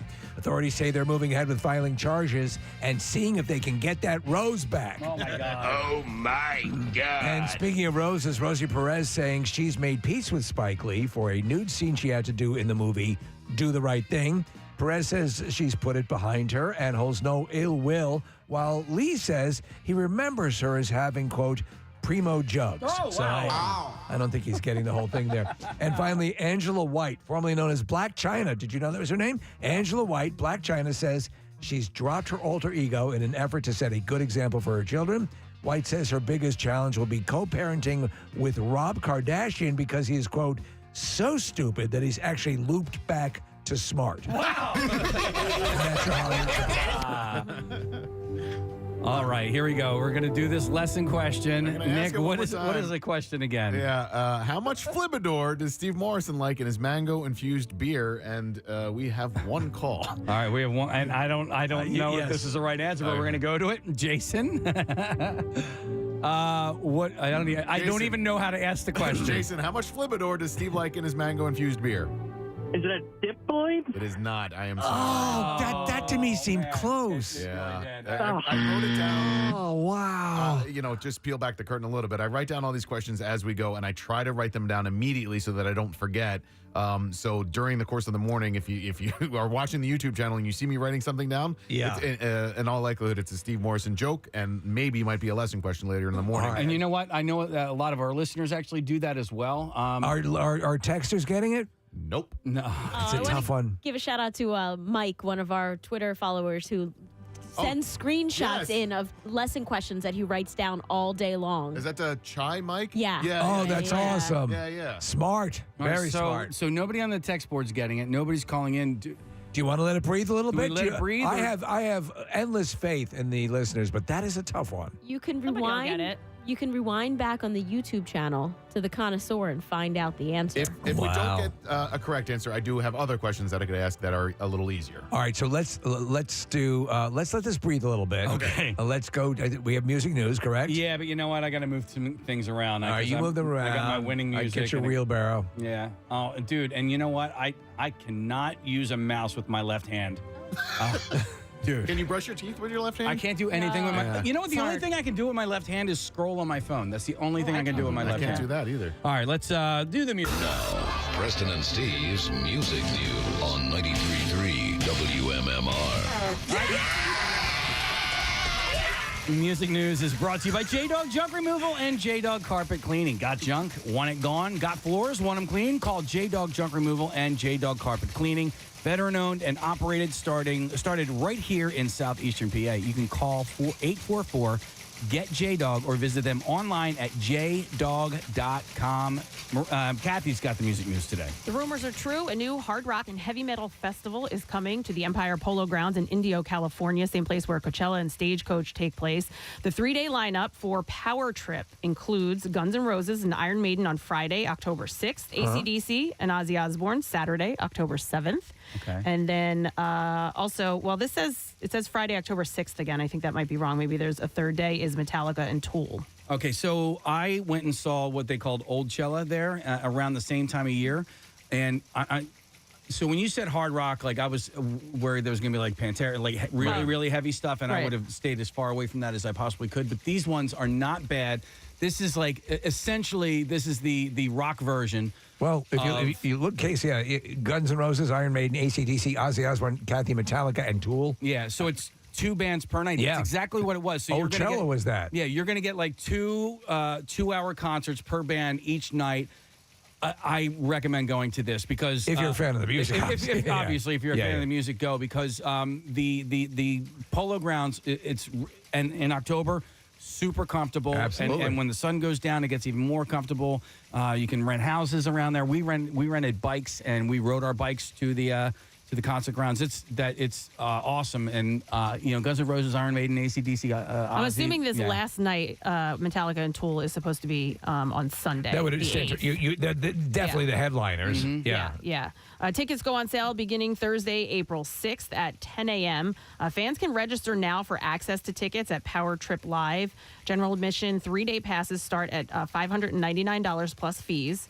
Payment plans are available for passes. Meanwhile, hotel and VIP packages will go on sale Tuesday, April 4th. Okay, Kathy, we're going to stall the music news for just a second. Oh, wait, nah, I can't. Well, we can, right? We don't need all the brouhaha. No, I like the music. You need a little brouhaha, but It's all right. They can hold on, right? No. Okay. We're gonna move ahead. All right. What's the question again? How much Flibador does Steve like in his mango-infused beer? And I believe Ralph actually might be getting the answer correct. All right, Ralph, are you there? Yes. Okay, Ralph, what is do you know the the answer to the question? I believe it's pronounced pangy. He's right. It's a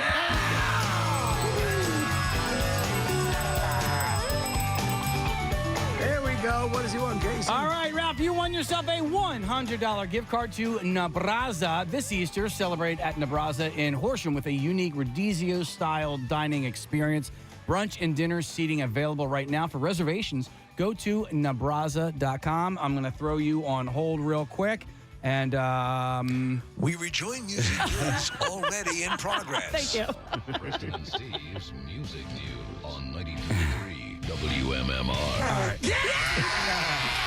You get the whole thing. In a teaser clip just released from Coldplay's new concert film, Chris Martin is seen belting out the hit Hymn for the Weekend. Although she did not make an appearance, Beyonce's vocals were on the original 2016 recording of the song. However, guest appearances do include Jin from BTS and Her. Ooh.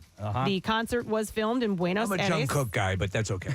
Argentina at the end of last year and was captured using 30 cameras as well as racing drones and 360 filming techniques. Music of the Spheres live at River Plate will be shown in 200 cinemas across 70 territories beginning in April. And Ace Frehley is threatening to release a 120-page manuscript filled with what he calls dirt on Paul Stanley and Gene Simmons. Extortion. Yeah, this threat from Frehley comes after Stanley made remarks in a recent interview regarding Kiss being inducted into the Rock and Roll Hall of Fame. Stanley was asked why he and Simmons refused to play with Frehley and Pete Chris at their induction. He said, in part, because if you saw people on stage who looked like Kiss but sounded like that, maybe we should be called Piss. Oh, wow. Ooh. Fighting words. Yeah. Frehley I wouldn't want to be called Piss. Frehley understandably was offended by Stanley's remarks. He fired back in an interview with Classic Rock, saying he wants a formal apology within the next 7 days. Ladies and gentlemen, it's a new supergroup called Piss. Opening will be diarrhea.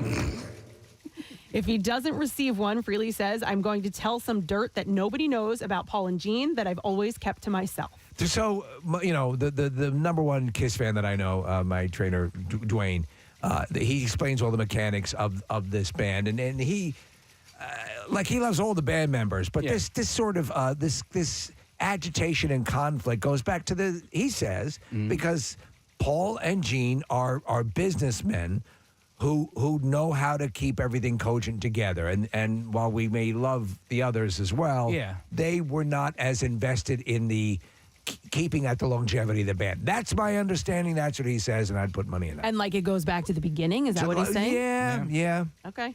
Frehley notes that the 120-page manuscript filled with dirt is in the possession of his attorney in a safety deposit box. He also added, God forbid anything happens to me, my attorney is instructed to release it to the New York Times, Rolling Stones, and everybody. If anything should happen to me, release this. He further noted their careers will be ruined. Those guys aren't squeaky clean. You know how many lawsuits girls have against Gene? Stanley, Simmons, or any of their reps have yet to comment on Frehley's statement. I stroke my chicken at you. Oh, my God. Yeah. I mean, he's already essentially... You're releasing a manuscript without even releasing it. Right. And that's music news. Well done. Wow. Hey. Honestly, very well done. Yeah. So. And that gets us one step closer to the weekend. Yes, finishing a little bit earlier today, but that's okay. And we'll come back and see what's going on with Pierre and end up everything, the Word of the Week prize. Oh, it's exciting. Yes. Preston and Steve on 93.3 WMMR. Hey, everyone. Pubic hairs on them, right? I would think they're bad. And little bits of or raspberry often end up stuck in your teeth. Chuck, you're not going These to look dirty or No, something. it's actually good. Try just a tiny, one? Yeah, I just ate one. Yeah, go tiny ahead. little bit of one. Just like a small By bite. the way, No, put the whole thing in your mouth. By the way, Put it all in your raspberries with chocolate, fantastic. All right, listen. I'm earning my pay here. Yeah, you are. I mean, come on. All right. I don't think you're going to like it, but go for it. 1, 2, 3, go. All right, it's in his mouth. That is disgusting. All right. They're going to spit it out? He spit it out. Raspberry earns the distinction of the first I don't know, fruit what is that? being spat out. That's terrible. Wait, we didn't do blackberries yet. Do you want to do a blackberry? So is it better, worse than raspberry seed? You're not going to like it. You're not going to like it because of the texture. Similar Because of the seeds. Yeah. Go. Just to say you've tried one, okay? Yeah.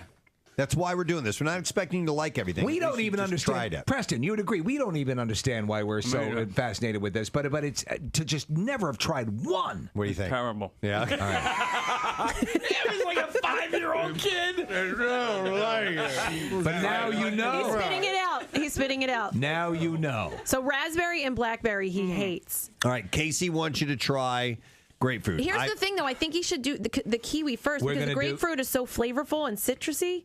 It doesn't matter. No? If he cleanses the palate. All right, go ahead. Casey's been biting at Isn't the bit. grapefruit like dangerous? No. If it has a hand grenade attached There's to like it. medical commercials that tell you if you're eating grapefruit and you can't take No, this medicine. if How do you're you eat that?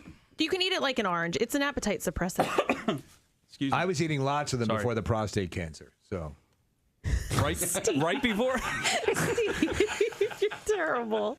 Grapefruit. All right, go for it. Cheers. Cheers.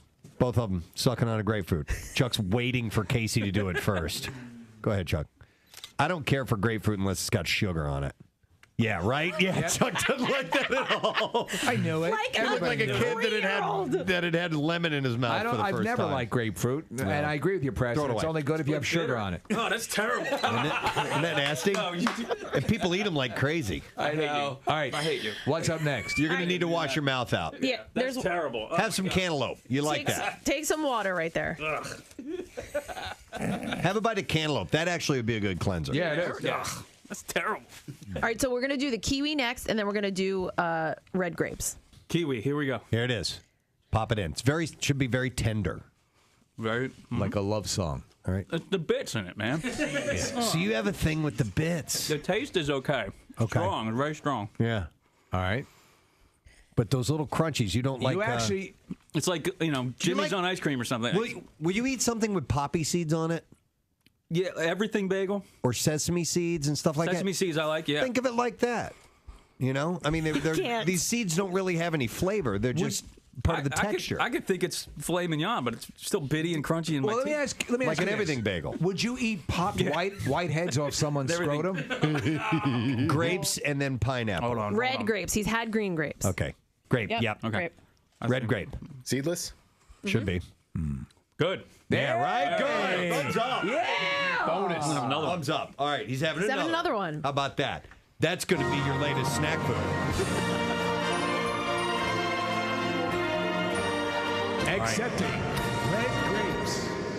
The pineapples that I used to have all the time, Chuck, were from a can when I was growing up, and I hated them. Once I had fresh pineapple, the world opened up to me. This is the sweetest fruit that you could possibly try. All right. It is so good.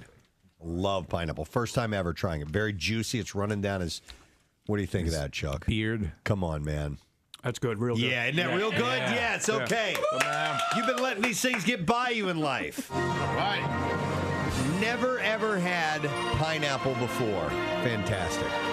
And he likes it. And Like never it a have the lot. canned. You always have to have fresh because the can, they put a syrup in it that just F's it up. Natural, fresh pineapple is glorious.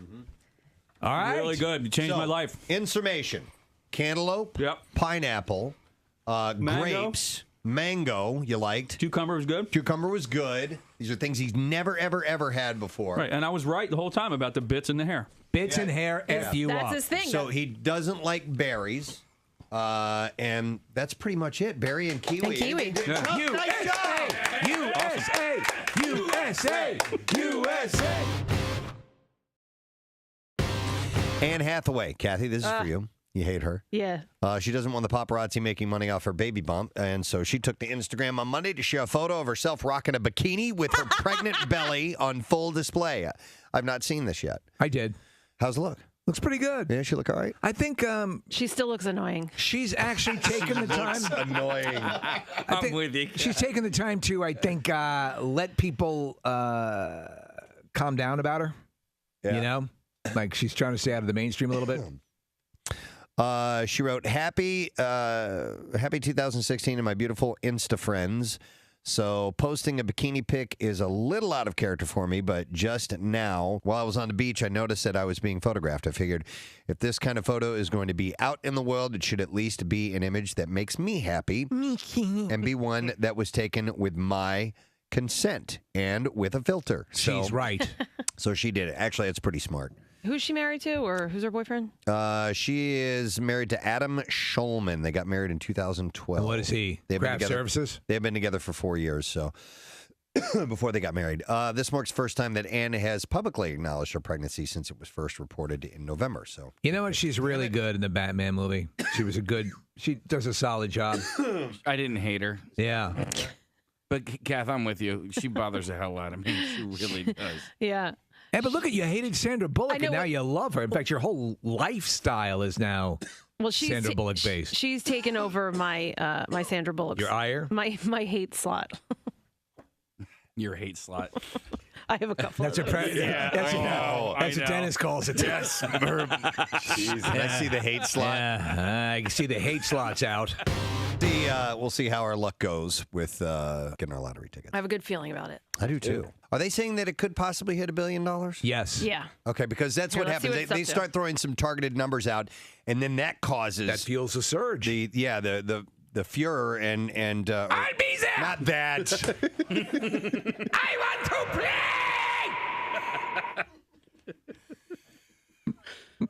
Fuhrer is also. The Fuhrer has heard. Jesus. I hope he doesn't win. That would be bad. That'd be bad if Hitler won the lottery. You know what? I would quit. I would retire. Jeez. I would get. And that would be a good thing. All right. I'd get a little place, go fishing.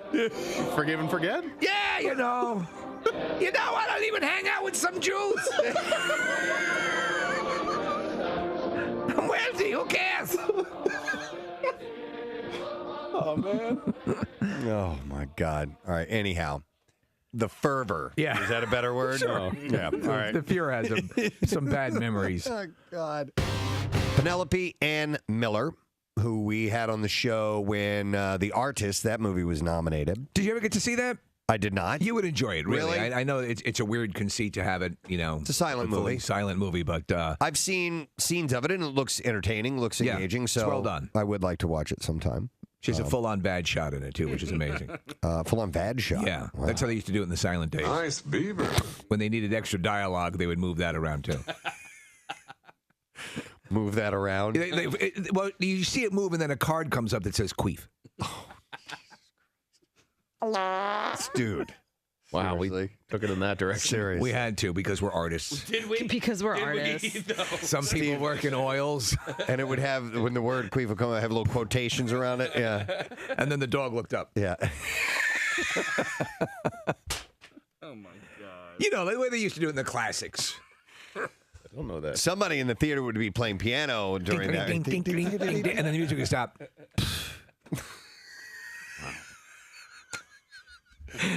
Come on, Kathy, get in on No, this. it's all right. I'm good.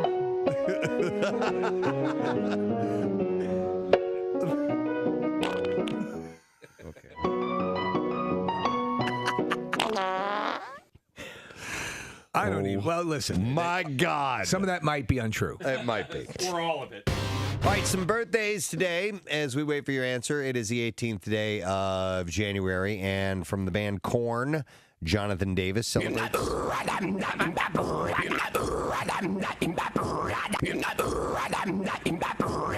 Right before he blows out the candles, it's all right, everybody. Here we go. And That's their riff on Cha Cha Cha. yeah, right, exactly. Happy birthday to you. Happy birthday to you. Happy birthday, dear Jonathan. Happy birthday to you. All right. So sweet. Now, just how old No, are we're not going to do that. Jonathan is 45 today. Yeah. And it's also, I think, National Brothers Week.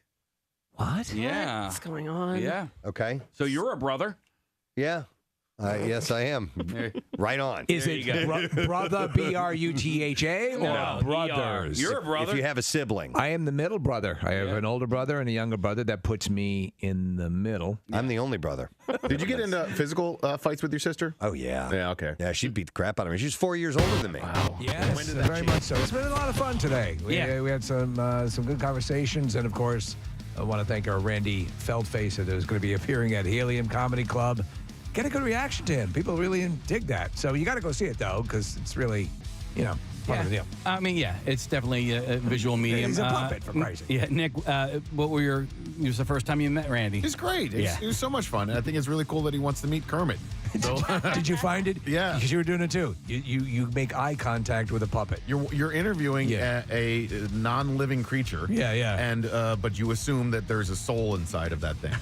And did you get Randy in touch, or you're going to get him in touch with the So the Henson Beretta camp? brothers are terrific. Gene and Billy Beretta, and I've been chatting with Gene Beretta a little bit this morning, and yes, we are going to put Randy in touch with Gene and Billy Beretta, and hopefully I can actually make that goal come true and get up to the workshop in the next week or so. Hell, I in want to New go York. to the damn I know, thing. right? I want to friggin' see it. All of that stuff is amazing what those guys do. So But anyway, a dear friend of the show has just walked in, ladies and gentlemen. Pierre Robert. How are you, Pierre? Thank you. So I figured I'd goose it a little bit, like we see every day. But every once in a while, I think it helps to act super excited to see someone you see every day. Hello, everyone. Hey, you guys are great. It's just a pick me up, you know what I'm saying? Nice job on music news, Kathy. She's good, right? Thank you. You know, It means a lot coming from you. No, I thought I got great information, and I thought you delivered it beautifully. Thank you. A plus. Yeah, I think A plus again. Yeah, I think of all the people that stepped into Preston's shoes this week, Kathy was probably the best. I think so. Yeah. I think so. Yeah. Well, I told you this yesterday, though, Casey. You did a great job in and out of the breaks. You know, you did. I thank you. I'm not really good at taking compliments, mostly because I disagree with you. Yeah. But thank you. I appreciate Nick was solid as a rock. Marissa is solid as a rock. Steve is, he is the rock. He is the rock. And I'm the rock Connor, eye of everyone. You couldn't do all of this without the great Connor, who Absolutely. is not spoken of that often, but he is in the background doing great work, as is your wonderful videographer. Right. Kyle, yeah. Kyle. I was about to get to that. I have to have a sip of coffee first. Gotta take a hit off the coffee. Well, you know, let's get the letter from. Oh my God. Oh, jeez. Okay. Well, as they clean that up. Preston and Steve on 93.3 WMMR. Now, the Daily Letter. All right, it's Friday, and Preston and Steve show is brought to you today by the letter K. K, as in King. King. All right. 215-263 WMMR. Wait, I don't know. Does Preston usually say we need a? Is it the first? It's the first He caller. picks a caller. He picks a caller. a number. Okay. Pick a number. It's up to you, bro. He's saying, Yo, bro. all right, I'm gonna pick a number. My favorite number is 4. There. 4. All right, caller number 4. Done and done. 215-263 WMMR. Are you okay with it, Pierre? Was it a major No, it's Exxon not a big Valdez? spill. I didn't have the cap on the coffee, Oh, and I was still adding the proper amount of sugar. And then if you walk with an open cup, it tends to spill. It always looks like a crime scene when you're preparing the coffee. Everything in my life looks like a crime scene. Kevin Gunn, in one of the great and brilliant comments that he's known for, Bill was looking for me one day, and he goes, "Have you seen Pierre?" And he goes, "Just look for the debris field." And it's pretty true. It's Very true. It's so true because I tend to land and then explode and spread out. Like a cluster bomb. Kind of like that. And It is funny because I watch Pancake do his best and try to set up a nice, neat studio for you when your show begins. And so you'll have some letters out for workforce blocks and the almanac, so you can do the planner and go into the studio half hour after what Pancake has attempted. He's erased. He's like Pierre's like that tunnel digging device in Total Recall. Yes. Yeah. Not even a half an hour, Nick. No.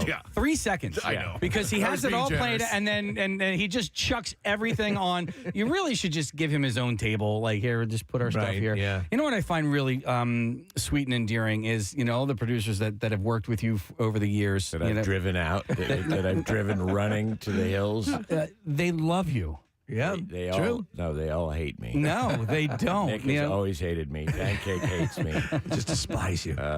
It's not true. Jason hated me. Nope. Yeah, they hate me. It's a big fraternal thing, and you're the daddy. I got to drive up to Cardboard Classic with Pancake this year, which was a lot of fun. And Pancake's just a great person, and I love spending time with him. But I hadn't had one-on-one time with him for a while. And Pancake loves you, as do I, as does Jason. And but it is you can trade war stories. Because I worked for you for 3 years, and then Jason did it for a very long time. And now Pancake. How long has Pancake been your producer? He started in 71. So he goes way back. Yeah, he goes way back. Yeah, the first Nixon administration. Yeah, it was the first. Oh. All right. Here comes Pancake. Can we already do war stories some other time? Okay. Oh. Here we go. Yeah, we won't do war stories. I started in 2013, so I'm about 9.5 years. Wow, that's wild, man. Jason was just at 9 years. Yeah, so I You're like I passed Leonardo that. DiCaprio's girlfriend at 25. There's a cutoff point. Yeah. Or what was that band, Menudo? Yeah, just older be a than member. 16 years old. The things bode well. I mean, you have a good nature for this kind of job, Pancake. It's wild that it's been that long. It has been a long time, yes, and the stories that me and Nick know and Jason know. There's always a knowing smile and a wink and a nod. Yes. You guys are going to have a manuscript in a safety deposit box. Just like Ace Frehley. It's way more than 120 pages. It's the size of Moby Dick. But yes, he is right. We all love you, and hate me. You've always hated me. There was within 3 seconds of today, he ran in, and then there was half of that cup that didn't spill here spilled in the studio. And he goes, "I'm sorry, but I have to go." So the liner book is drying out now. One of my favorite memories, fairly recently, within the past 2 years, was I just happened to be walking by Pierre's studio, and I see loads of paper towels all over the place, and I just see Pierre standing there, like in the middle of it, and he just goes, "Oh dear," and that was it. I've been a spiller my entire life. I used to spill my milk almost every night. And it would seep through the cracks of our dining table, and my mother would go, "Don't worry, the dogs will get it." And we don't have dogs. Yeah, we don't have dogs. The day after I was on stage with Bon Jovi, John Fulham, our general manager, was coming around the corner, and I had just spilled an entire cup of coffee on the carpet. And he goes, "Great job with Bon Jovi." I go, "Thanks," as I'm on my knees scrubbing up the coffee. And, so it's, It is what it is. In fact, you're going to catch a lot of it today. Yeah. And somebody on the phone right now is going to be very, very happy with Pierre. All right, let's go to Brian, Casey. And Brian, we are looking for the word of the week. Do you have it? The word is shark. Great day in the morning! All right, and what does he win, Kate? Brian, congratulations, dude. You won a pair of 2023-2024 winter season passes for Montage Mountain, the home of the Preston and Steve Cardboard Classic. Included with each pass, you can enjoy first tracks on weekends and holidays 1 hour prior to the public. Tickets to Mountain Fest 2024, 10% discount on Montage Mountain food offerings, and much more. Season passes are on sale right now for the lowest price offered for next winter, with payment plans available, and the prices go up in 2 days, April 2nd. So you want to visit montagemountainresorts.com and get yours today. Brian, congratulations. We're going to throw you on hold. Enjoy your weekend. Excellent, excellent. Okay, Pierre, what's on the show for everyone to listen to today? Thank you for asking. We'll have lots of stuff. We've got Elvis Costello and the Imposters tickets to give away, and Nick Lowe will be on that bill. It's coming to the Met. I think it just went on sale, as did Queen and Adam Lambert. We have tickets for that as well. October at the Big Joint. Then workforce blocks of AC/DC for Angus Young's birthday. Also Ed Robert's birthday. And I have a clip of my late father going, "Who the hell is Angus Young?" Remember that, Nick? I do, yeah. I was working for you at the time. We were on the phone with Ed, and I was wishing him happy birthday. And I go, "You share a birthday with Angus Young." He wanted nothing to do. If it wasn't Tony Bennett or Frank Sinatra, good Didn't night. matter. Yeah. And he go, "Who the hell is Angus Young?" It's a cute little bit. So we'll have that little clip. We'll have Kenny Wayne Shepherd. He's at the Borgata this evening, and a workforce block of Queen in honor of those tickets having gone on sale. All right, excellent. Nice. And we want to thank our sponsors, Case. Yes, sir. Before I do that, I want to wish a very, very happy birthday to one of my dearest friends, Melissa Slappy Snappy. Happy birthday. I love you. And our Preston Steve Show is brought to you today by Dunkin'. Yeah. Preston Steve Show runs on Dunkin'. We do. Brought to you by Acme Markets, fresh foods, local flavors, and brought to you by Trinity Rehab with locations all over and now open in King of Prussia. Trinity-rehab.com. All right, we're going to be taking a little bit of time off, but we'll be back, and hopefully we'll be back and have some positive stories from Preston's experience. Oh, you know what? Yes, Kathy. Yeah, real quick before we go, because Let's get this in now. Yeah, we do have the next week off. Don't forget, if you have 14 inches of hair that you want to donate to Kathy's Cuts, it benefits Wigs for Kids. Go to PrestonandSteve.com. You can sign up there. The only appointments that are left over are at Vibe Salon in Mount Laurel, and this just in, Jackie Bam Bam is going to help us out, and he's going to be at that location on Monday, May 1st is when the event is. Go to PrestonandSteve.com for all the information, the guidelines, and to sign up. Excellent. All right. Well, now we're going to leave. Listen, thanks for everything, and thanks for hanging with us in these days. We're kind of just piecemealing things together. We really appreciate it. Have a great weekend, and rage on.